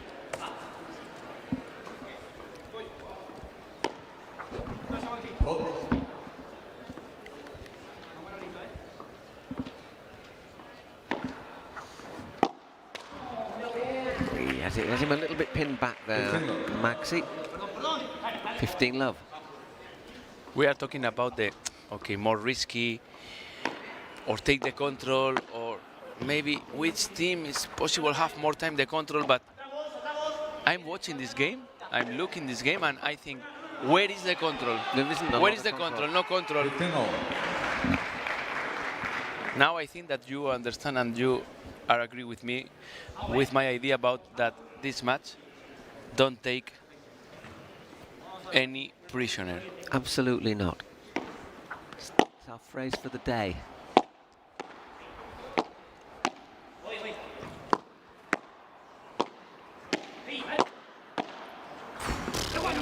Wow! Brilliant stuff again from Rubini.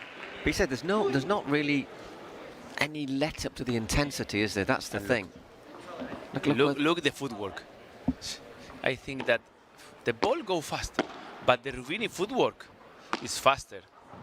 Oof, that's really well played, really well controlled there by Leo. Just stabs at that one, 40-15.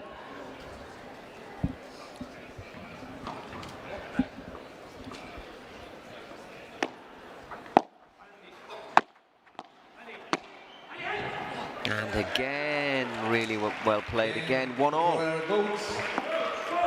We continue with the party. For now, I think that they are running the show. No, they are who have the control, no control, but who is having the control? I think that Leo and Rubini, they find the winners faster than the Maxi Arce and Franco Dal Bianco. They've got that extra ease, that extra little bit of power, haven't they? Thank you.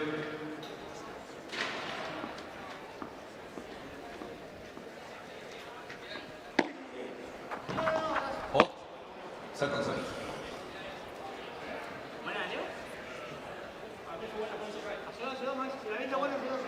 First service.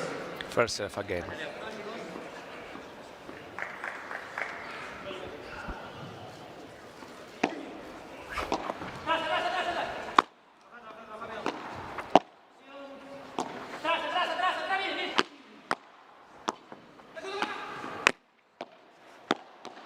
Wow.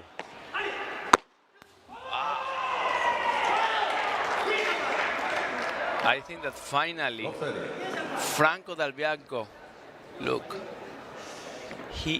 because the ball touched the net.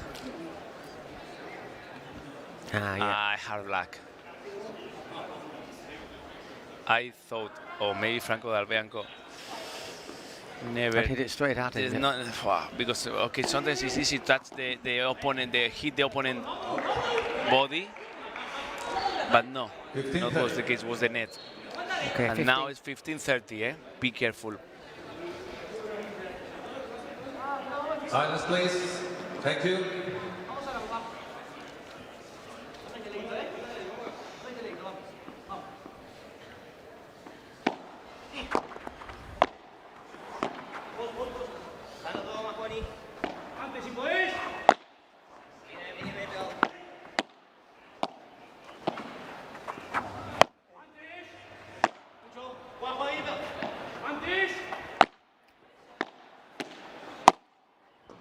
Well played again, though. Rubini doing really well, getting it back, getting it back, and forcing Maxi to maybe just take an extra risk, hits it long. Exactly. 15-40.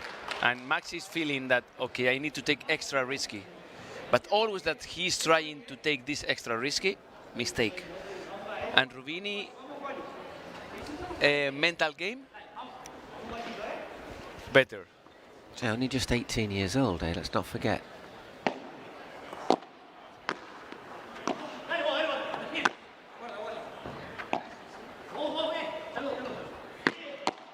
And again, at the net. Yes. Wow.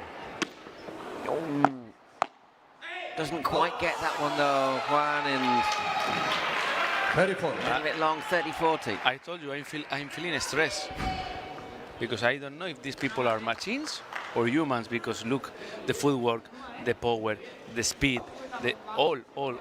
Okay, if you're just starting Padel, or you've been playing for a couple of years, don't feel you should try and play like this. No, please, okay. please.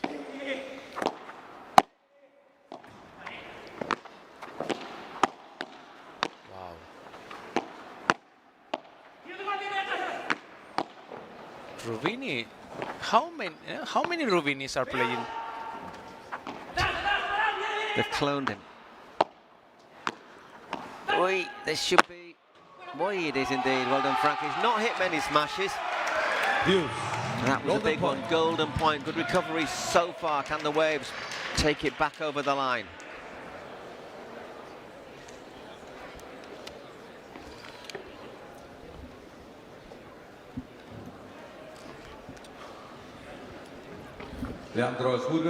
More than anything, my neck starts hurting because I'm moving my head from side to side so quickly to follow the ball. And I think that this is a pivotal point in the set, or not in the set, in the match. In the match.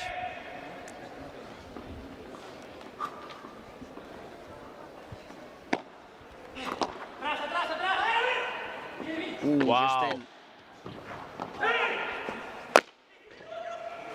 And guess what? It's there. Wasn't the highest smash he's hit, but it had just enough on it. Yes, and look, the Leo Osburger lob to retard the golden point was amazing. And the Leo Osburger smash, look. But it's not a normal smash, it's a smash with one golden point. Look, where is Rubini and where is Leo? Look at that. I mean, I think that's like a gesture of appreciation for what his teammate has done there. But Rubini goes down and he's like a sprinter, isn't he? ready to get off his marks. And of course, that Rubini level is amazing. But listen, the feeling that when you are playing and the opponents play one lob and you only need to do, okay, I do a little squat and wait that someone fly and finish the point. This feeling, I'm sure that is amazing.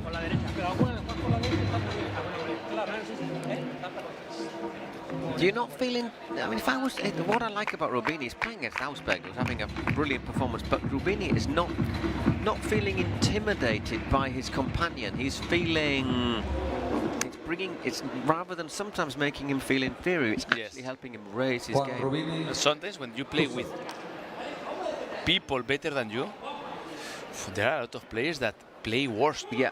Because hey, I want to, I don't want to be the worst player today. I don't want to be awful today. Yep. And there are players that the opposite. Rubini today is this profile of players that with Leo at his size, he's playing much better. Boom. Wow. Once again, quick fire at the net. And it tends to be the mistake always falling the same way. 15 love, looking to consolidate that service break from the last game. The Flow Rider Goats.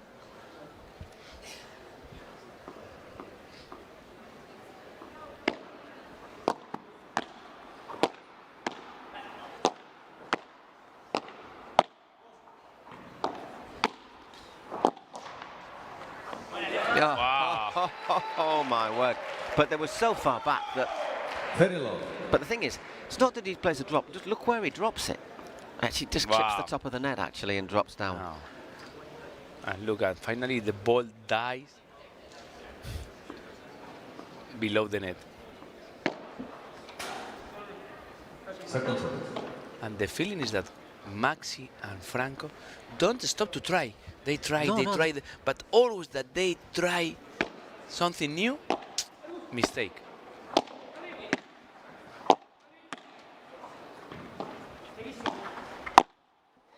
Look, they try to go close to the net to fight face to face and to make the court smaller, and mistake.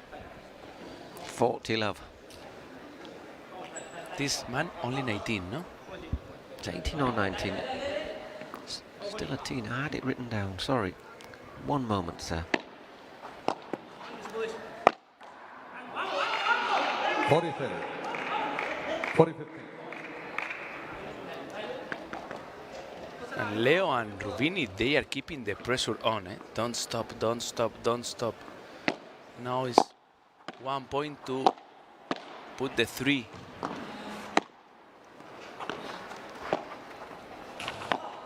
Look, don't stop, don't stop.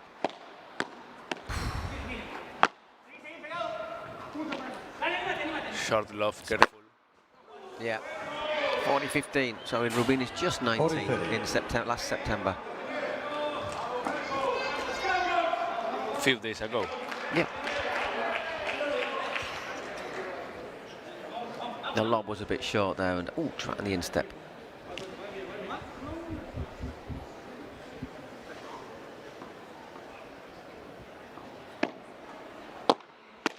Yeah, that's as close as you're going to get.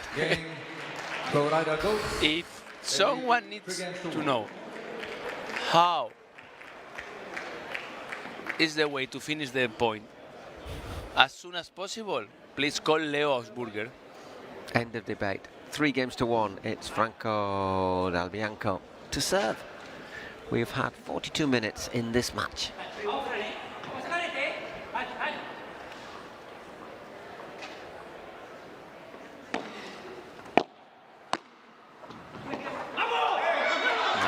Nice backhand volley. 15 love. Franco and Maxi, they know that if they don't play the volleys with power, spicy to the corners, because the best option when you volley is attack the corner. With the smash, you need to finish the smash straight. Yeah, wow. That was a little bit optimistic, I think, from Leo. He was a bit far back. It was right in the corner. But the ball go out because he hit the ball bad, or because he tried to play with the side glass? Wow. I think he hit it too high up on his racket. He woke somebody up in the seats. Not that there's anybody paying anything less than 100% attention to this match.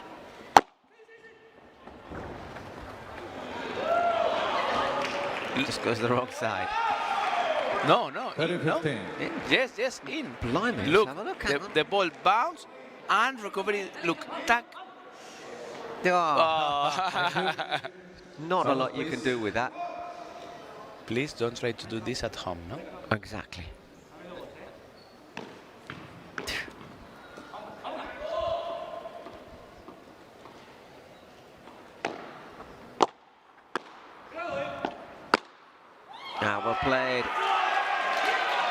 Well played, Franco, 40-15.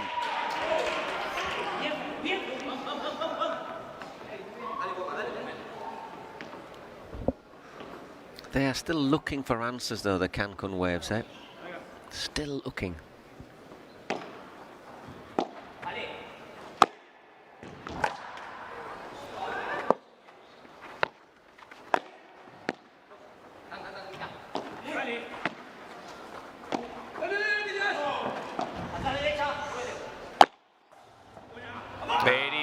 Very smart, Maxi Arce. Very smart now, Maxi Arce. This is the Maxi Arce that Cancun Waves needs. Okay, chance for another break. See what instructions they're getting.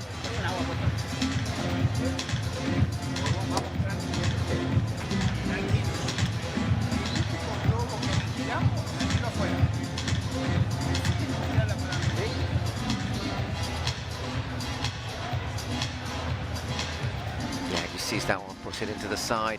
Once again, impossible to deal with. Good diagonal smash.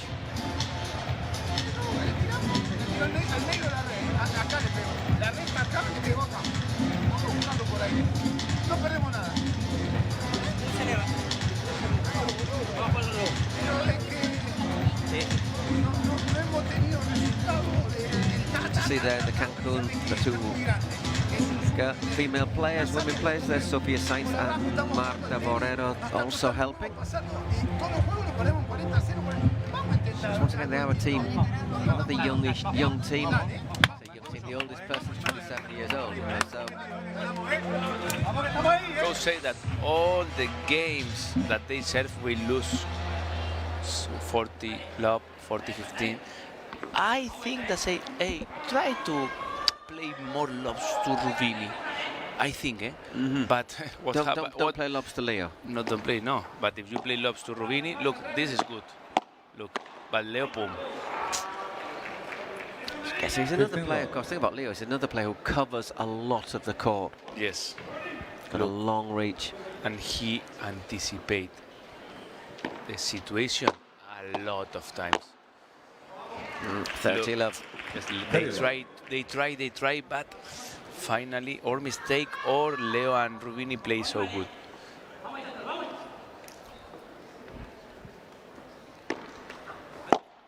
Just clips the net there.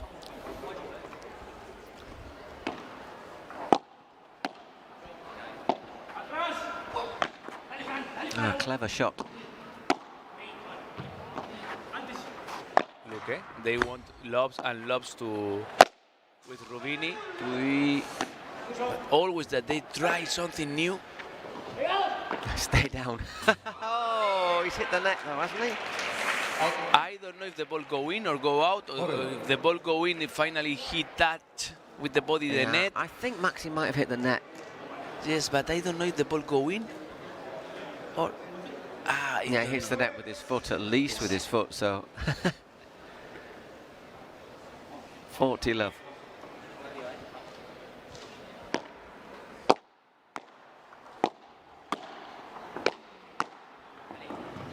Oof. Wow. Oof. Wow. Perfect down the line backhand volley. 4-2. And critical moment. No. Because if Maxi and Franco don't hold serve here, it's wow, 5-2 and game serve. over, I think.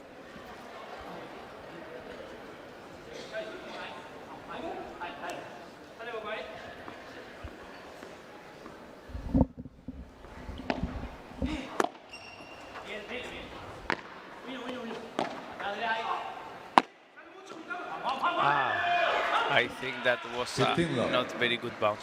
But Paul, we are agreed that Leo Burger is an amazing player, and he's playing so good. But Rubini today, level, especially defensively. Yes, and the transitions, because he is playing so good behind the lane. But at the moment that he decides go to the net, wow, it's too fast. Look where is he. Oh, can't quite get it over. 30 love. 30 love. This is Certainly putting up a lot more of a battle, though, the Cancun Waves in this second set, making them think, making them work, trying alternatives, but the thing is, you just have to play perfectly because you give one chance and it's the point gone. And maybe today, perfectly is not enough. You need more than play perfect. That's well played again. Maxi, 40. Love. It's going to put a bit of pressure on Rubini's serve.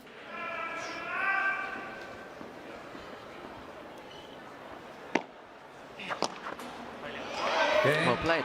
Maybe it's the most comfortable game. Yep, definitely. That Cancun Waves won. We're just going, but the thing is, we're just going through the games. Yes, fast. No sabemos dónde pararnos cuando valió. No sabemos dónde pararnos. ¿Sabe qué? Porque él tiene el tiro paralelo mismo que tenés vos.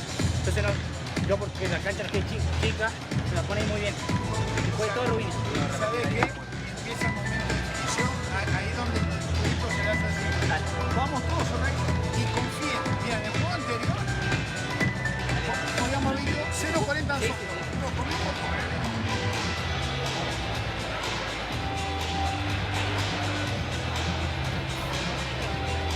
Well, if Leo Ausberger's hitting the back of the court at that sort of pace, it just shows you how well built our Adidas court here in the Hammerstead Ballroom, the Manhattan Center, really is.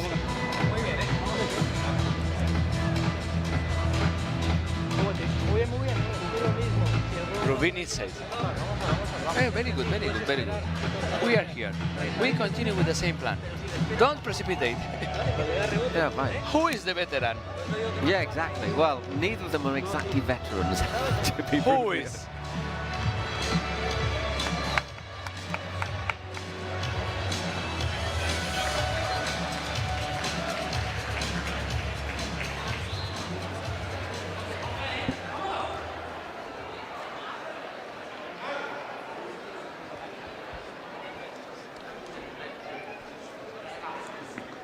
Okay, and it's going to be Juan Rubini to serve.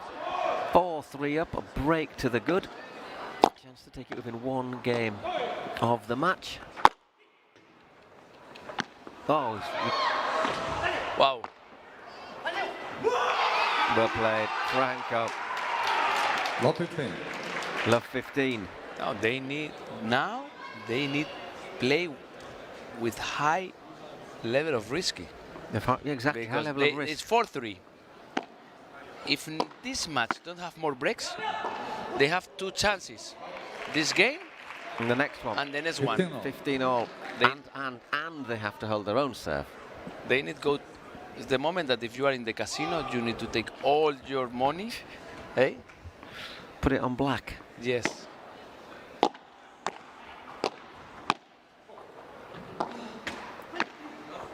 Still had time to react. Yes.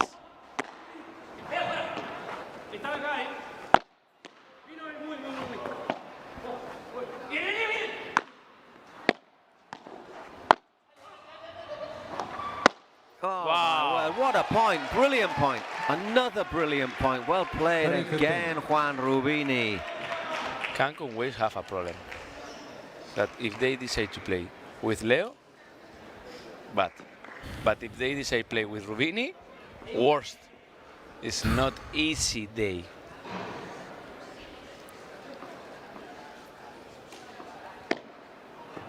It's a really good serve as well. Not a lot he could do with that serve. MVP. First all he had to do was get it back. Sorry, Paul. Sorry, Leo Ausberger. MVP Rubini.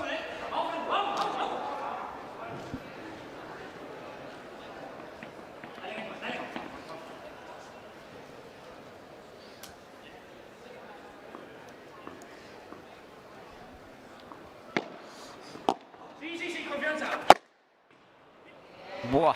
Same. Again, I repeat, MVP Rubini. At the net, at defense, with the smashes, with the ruler, with the volleys, with the anticipation, with the attitude, with the mentality at the bench. He's loving it, isn't he? He's enjoying every minute of it. Okay, Franco serving to stay in the match. 15 love. 15 love.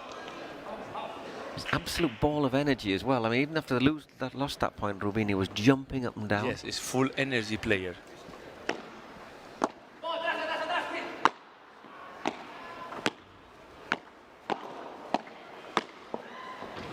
Well played, Franco Del Bianco. Very low. 30 love. I said the Cancun Waves in the second set have played well. Yes. Fault. Second serve.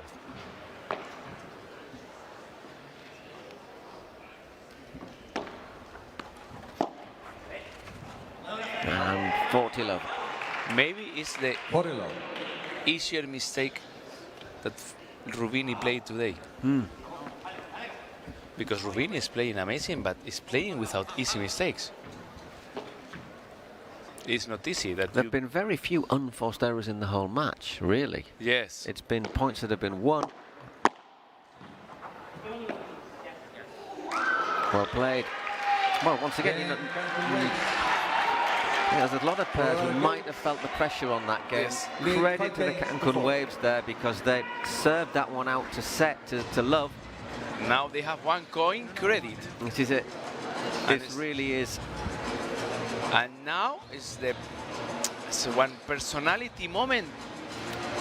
They've just got to go for it, haven't they? Yes, for Rubini and Leosburger, because they need to show now that all the game that he showed us in the last 55 minutes is the moment to show everyone that yes, we are here to have chance to win the PPL. Dijeran, a ver qué hace Juan y bajo presión. Sí. Los dos están chupando. De repente también hasta en la devolución, digo, calidad de nuevo, a tirárselo, porque sí, es más difícil, yo no sé, pero... Paul, it's do or die time, no? So what would you be telling them, and would you be, how do you approach this? You just got to try and get the ball back, try and return Chiquitas and get to the net?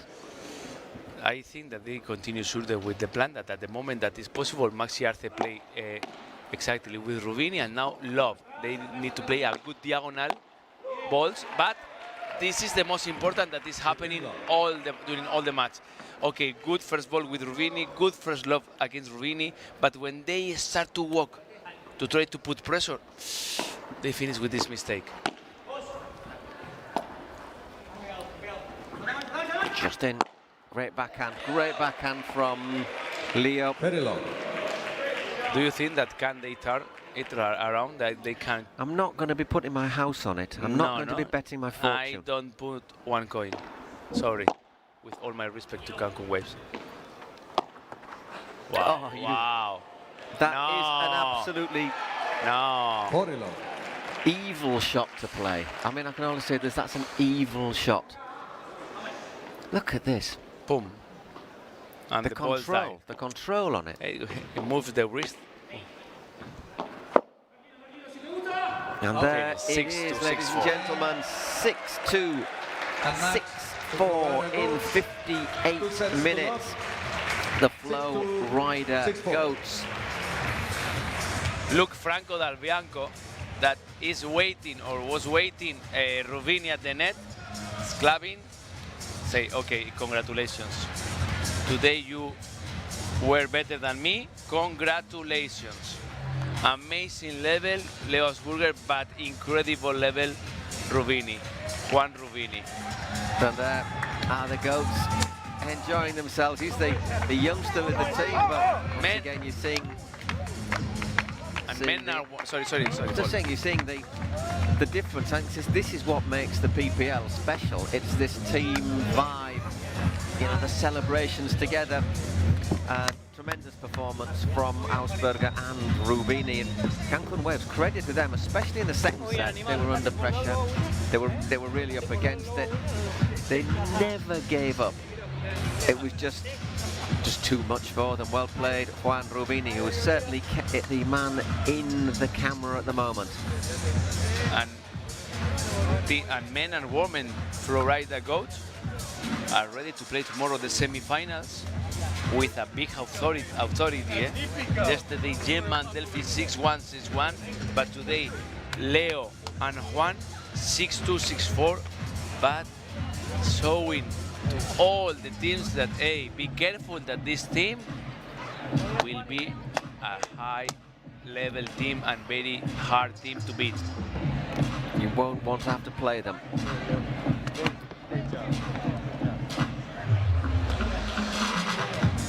Great performance. There are the Florida Goats owners.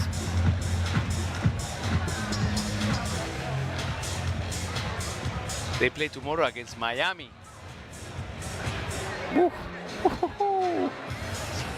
These two electricity man against Tapia and Chingoto. It was indeed. Anyhow, we'll take it away, Eugenia.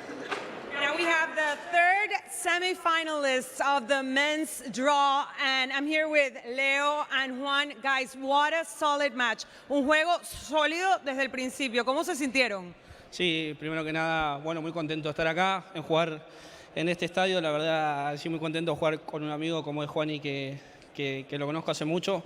Así que bueno, felicitar a Franco y Maxi. La verdad que son unos increíbles personas y competidores. La verdad que un lindo partido, así que bueno, a buscar un pasito más mañana. Very excited to be playing the semifinals alongside his buddy that he's known since they were kids. So, Juani, I want to ask you now. I noticed that during the match, Leo told you at a certain point, sí, con confianza. Yeah, go with confidence. How does that communication add to your game as a duo? ¿Cómo esa comunicación entre ustedes, como te dijo, sí, con confianza, los ayuda como el dúo dinámico que hoy probaron ser? Primero que nada, buenas noches a todos. Bueno, nada, un placer jugar al lado de Leo. Está mi papá afuera también, así que para mí que esté ahí mirándome es algo muy lindo. Y nada, muy contento. Yo creo que me tenía que dar confianza para que yo juegue así.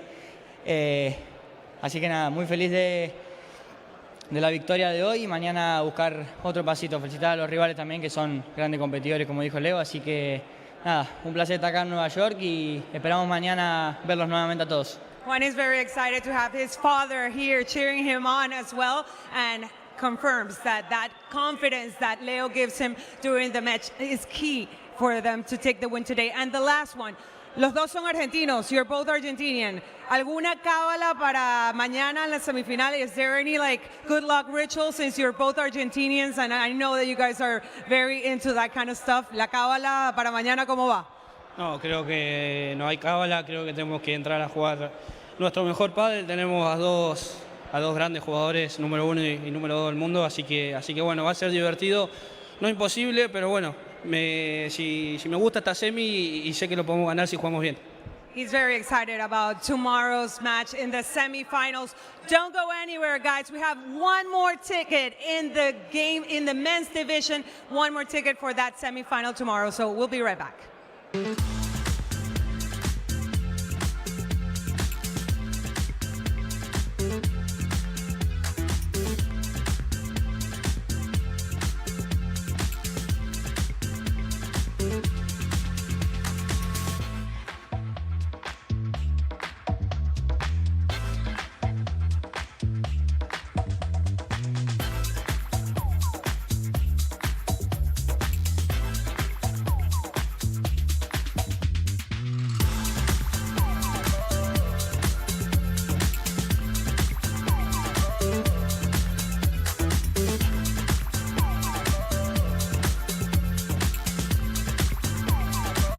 If history has taught us anything, it's not to root against the underdog.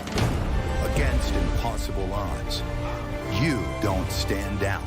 You swing first. Kalshi. Trade on anything. Through ideas, imagination, effort, and enthusiasm, dreams are built. We are making Padel the sport of choice for thousands of people around the world. Each court built is a match won. And so, court by court, match by match, we are creating a limitless playing territory so that the unbeatable passion that Padel creates can be spread throughout the 5 continents.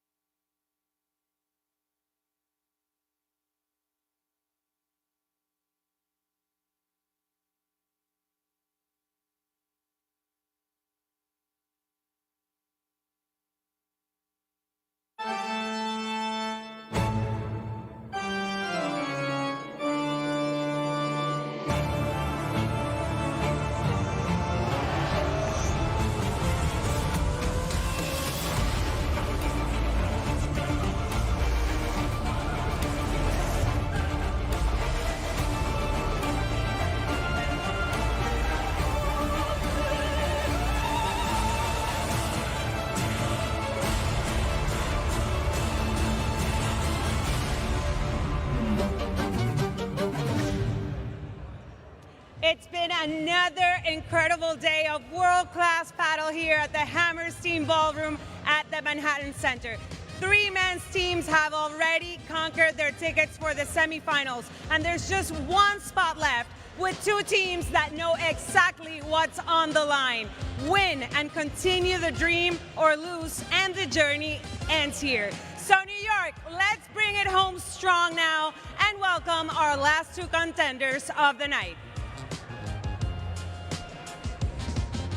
Give it up for Las Vegas Smash,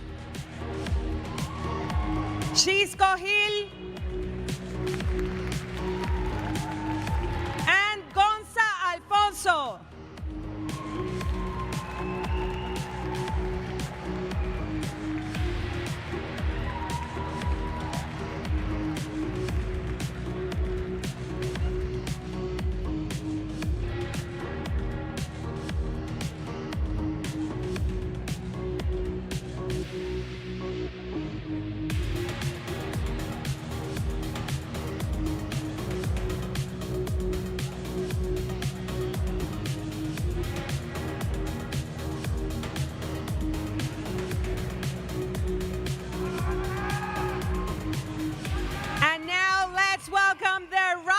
The New York Atlantics, Lucas Campagnolo and John Sanz.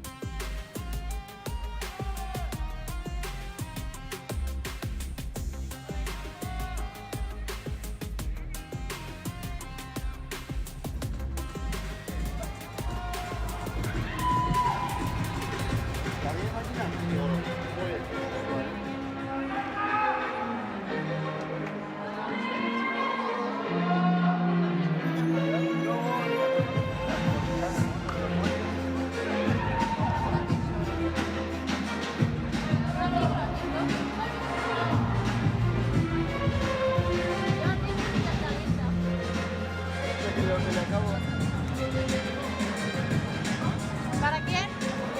Álvaro.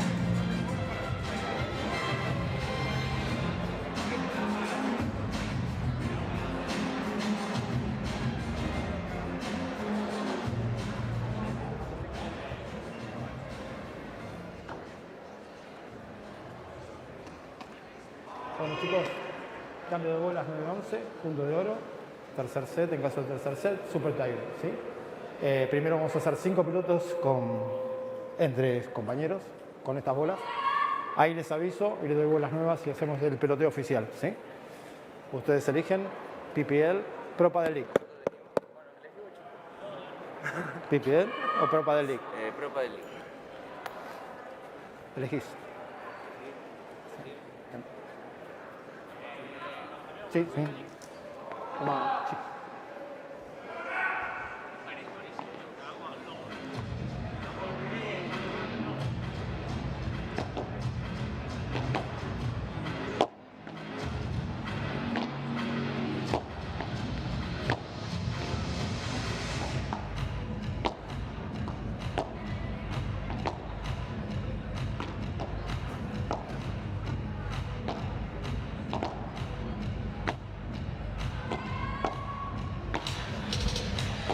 Welcome back to the PPL finals.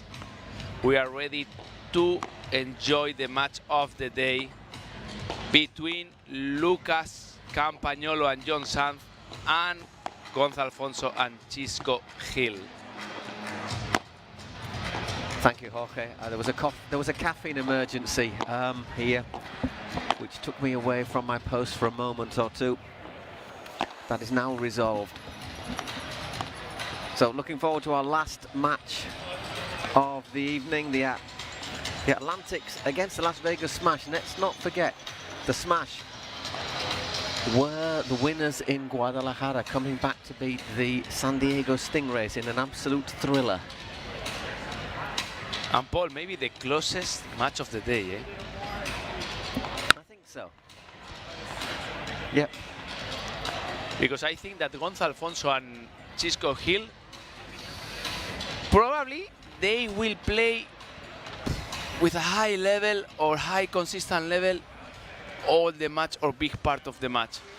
And we know that Lucas Campagnolo and John Sant, they can do it the same. But maybe these not consistent moments that they can have during the game makes the difference. I think it's very funny to watch the Campagnolo and John Sant games. And I'm sure that today the spectators of this amazing theater will enjoy a lot with this match. Oh, without a doubt. I mean, John Sant is one of my favourite players, because he's someone who sort of who wears his heart on his sleeve in every point. And Campa is another player who's got a... I'm amazed that he's not higher ranked. And Campa, he was playing the left side a lot of years with Lucas Bergamini, the Brazilian team. And we know that he plays so good from the left side. But I think that the diagonal that can show where is the way to win the match is what happened between John Sant and Chisco Hill. Now we know that John Sant is living a good moment and he has a better ranking than Chisco Hill. But I remember less than 2 years ago, Chisco Hill playing semi-finals, finals, because he's a right side player that you think that yes, that he's not a very dangerous player, that he only is consistent, but he has amazing quality with the forehand and backhand before glass when he's playing at defense. Okay, John Sant, he's not that tall, he's only 5'9". But he's another player who's got a big smash on him. I think he's one of the reasons he's climbed the rankings as well, is that he's worked to control it, to know when to use it, not all work, because one of the things he used to do was maybe hit the smash too often, leave it short, gift his rivals points. Explosive. But he's just controlling a bit that explosivity this time.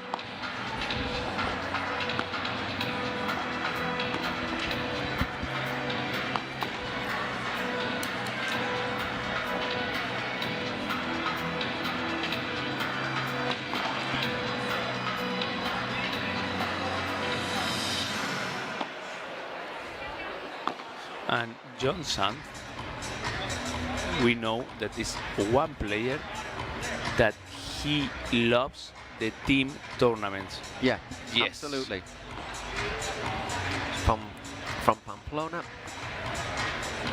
And the Atlantics have been very consistent here this year in the Pro Padel League. In Miami, they were third, obviously winning their matches, and they beat the Flow Rider Goats in Miami in the third and fourth place. They beat the Goats.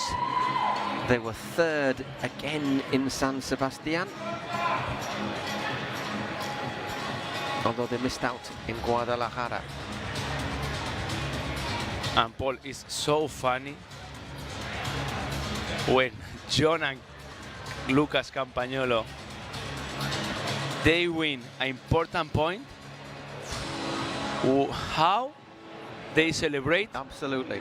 Each point is so funny. Actually, in just thinking in in Guadalajara it was Mantello and Campa, I think, and I think they finished 4th in Guadalajara, but they're always there or thereabouts.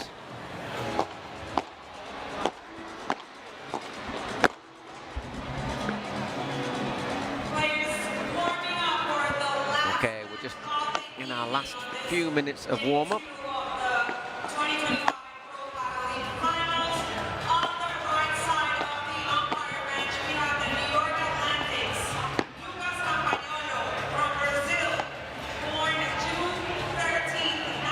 And Camp.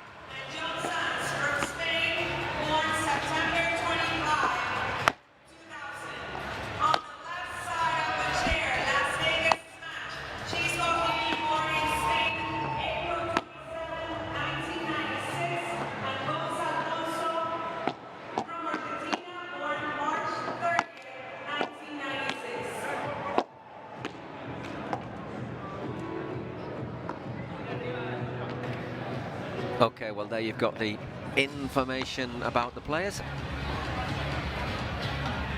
Once again, crossing the continent, Spain, Argentina and Brazil.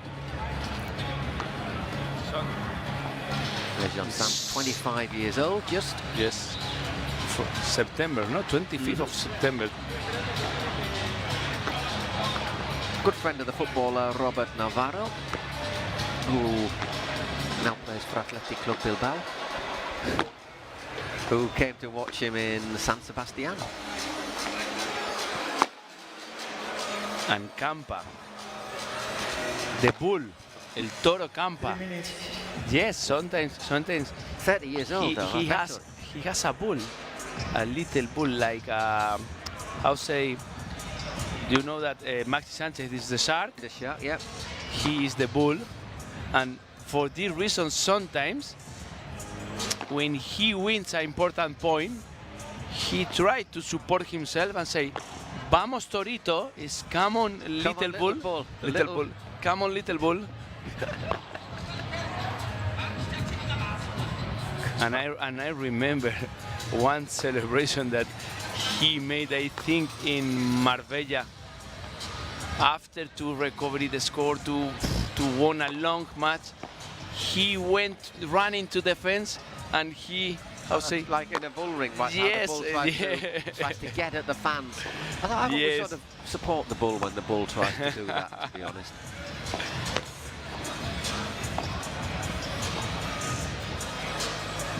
We're just about ready to go.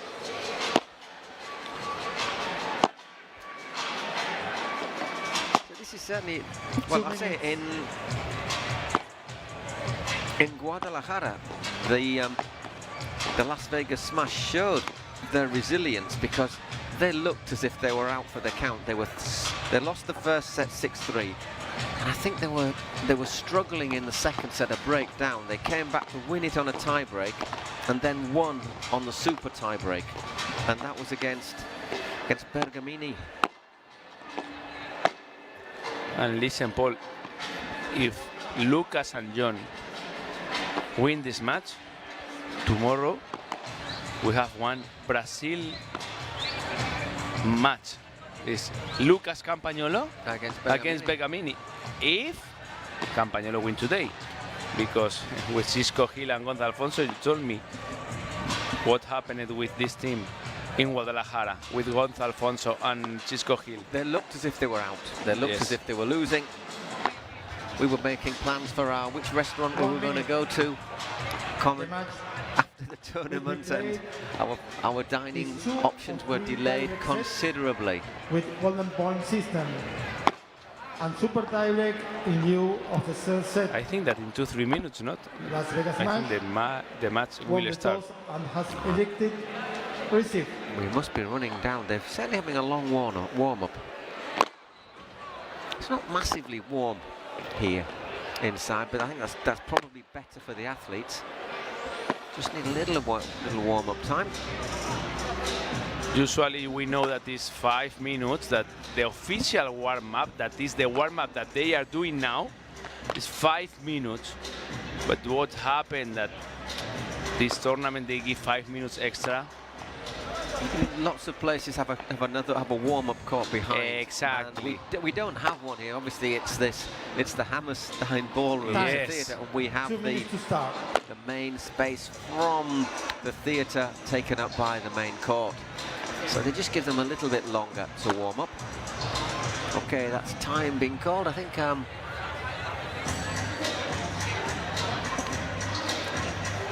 Gonza may have just gone to wash his hands. He'll be back with us in a moment.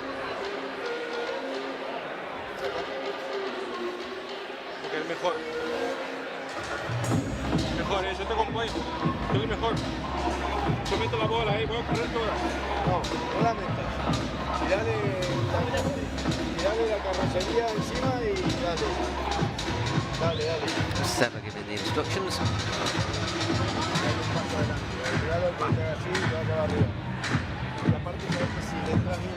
Just behind the Mari Sanchez and Andreu Ustero. They've already booked their place in the semi-finals earlier on today.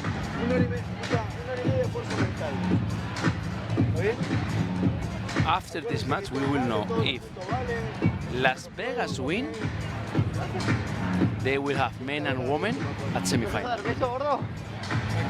If New York win, the same. Only one can have both. Yes. Can't get too greedy. I'm just watching Jean Sanz on the bench, and he just makes me laugh in a good way. And Stingrays have both at semi-finals. Miami have just the men. Miami just the men, and Florida goes. No, they've got both. They've got Gemma and Delphi. Yes. Florida both, Stingrays both, and maybe Las Vegas or New York both. We'll bring you the full semi-final lineup after this match. We'll have our interviews and we'll just round up the day's events and tell you what to expect tomorrow when we start at the same time on the semi-finals. 4 p.m. start. So a different start on Sunday on podium day, however. Okay, well, the Atlantics are all ready to go. Time. Prepare to play.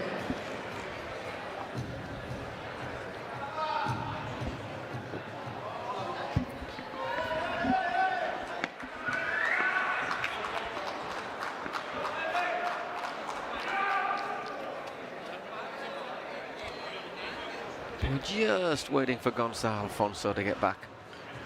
Yes, because I think that he's preparing now the supplementation is all the electrolytes and the special drink. The looks like he's having energy gel right now, actually. When you play against Lucas and John, you need your energy. You need extra energy. Little spray on his racket to stop it slipping. Sorry, a little bit late. Off we go. So it's going to be John Sanz to get us underway in our last quarter-final of the day and our last quarter-final of this year's Cities Cup. Ready? New York Atlantics against the Las Vegas Smash.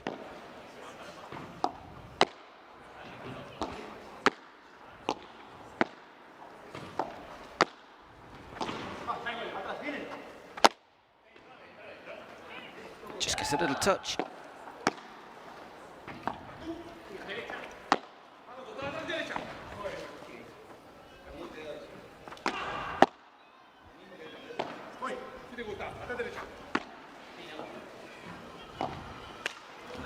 Just undercooks that one there, Chisco. Good first point, eh? Long rally. Good rally between the diagonals. Nice point.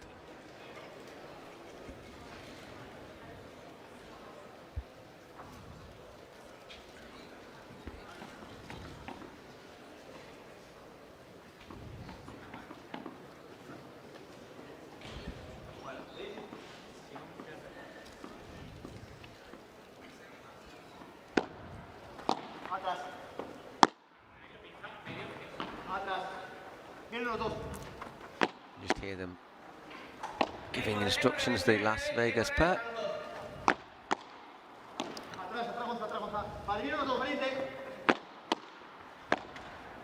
And John puts that forehand into the net. 15-all. Yes, and the John Sand, when he talked with Campagnolo during the point, he says, brave, brave.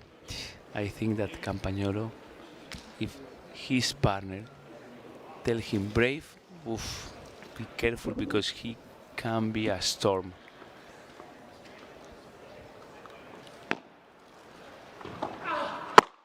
Look, there you go, brave. Brave. Okay, 15. Move. This is the Lucas Campagnolo that John Sand wants.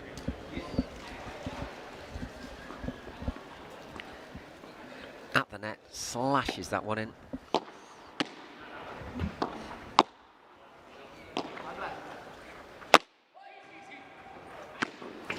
That's the net. Yeah, 40-15. Unlucky.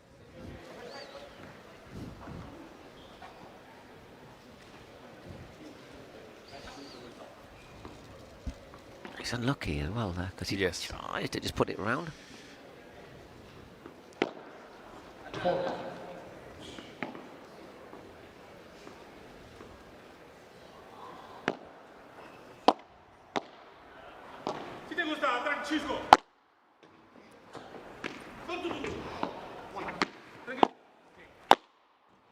Very good, Gonzalo Alfonso. Well, very good. First, going, look, with Chisco Hill to the Chisco Hill door to try to help him. Very good. And now, too fast with the reaction. Okay, 40-30, having to work for this opening game. And Gonzalo Alfonso is other player that he doesn't take any prisoner.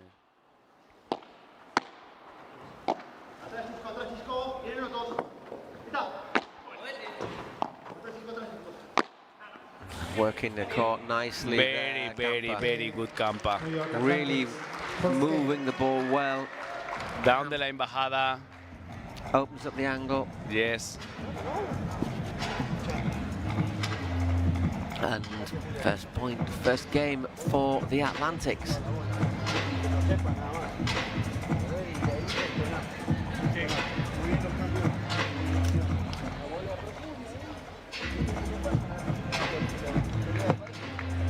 Time. Okay.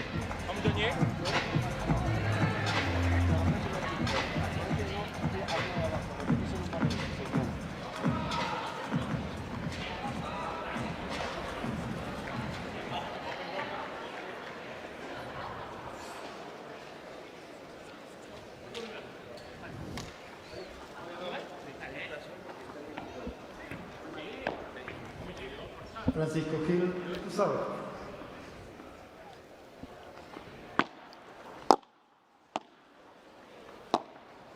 There's Chisco serving.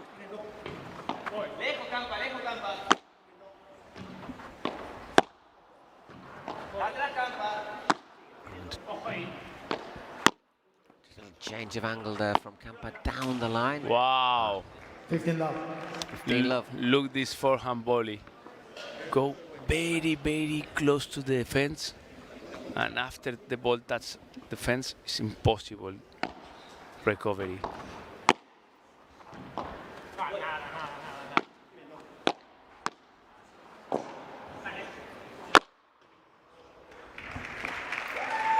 Love. 30 love.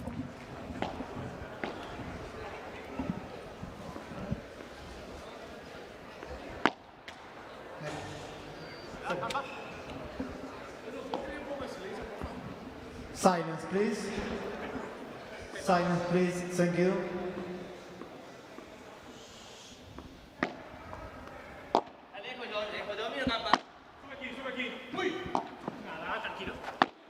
It's across well there, Gonza.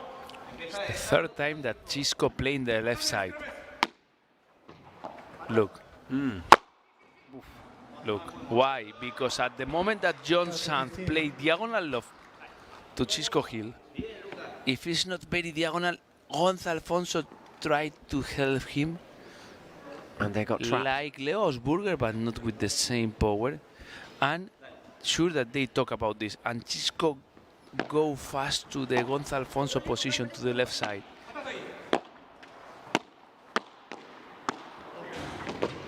Well played, Campa. All of a sudden 30-all.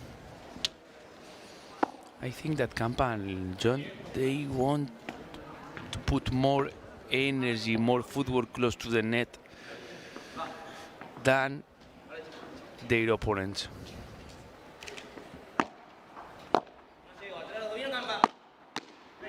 Yes, a bit loose. It was a good chance as well. Was a good chance, yes, totally agree, because the John Sanz lob was perfect. And this backhand volley is an easy mistake because he had a good position to finish the point.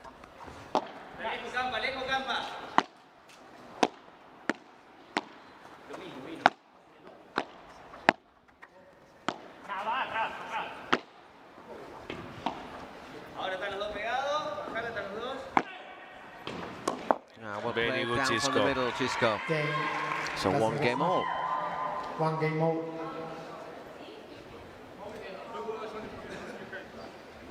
Luca Campagnolo to serve. So it's Lucas Campagnolo to serve. And the last point, Chisco Hill decided to play a lot of times down the line because I think that he preferred plays more down the line with Campa than not diagonals with John Sanz. 15 love. 15 love. Went a bit long.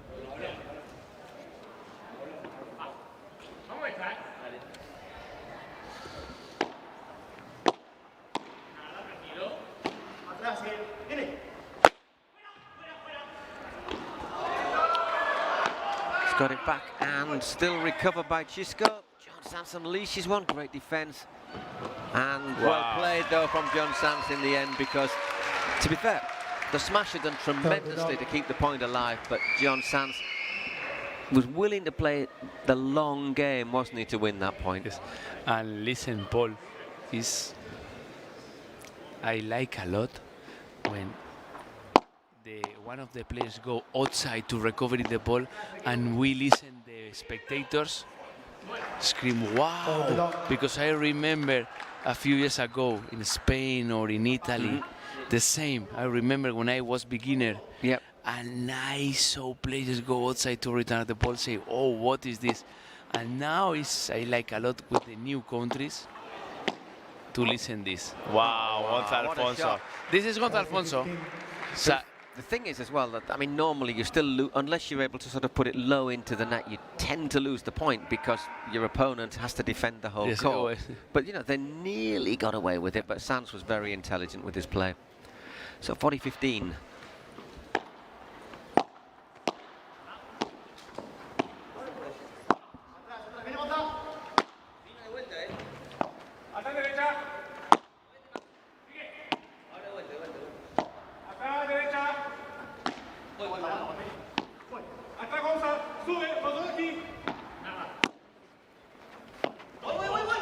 Clever lob.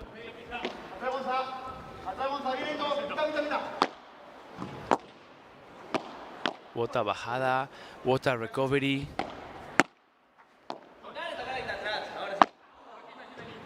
High level match.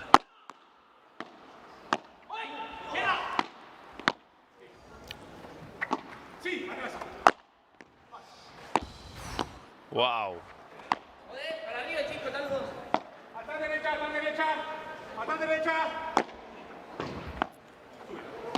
Great recovery.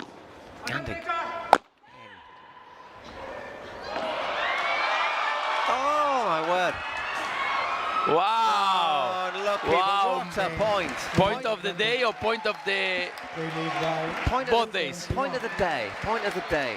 I'm going to say my point of the tournament so far is Claudia Jensen's scorpion shot. Yes, exactly. But this is point of the day. But wow.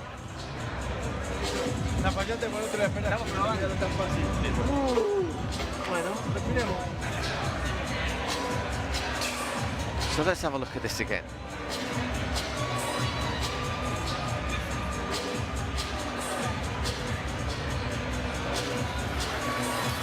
Great block. The defending, actually, when you look at that from the Atlantics, is outstanding, isn't it?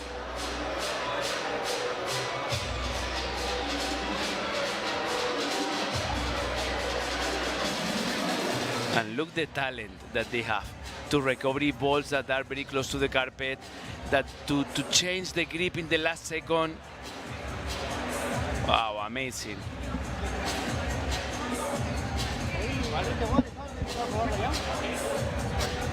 What a point. Que yo vaya. ¿Pero contra quién? ¿Contra la de Chisco? Otro no está. Sí, lo veo, porque aparte la que fue ya le terminó cerrando bien.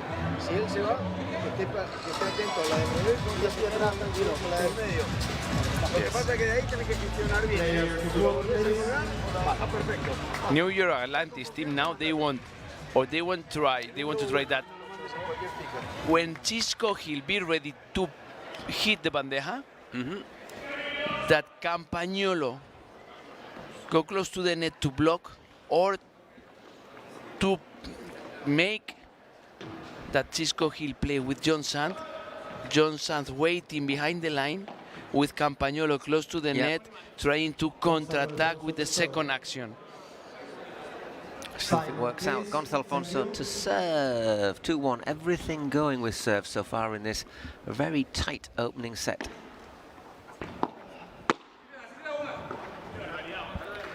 Good start from Gonzalo there.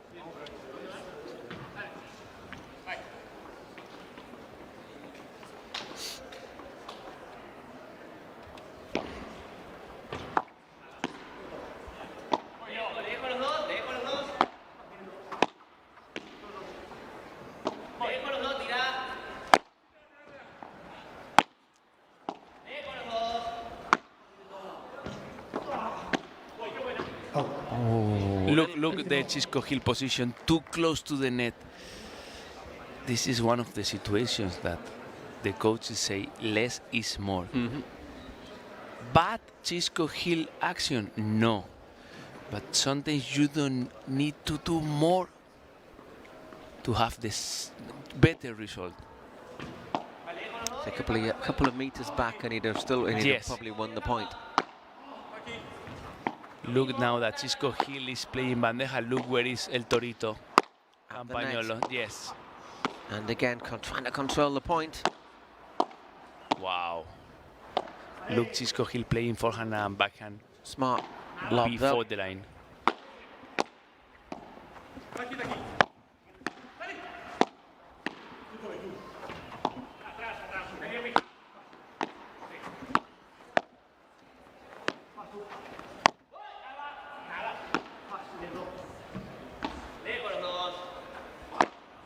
Another long worked point.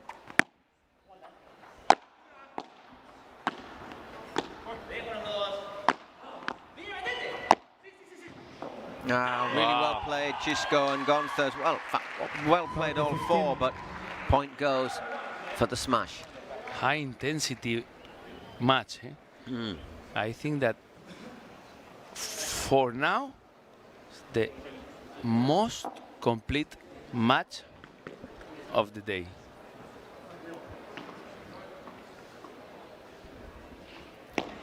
(30-15) to the smash.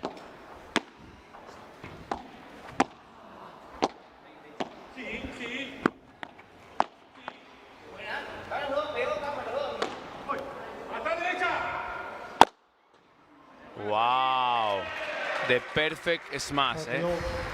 Look the position, the John Sant position. See where he is when he hits this? Yes, and look now the feet. Look the squat. Yes, perfect. Reads it, times it perfectly. 30 all. Wasn't a lot Chisco could have done with the ball before. He just had to play it off the back of the court.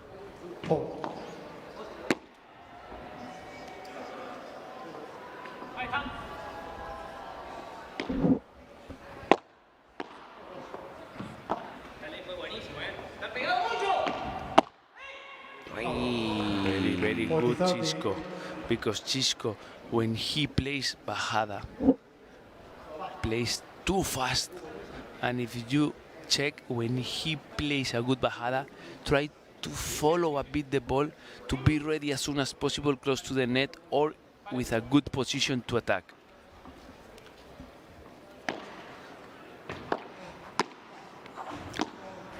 So 40-30.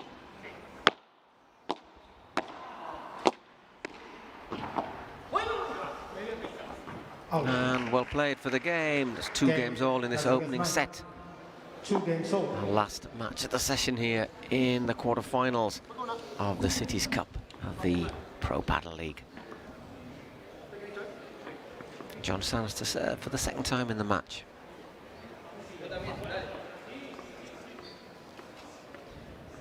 All is being very equal, Paul. 2-all. 23 points.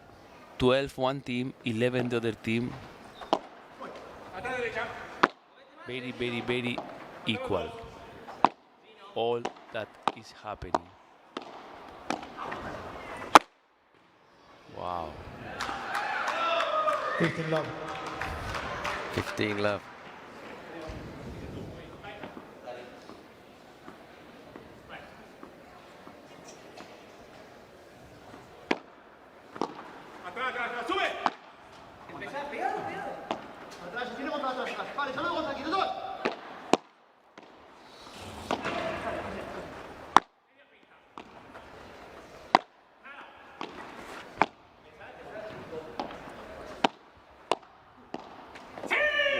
Puts it into the net. Big celebration from Chisco.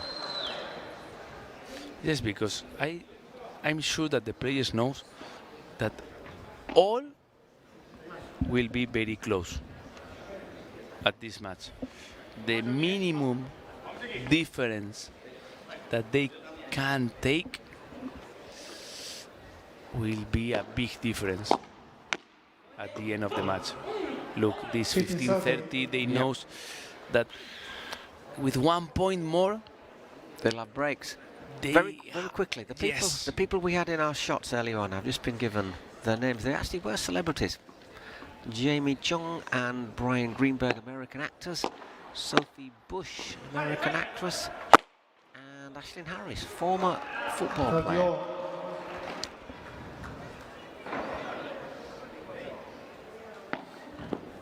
30 all.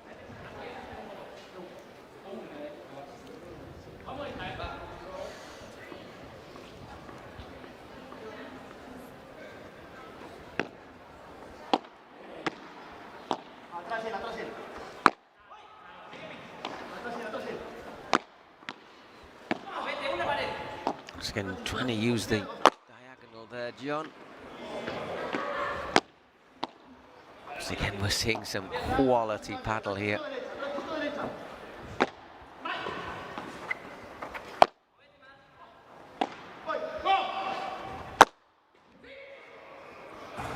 Oh, God, Eddie Gonza just directs it into the side of the court. Yes, but finally the ball not was easy, eh? No. Because it was very high. To touch and control and move the racket when the ball is too high is not easy. 40-30.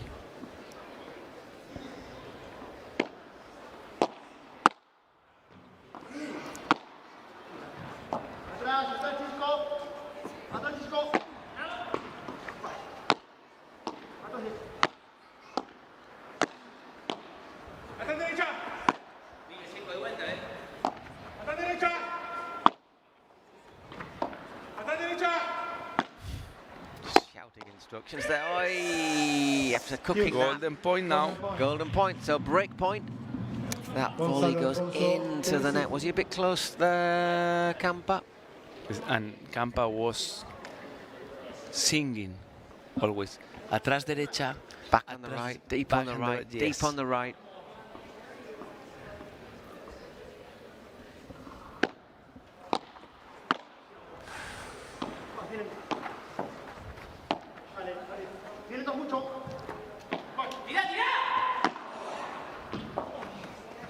Well played, lovely shot there from Chisco with the effect on it.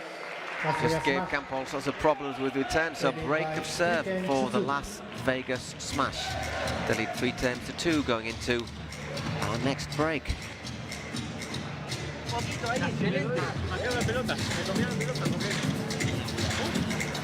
Bien vos, muy bien vos, va.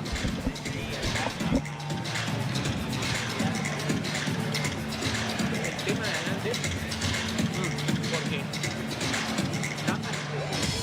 no hay duda si la estoy tocando con el centro o a yo, no se la estoy tirando al revés, porque el tiro bloquea muy bien.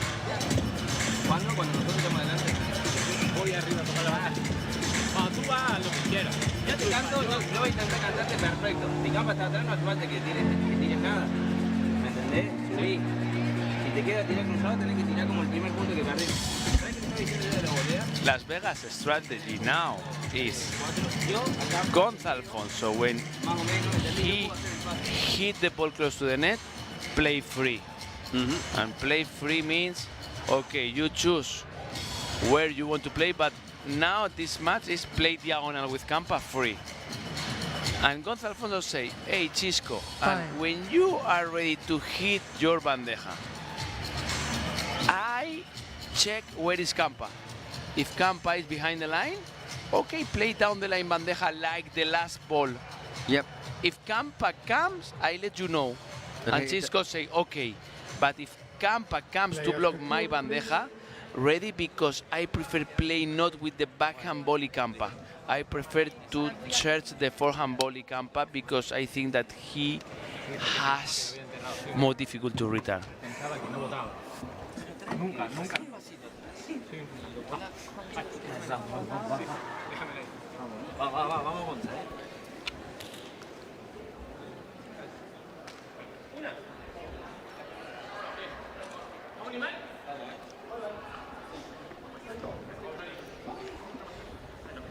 Okay, Chisco Hill to serve, looking to consolidate that break that they worked so hard for in the last game.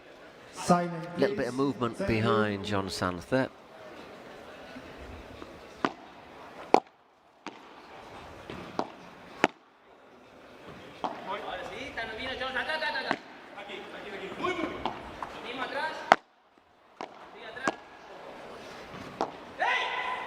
And long it goes, 15-love. Now the match is 2 against 1. Chisco and Gonza against Campa. Trying to leave John South out of the action a little bit. Yes.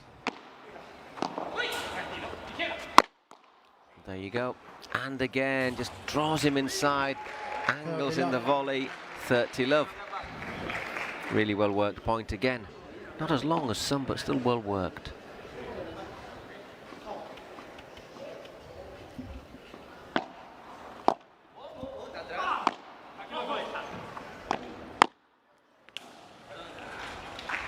love.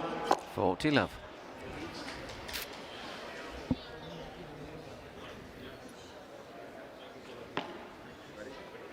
New York have now a problem because Las Vegas.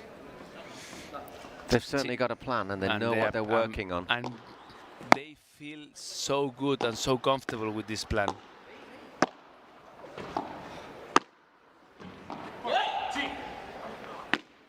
Oy, Gonson, that was an unforced error, but once again, we know what he saw where the ball was going.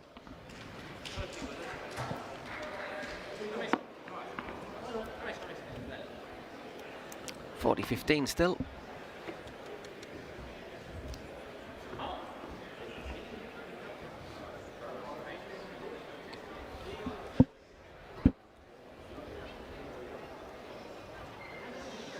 Time.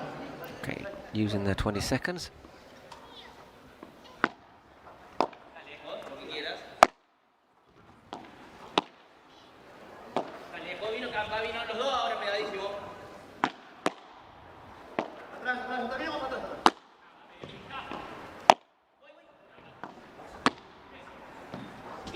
Very good volley. 40-30. 40-30.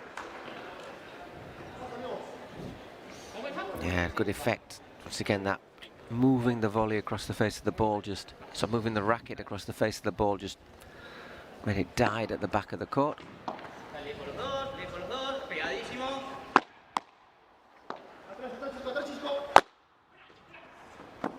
Oof. That's a horrible bounce. Nothing to do about that. Golden point. Break point as well. From 40 lob.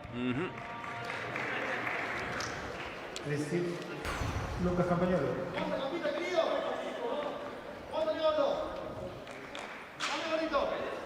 Vamos, Torito. Say John Sant. Come on, little bull. Good serve.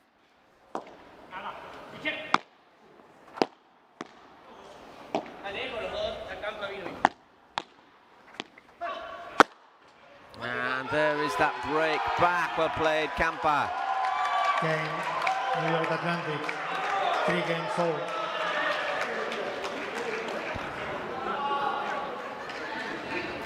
And look, from 40 lob. Yep. After break. All is beautiful. All is pink color. Wow. You lose the focus a bit. Campa take more confidence. Go close to the net to block. Feel more comfortable with this. Yesterday and today we talk about this. If you lose the focus, or if you are not totally inside the court, what happened, Paul? That you lose the points. You lose the match. And in 1 or 2 games, all change.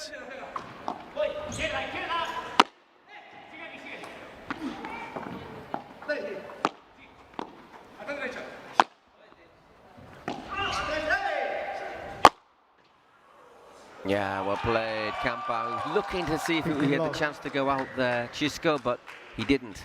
15 love. Camp start now is starting the Campa show. Look, he moves the head, say yes, yes, yes, yes, come on. Oh, 30 love. Well played, John Sant. Once again, apologises, but if that's what you're aiming for.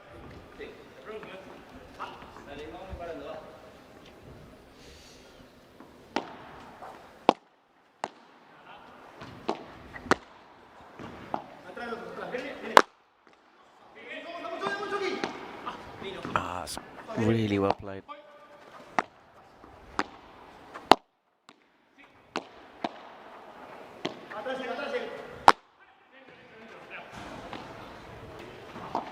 Does well to recover, John Sant there.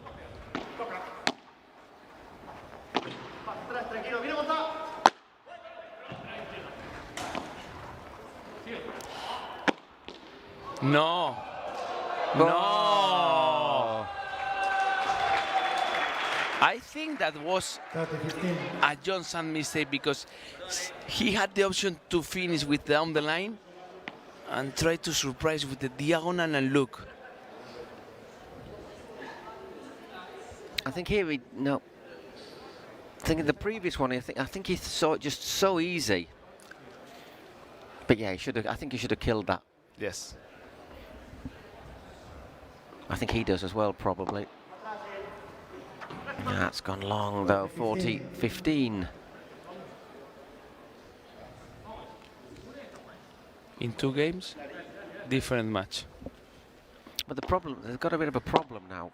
I was going to say, still this game's not over yet, but they have a bit of a problem, the smash, because part of their tactics was singling out Campa, and if Campa's suddenly upped his game, then you can't do that, because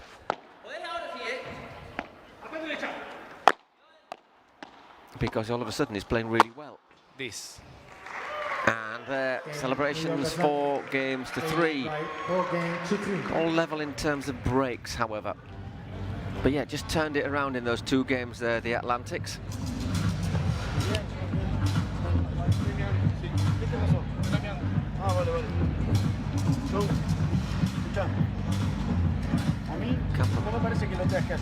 Quickly jogging off for a toilet break by the looks of it.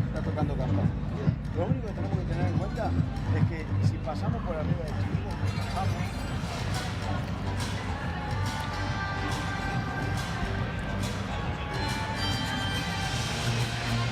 Seba Nerone is talking with John and say, John, I think that you don't need to be worried. Trying to help a lot Campa. Certainly not after those last 2 games. Yes. pero si viene presionada, la iniciativa es nuestra. Y después, la otra cosa que nos dio el resultado es cuando ganamos la volea de reveses a la reja. No importa la fuerza, no importa la precisión, que la lleves a la reja. And now Seba Nerone, the New York Atlantis coach, say, please, John, I need that you continue playing your backhand volley to defense. Not with power, I need precision. I need that you put your backhand volley close to defense with your diagonal. This makes the difference to take the control. Very hard to then respond with a lob. Just got to get it back over.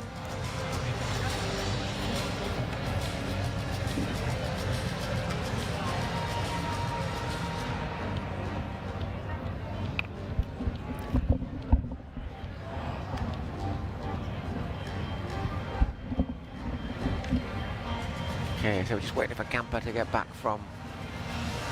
There he is. Just returning from the restrooms, one suspects. And it'll be Gonzalo Alfonso to serve. Okay, 4-3 down, but all level in terms of breaks.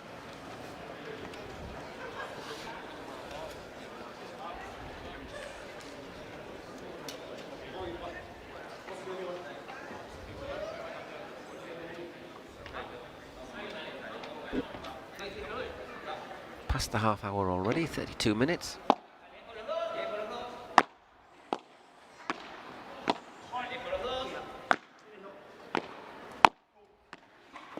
Well played, John Sanz, anticipating really well. Yes, and now Campa is playing more comfortable this parallel match with Chisco Hill, no? Because it's a little match inside the match. It's Campa against Chingo down the line match. Wow. Didn't even see that one, John Sanz, I don't think.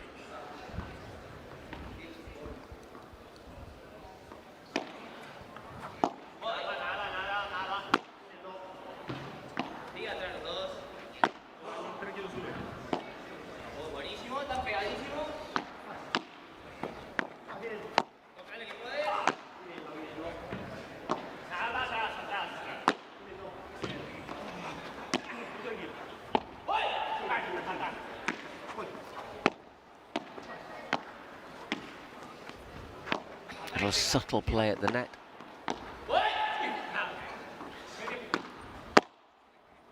And once again, great anticipation from John Sanz. A bit of cat and mouse there. And then I enjoy a lot, Paul, when the four players play close to the net and all of them start to play soft. Makes me nervous. Wow.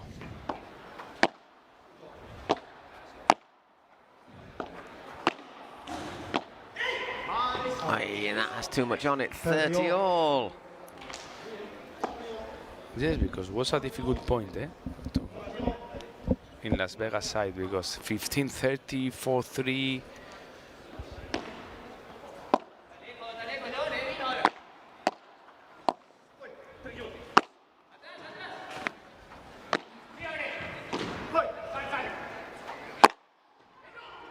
And another perfect smash from John Sanz. 2 break points for the Atlantics at an absolutely vital moment in this opening set. Once again, just kicks up, doesn't it, after bouncing? And a long way clear.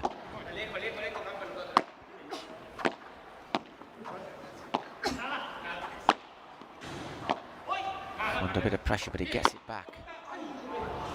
And saves one of the break points. So we have another golden point. Another big moment in this match. Couldn't get his foot out of the way in time.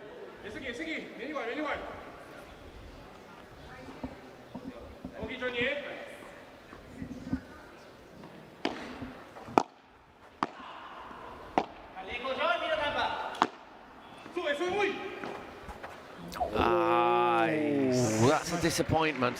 4 games all. 4 games all. It's the first time that one team serving with golden point win the game. The last 2 times, the team that was serving lost the game, and now it's the first time that Chisco and Gonza win with the golden point. Picking lock. It was a great opportunity that for the Atlantics. 2 break points to have gone 5-3 up. It's 15 love on John Santh's serve now. 30 love now after that smash from Campa.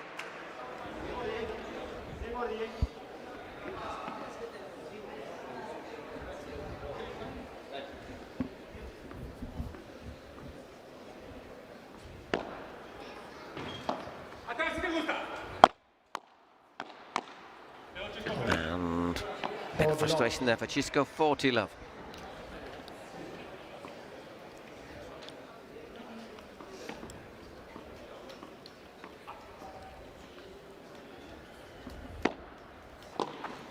Looked a bit long, yep. Just calls it there, Gonza.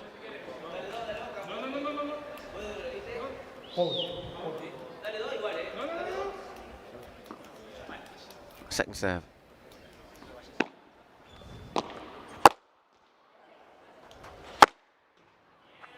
Oh, well played. 40-15. Yes. 40-15. 9 games and never with love.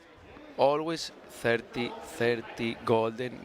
Only one time 40-15 with Lucas Campagnolo serve. But look at the level of the match. That is impossible that one team win his serve or their serve. Very, very easy. Now 40-15. But 5 games to 4. But they had to, once again, it wasn't that easy. 5-4. Chisco Hill serving to stay in the set. No pasa nada. Lo único que quiero es que sepamos que tenemos claro lo que tenemos que hacer para quebrar. Porque en el momento que le jugamos los globos a Chico, va bien. Lo pasamos a Chico. La salida de pared que nos gana es porque toca la cinta. Si no, estábamos ahí. Eso por un lado. Segundo, un globo te permito para el lado de Gonza Alfonso. Uno, porque te lo abrís. Pero así como recibís la pelota de Gonza Alfonso, salís por el lado de Chico de nuevo. Porque si querés hacerlo recorrer metros, uno tirátelo para allá, pero después volvé para el lado de Gonza. Para el lado de Chico, perdón. Porque entiendo que te come terreno, pero en el momento que la dejó picar, este se hizo grande por el medio y la terminó ganando. Very interesting. Entonces, nuestro deber es hacer que el flaco vaya atrás del Chisco para tirar. ¿Okay? And they enlighten me. They want. Please, the lobs to Chisco Hill. Yes, one time he won the bajada because the bajada touched the net. And say, Campa, if you want, you can play your lob with Gonza Alfonso only one time. After one time, if you play second lob, it's with Chisco Hill. Because at the moment that, after this lob, Johnson can take the control directly with forehand volley from the middle, we have more chances to win the point. Say, Campa, lob with Gonza, okay, only one.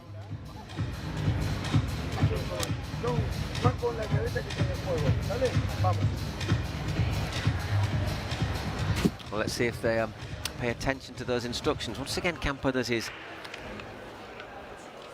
wiping against the side of the court. Francisco Hill to serve. Okay, Chisco Hill to serve. 5-4 down. New balls.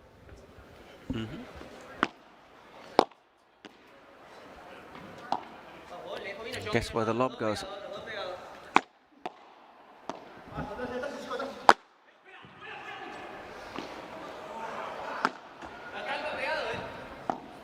Does really well again, Gonza, but unlucky Chisco. Trying to send it long just to give his teammate time to get back onto court. Just sends it a wee bit too long. Now, this match moment, if Las Vegas don't win the point fast, New York Atlantics, each second is more and more and more dangerous because they have a plan. And they have more options to win the point with the plan. Goes a bit long, second serve.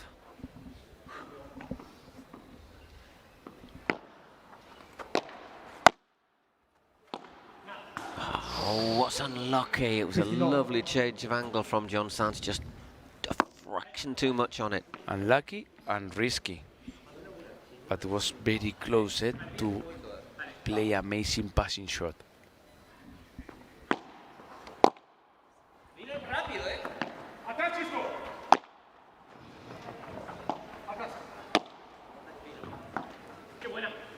Yeah, well played. Has him right on the back foot there, 15-30. They won't that Gonzalo Alfonso be inside the freeze.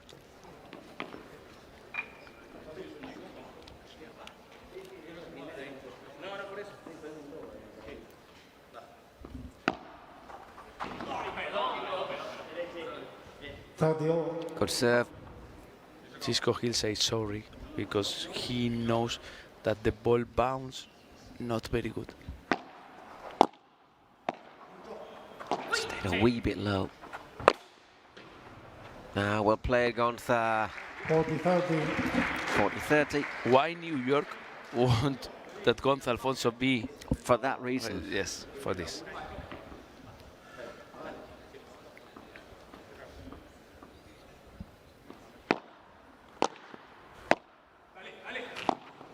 Slow to react, John, there, and once again, Gonza doesn't need asking twice, 5-all. Are we going to see our first tie-break of the day?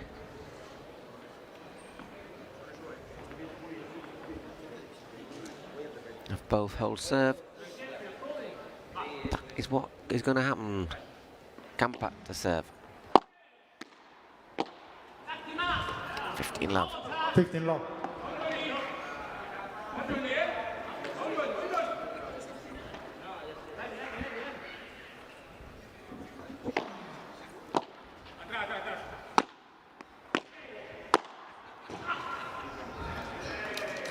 Just leave him, left him a bit tied up in knots there, Chisco. 30 love. 43 minutes.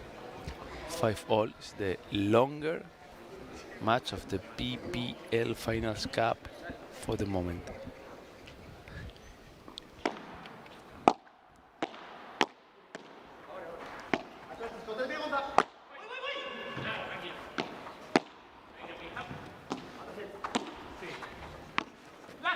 And 40 love, just tries to dink that one over.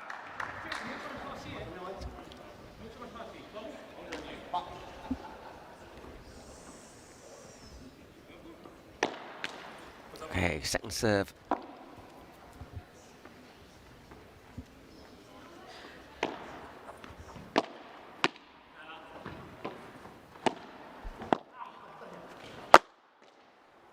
Oof. And a decisive finish there, so 6-5. The worst that can happen to the New York Atlantics is that we go into a 40 love tie break.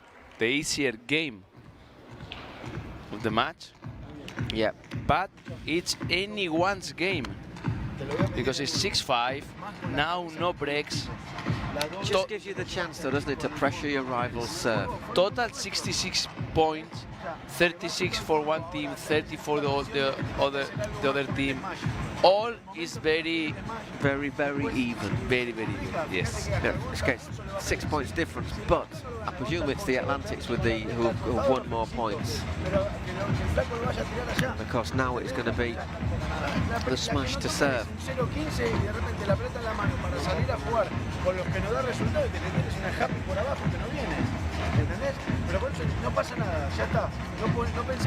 Seba Nerone now is talking with John Sand.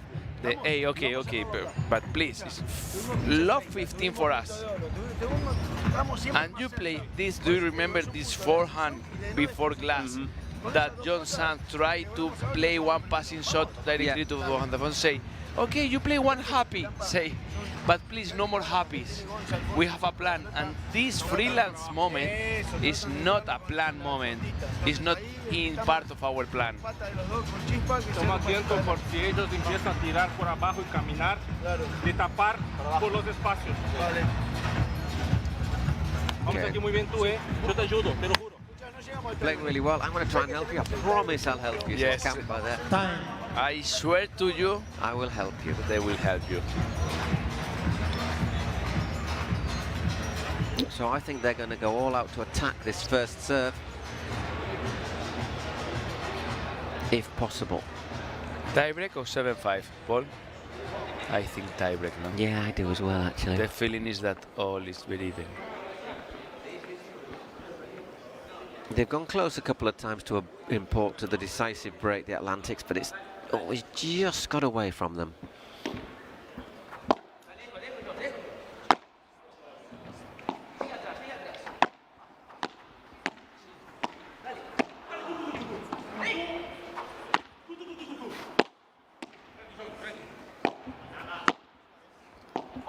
Oh, it's a bit short.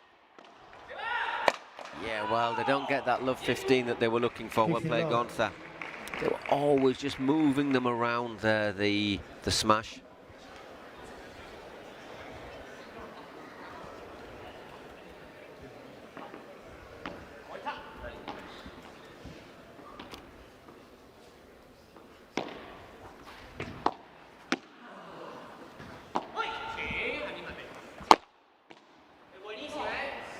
Oh, unlucky. Yes. Hard to control, and it was very close, but it's 30 love. But when Gonza Alfonso hit the ball, the Las Vegas game half more spicy.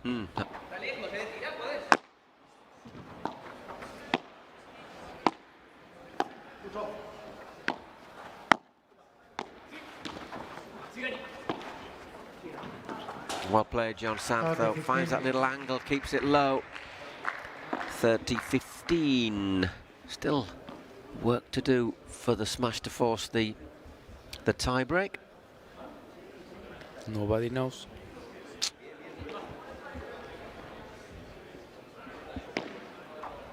Good serve. Well returned as well. Oh, careful. The alarms in Las Vegas team are working.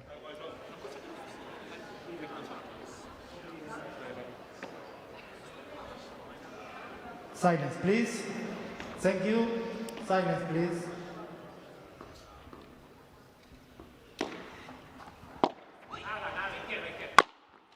Well played.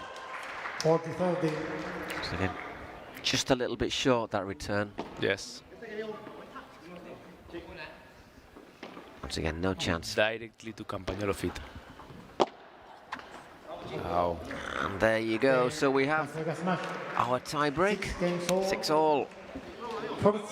So they were under a lot of pressure there at 30-all. The smash, but they got out of it very, very quickly. Okay, it'll be John Sanz to start us in the tie break.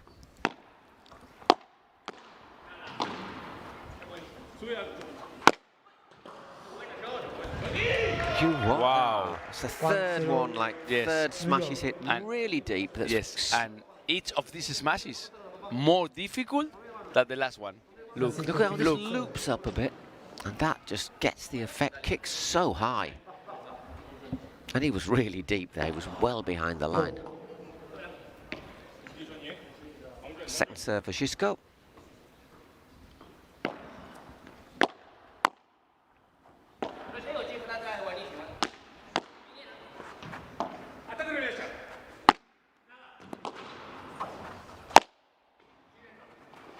Ooh, bit high, just evades him, and he touches the net anyhow. So 2-love to the Atlantics in this tie break. Remember, 7 points and 2 clear.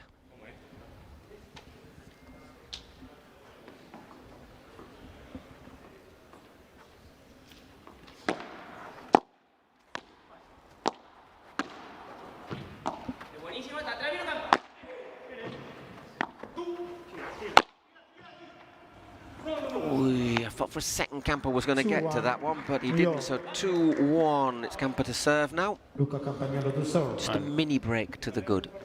Yes, I'm very good with Alfonso with this smash because not play a amazing smash, but plays a fast smash. And Campa is impossible that have a reaction on time. The smash is tiebreak. It's impossible for Chisco to react on time there. 3-1.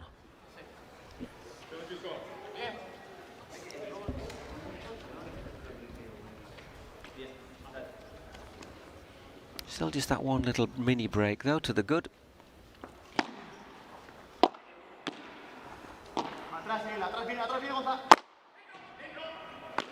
Yeah, I was a bit optimistic that. 3-2. Gonzalo Alfonso to serve. New York. Gonzalo Alfonso to Looks serve. easy, no? I think that these players have different wrists, no? Not the same that us. I think mine would make a clicking noise if I tried that. And then followed by the sound of a man crying. Gonzalo Alfonso to serve.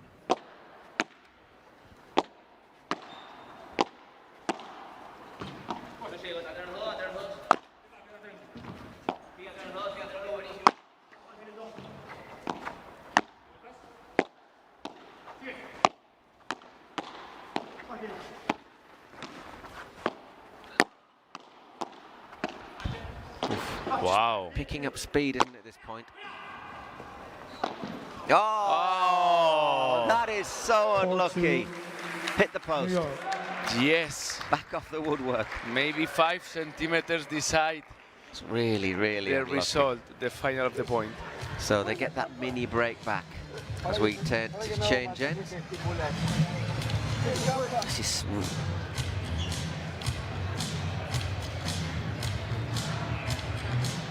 reacts really well, sees what's going to happen. Look. He's not even looking where he goes, he knows where. It's not even 5 centimeters, I think it's 2. 2, yes, 2.5.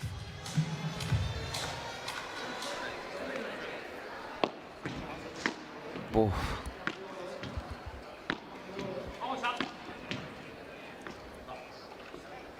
So, second serve for Gonzalo Alfonso. He puts it down low. New York. 4-3. It's Jon Sanz, however, to serve.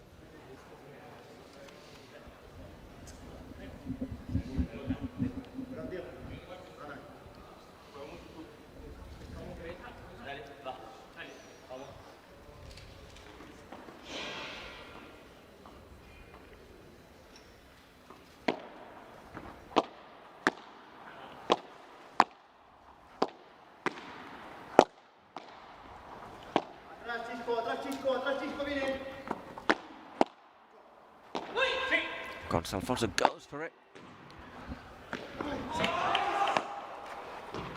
Well played. Jon Sanz got there but couldn't win the point, and Gonzalo Alfonso puts it diagonally. And it is 4-all in the tiebreak.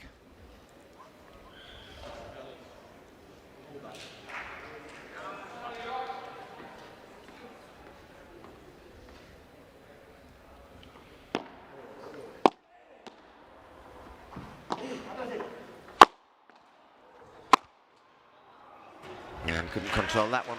5-4. Just got Hill to serve. It's about now when tie-breaks start to get very interesting. Yes, the tie-break, the set, the match. 5-4, no breaks. All is very close. 55 minutes in this opening set so far.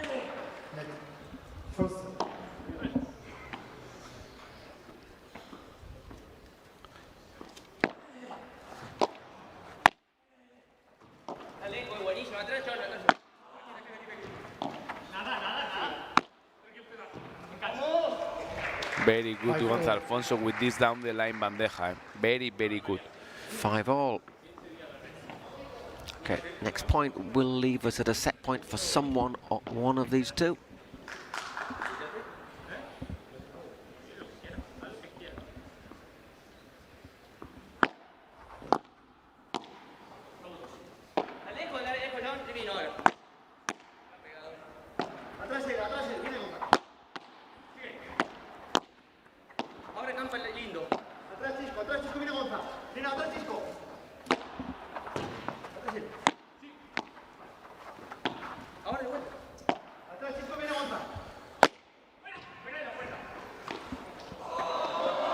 Wow. Recovered by John Sands, Out. and then out into the side by Chisco, I think. I think the Chisco touched the side glass. No, I think Chisco is asking about if the ball is in or out. Yes, Campa is exactly at the position that the Chisco ball go out.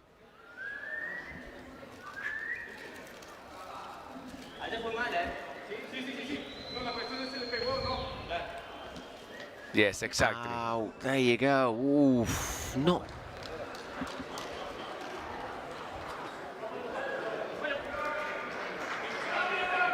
It's not what the referee actually gets told that, but it's what we have, and out it goes. So set point for Campa for the Atlantics. And John Sand puts it out. Whoa, they had to work hard. They needed that little fraction there on the penultimate point, but the New York Atlantics take the first set against the Las Vegas Smash 7-6 after the tiebreak. Yes, and it's 57 minutes. Tiebreak. 82 points. Paul, 82 points in a set. And long points as well. All long points, amazing points. 43 points won John and Campa. 39. Imagine the statistics, imagine the numbers. In terms of percentage, it's, well, I'm not going to try, my maths isn't good enough to think about it at this time of night. But the question is, now it's a big ask for the Smash. They came back, I tell you what, we saw them come back after losing the first set to win in Guadalajara. But if they want to win it now, they're going to have to do it the hard way. I think that Las Vegas Smash ready to come back, sure. Vamos a esperar un par de juegos más que a ver qué pasa. No, y no solamente esperar, seguí con eso, porque el flaco le pegó con mucho esfuerzo, este no llegó de pedo al anterior. Perdón, tío. ¿Entendés? No, ¿cómo? Pero no pasa nada, él toma riesgo, claro, pero si nosotros necesitamos que el flaco llegue a tomar ese riesgo. Lo que tenés que tener en cuenta es que hasta ahora Chisco, en todo lo que va a hacer, no le pegó una para adelante. Entonces bueno, sigamos por ahí. They won't continue with the love with Chisco because Seba Nerone say, okay, Chisco, all the first set, never try a smash. Yeah. And Gonzalo Alfonso, when he wants go to the right side, go to the back of Chisco Hill, he needs to do a long race, a big effort to try to play amazing smash. Hey, continue with the plan. That's sure that finally we will have a good success. Okay, just keep on working, Chisco. Keep on trying to tire out Gonzalo Alfonso is the plan for the New York Atlantics. Francisco Gil to serve. Second set. Okay, it's Chisco serving. After he and Gonzalo Alfonso just lost that first set on a tiebreak.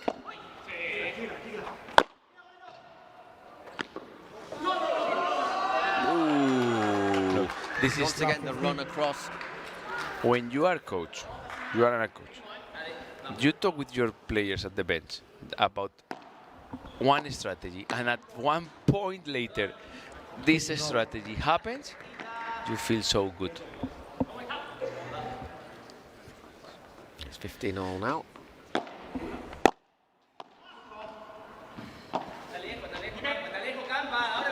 Once again, that lob, Chisco hits the bajada, hits it into the net, 15-30. It's a mental moment now. It's a moment to be calm. 30 all into the straight into the side of the court.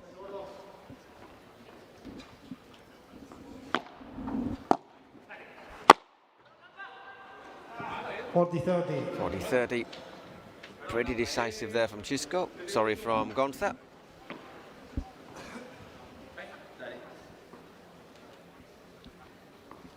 felt the wind of that past his nose there. Campa. Game. And a good serve. Garriga smash. First game is game, held second by the smash,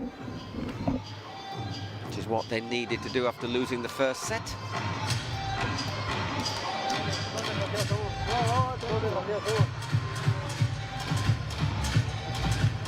¿Saca muy alto soy yo? No, claro. Court coverage. I think that look where is John Sanz. Is basically most close to the this area, the middle, the center of the court, that his defense. And look, nice. Reasonably close. John Sanz to serve. Okay, John Sanz to serve.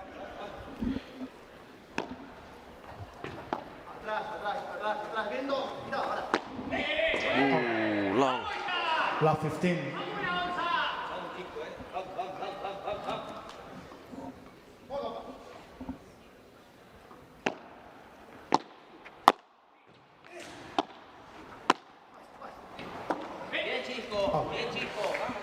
Love 30. Love 30. It's a good positive start here from the smash. Yes, and I think that Campa and John, more Campa needs to recover again the focus. Because look, was last game with the Chisco heel serve was 15-30. And 1 minute after, love 40 on the love road. 40, yes. All is happening now too fast. Thinking in the New York business.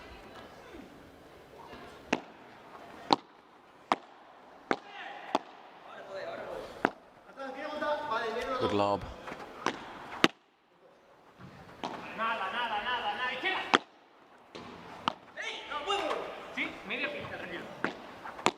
Once again, switching sides there, and that's better from Campa.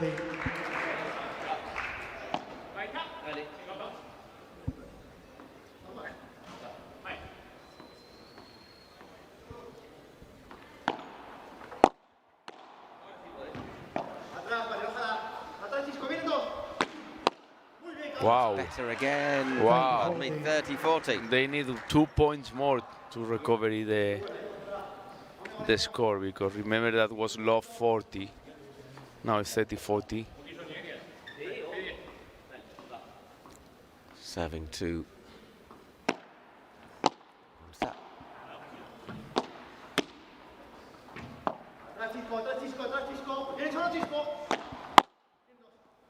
It's a powerful bajada. And that is the golden point. Yes, Campa continue now with the soul. After 3 points at the beginning of this game, not with a very good feeling. Campa have these things that after Switches 1 on minute, and off. Switches on and off like a light bulb. Yes.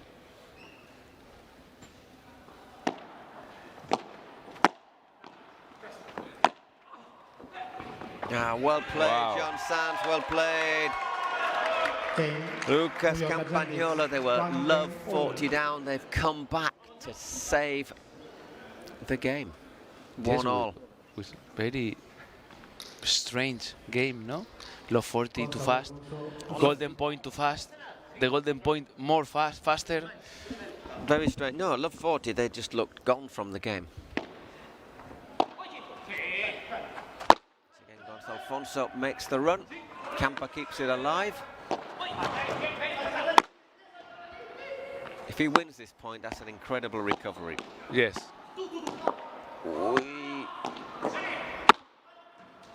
Wow. No way. Wow. No.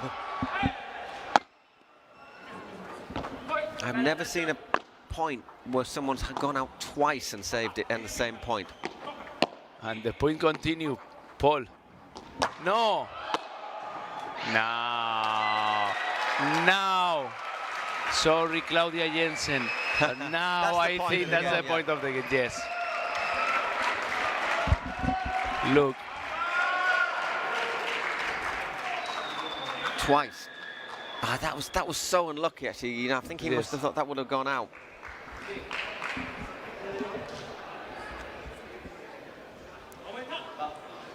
And this is the meatball style to finish one smash. And all this is only 1 point.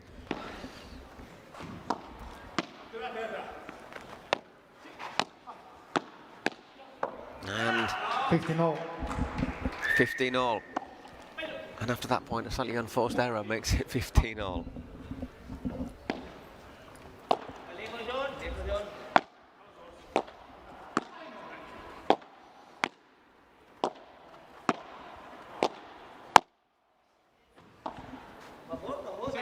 Again, that lob against Chisco. This time he goes for it, but into the side. 15-30. I'm trying to read what happened with the second set from my experience, but I can't, because first game 15-30. 1 minute after is low 40. 3 minutes after 15-30.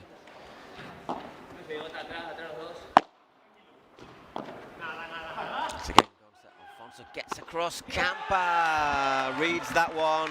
15-40 now.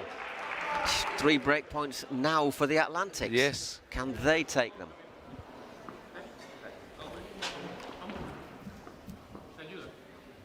Every time, though, he goes a long way across, doesn't he, Gonzalo Alfonso? Wow. 30-40. Lovely winner. And he plays this like... How many Nothing. times do you want? One more time? Okay.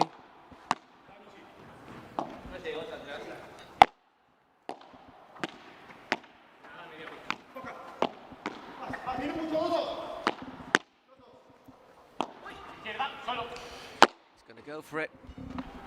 Ooh, he couldn't quite get enough power on it there, but Chisco turns, puts it into the net, so the Atlantics get a break. In both terms of the word.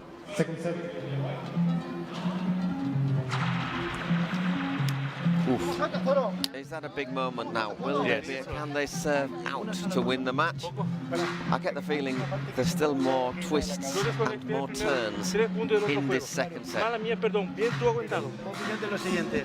Campa knows that the last game with John Sand serve, he had a bad moment, because now the first speech that he made is, hey, sorry team, last game with ourselves was my fault, sorry, no more times.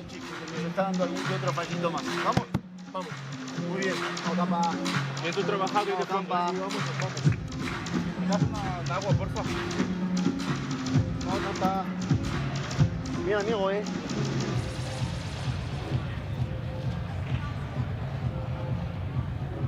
Look. No, it's legal. Always the racket is... Yes. Just keeps it above the net. Now Chisco's trying to put it down the line. Time.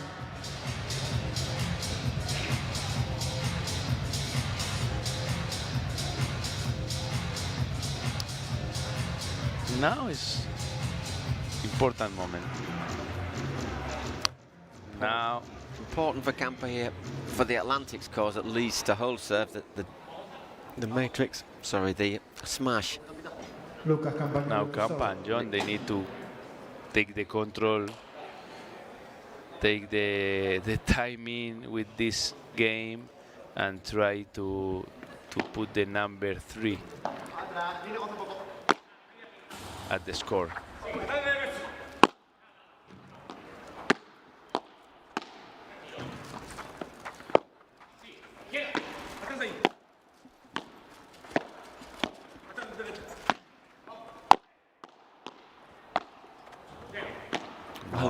Well played, Gunther, defending tremendously. But nothing he could do with that in the end. Could only pop it upwards. Campa smashes it home. There are players that they are they are artists. Gonzalo Alfonso is an artist.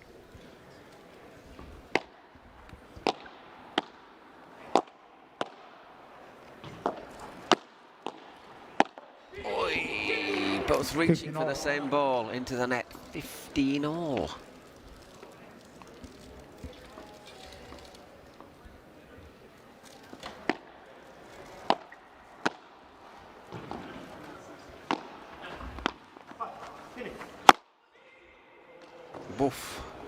30-15, hits it low and flat. Now Campa is playing very smart. How many sprints has Gonçalo Alfonso made in this match so far? Short, quick, tiring sprints. Yes. Which is one of the part of the tactics. Once again, he goes around the back. And that's a brilliant smash. So he is taking all of the smashes for the Las Vegas smash. I think that Gonçalo Alfonso, maybe he won the 90% of the matches. A lot.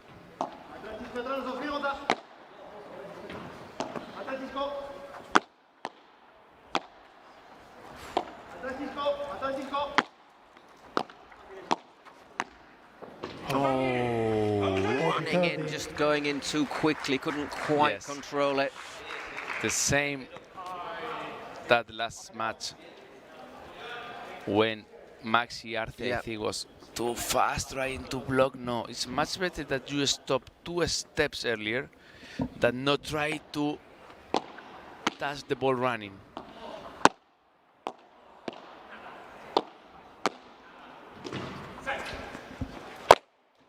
Is the game. Great smash from John Sands. 3-1. So they've had to work on that, but they've consolidated that service break. And now it's their chance to put a bit more pressure on the smash. Probably, I'm confused, but I have the feeling that Gonçalo Alfonso is close to lose the, not the control, but just tiring. The patience. Love 15. Well, he's doing a lot already. Love 15. Yes, and the feeling is that John and Campa, no, they are gaining the upper hand. No, they are step by step. It's a very equal match, but look, these things. Love 30. Of course, I mean, the question is tiredness going to start forcing Gonçalo to make the odd little error that he hasn't made up to now? I don't know if physical tired or mental tired, or both. Because I think that he has the feeling that I'm trying to push, but 7-6, 3-1, down.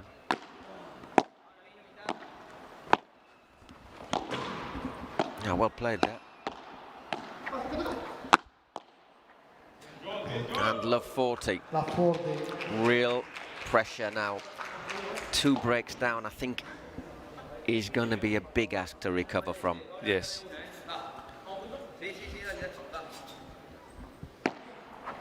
Good serve.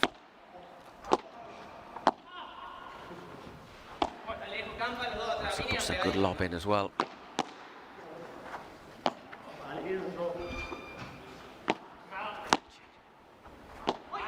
Once again, Gonçalo goes for it. And leaves it short this time. Yes. That little bit of tiredness perhaps creeping in. 2 breaks to the good for the Atlantics. John Sands to serve when we come back.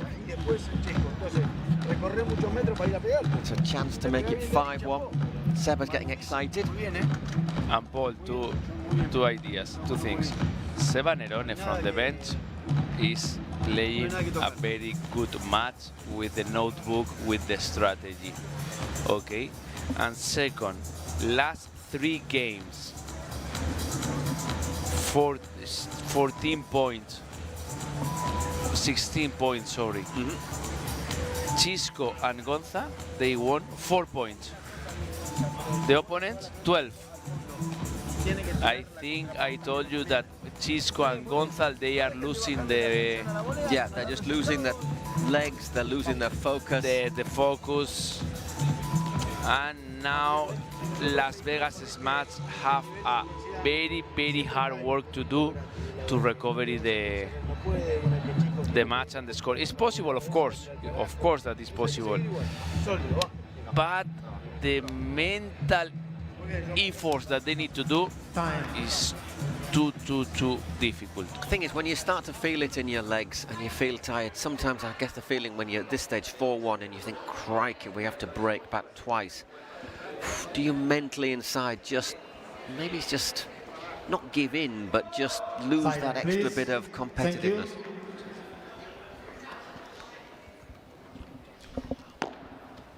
A bit long from Jean Sant there.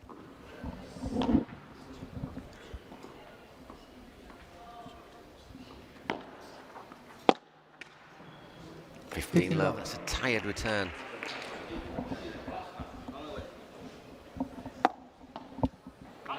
The feeling is that Las Vegas Smash, they are losing hope. No?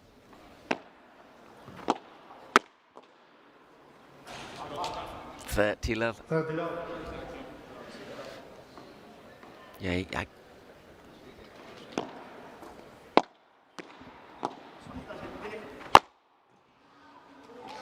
40 love. Just get that. That is very much the feeling I'm getting at this moment. The feeling I'm having is that last game was the killer. And they are disconnected, Paul.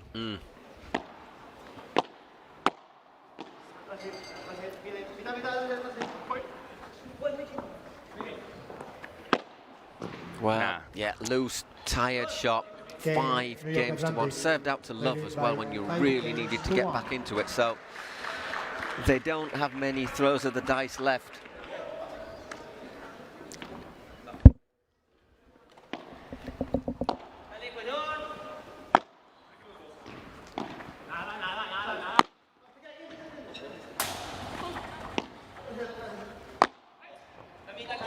Loops in there from Campa. And it's got the legs on it.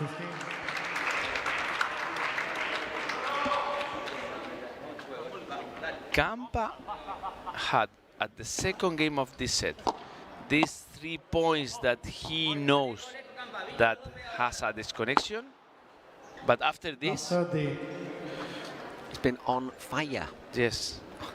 30, Love 30. This could end in this game unless they just recover their focus again. 1 hour 118. 10 consecutive points. Well played, Gonzap.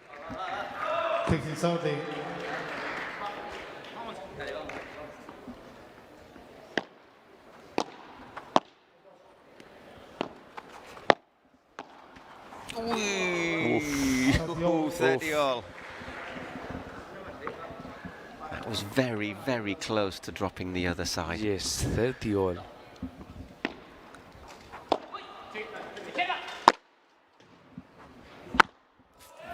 Whack, that nearly took the scoreboard out, actually. So, 30-40, 2 match points for the New York Atlantics. Yes.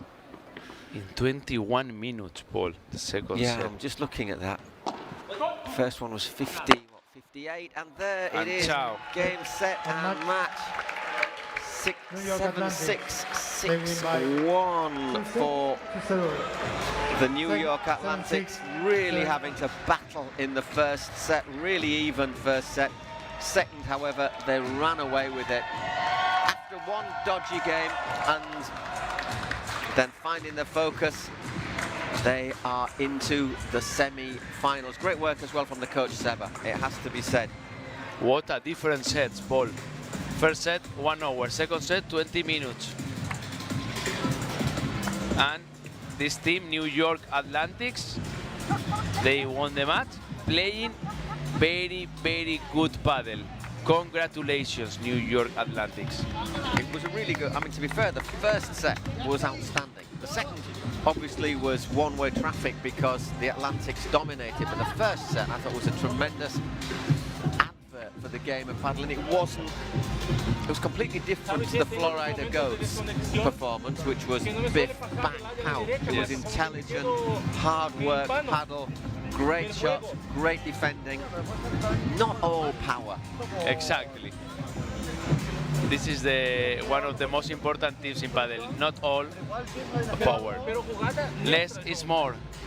But today, Campagnolo and John Sand, but Campagnolo plays so good. The thing is now, they play, is it the Goats? Well, we'll find, or is it Miami they play? Como José dice, como es tu lado habitual, no lo haces, o sea, no lo ves. ¿Sabes lo que te quiero decir? Igual aquí no adelanto la jugada. No, o le das más importancia. Es verdad que de arriba. They continue talking about. Porque tampoco juego derecho, por ejemplo, que tiene 3, 4 ángulos, llegas por 3, pero pego por 3 muchas veces de agobio, de no saber qué hacer. Sí, pero por eso te digo, pero tampoco entrenas, Wow. Sometimes I play por 3 because I feel stress and I don't know what I need to do. So I decided to hit it hard. If you play with this success, the por 3 please play the por 3 more times, no? Exactly. Anyhow, under pressure. We've got Eugenio waiting to talk to John and Campa, and after that we will, I think, bring you a little resume of what's happened today and what to look forward to tomorrow on semi-finals day. Okay, we've got Eugenia courtside on the court. She'll have a little word with John Sanz and Lucas Campagnola. The New York Atlantics just nailed that last spot in the semifinals of the men's division. Lucas Campagnolo, John Sanz, what a thrilling game. How did you feel after the intensity, the precision, everything? You gave it all. The crowd was roaring. Estaban, bueno, lo dieron todo y tenían a toda la afición aquí, bueno, en ansias. First of all, good night, New York. Really thank you to be until this time, too late. Friday night here watching padel. For us is a really pleasure in this amazing place. Thank you for the supporters, New York supporters. And about the match, really happy to win, happy to play again with a friend like John. We had against a really difficult couple like Chisco and Gonza. Congrats to them about the match.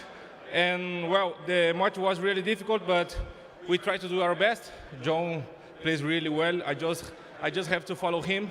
And well, really happy to play again tomorrow. And we hope to see everybody here again another time. You lied to me. You told me your English wasn't that good. It's amazing, right? And John Sanz, how do you get ready for that semifinal tomorrow? ¿Cómo se van a preparar para esa semifinal de mañana?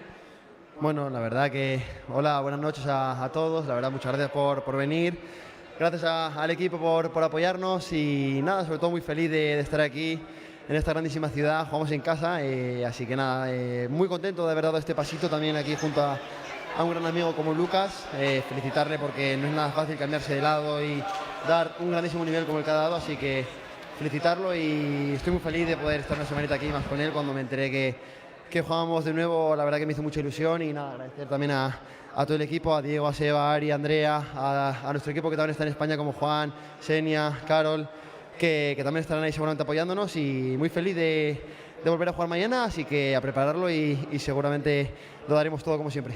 Well, in a nutshell, he's very excited and very proud to be representing the hometown, New York, and this is your winners, and we'll see you again tomorrow for the women's and men's semifinals, because the City Cup continues tomorrow at 4 p.m. We'll see you tomorrow. Bye-bye.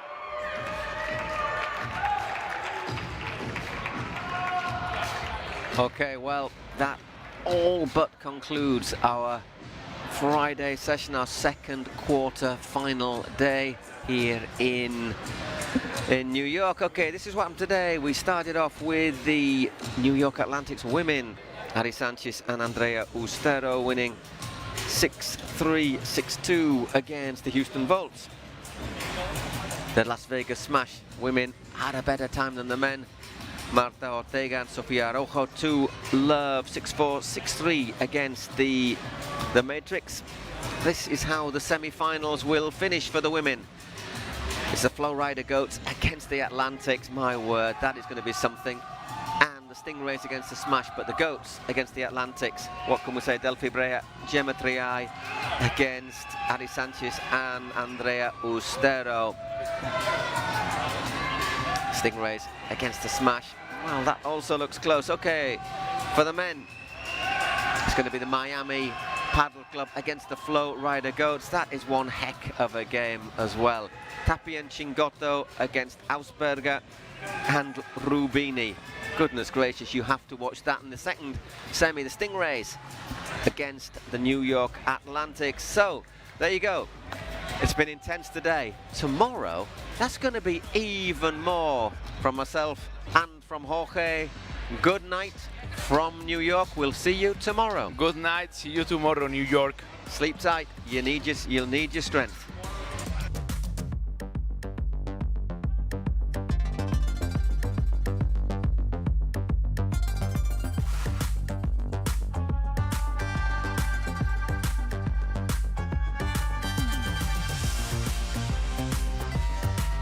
If history has taught us anything, it's not to root against the underdog. Against impossible odds, you don't stand down. You swing first. Kalshi. Trade on anything. Through ideas, imagination, effort, and enthusiasm, dreams are built. We are making Padel the sportive choice for thousands of people around the world. Each court built is a match won. And so, court by court, match by match, we are creating a limitless playing territory so that the unbeatable passion that Padel creates can be spread throughout the 5 continents.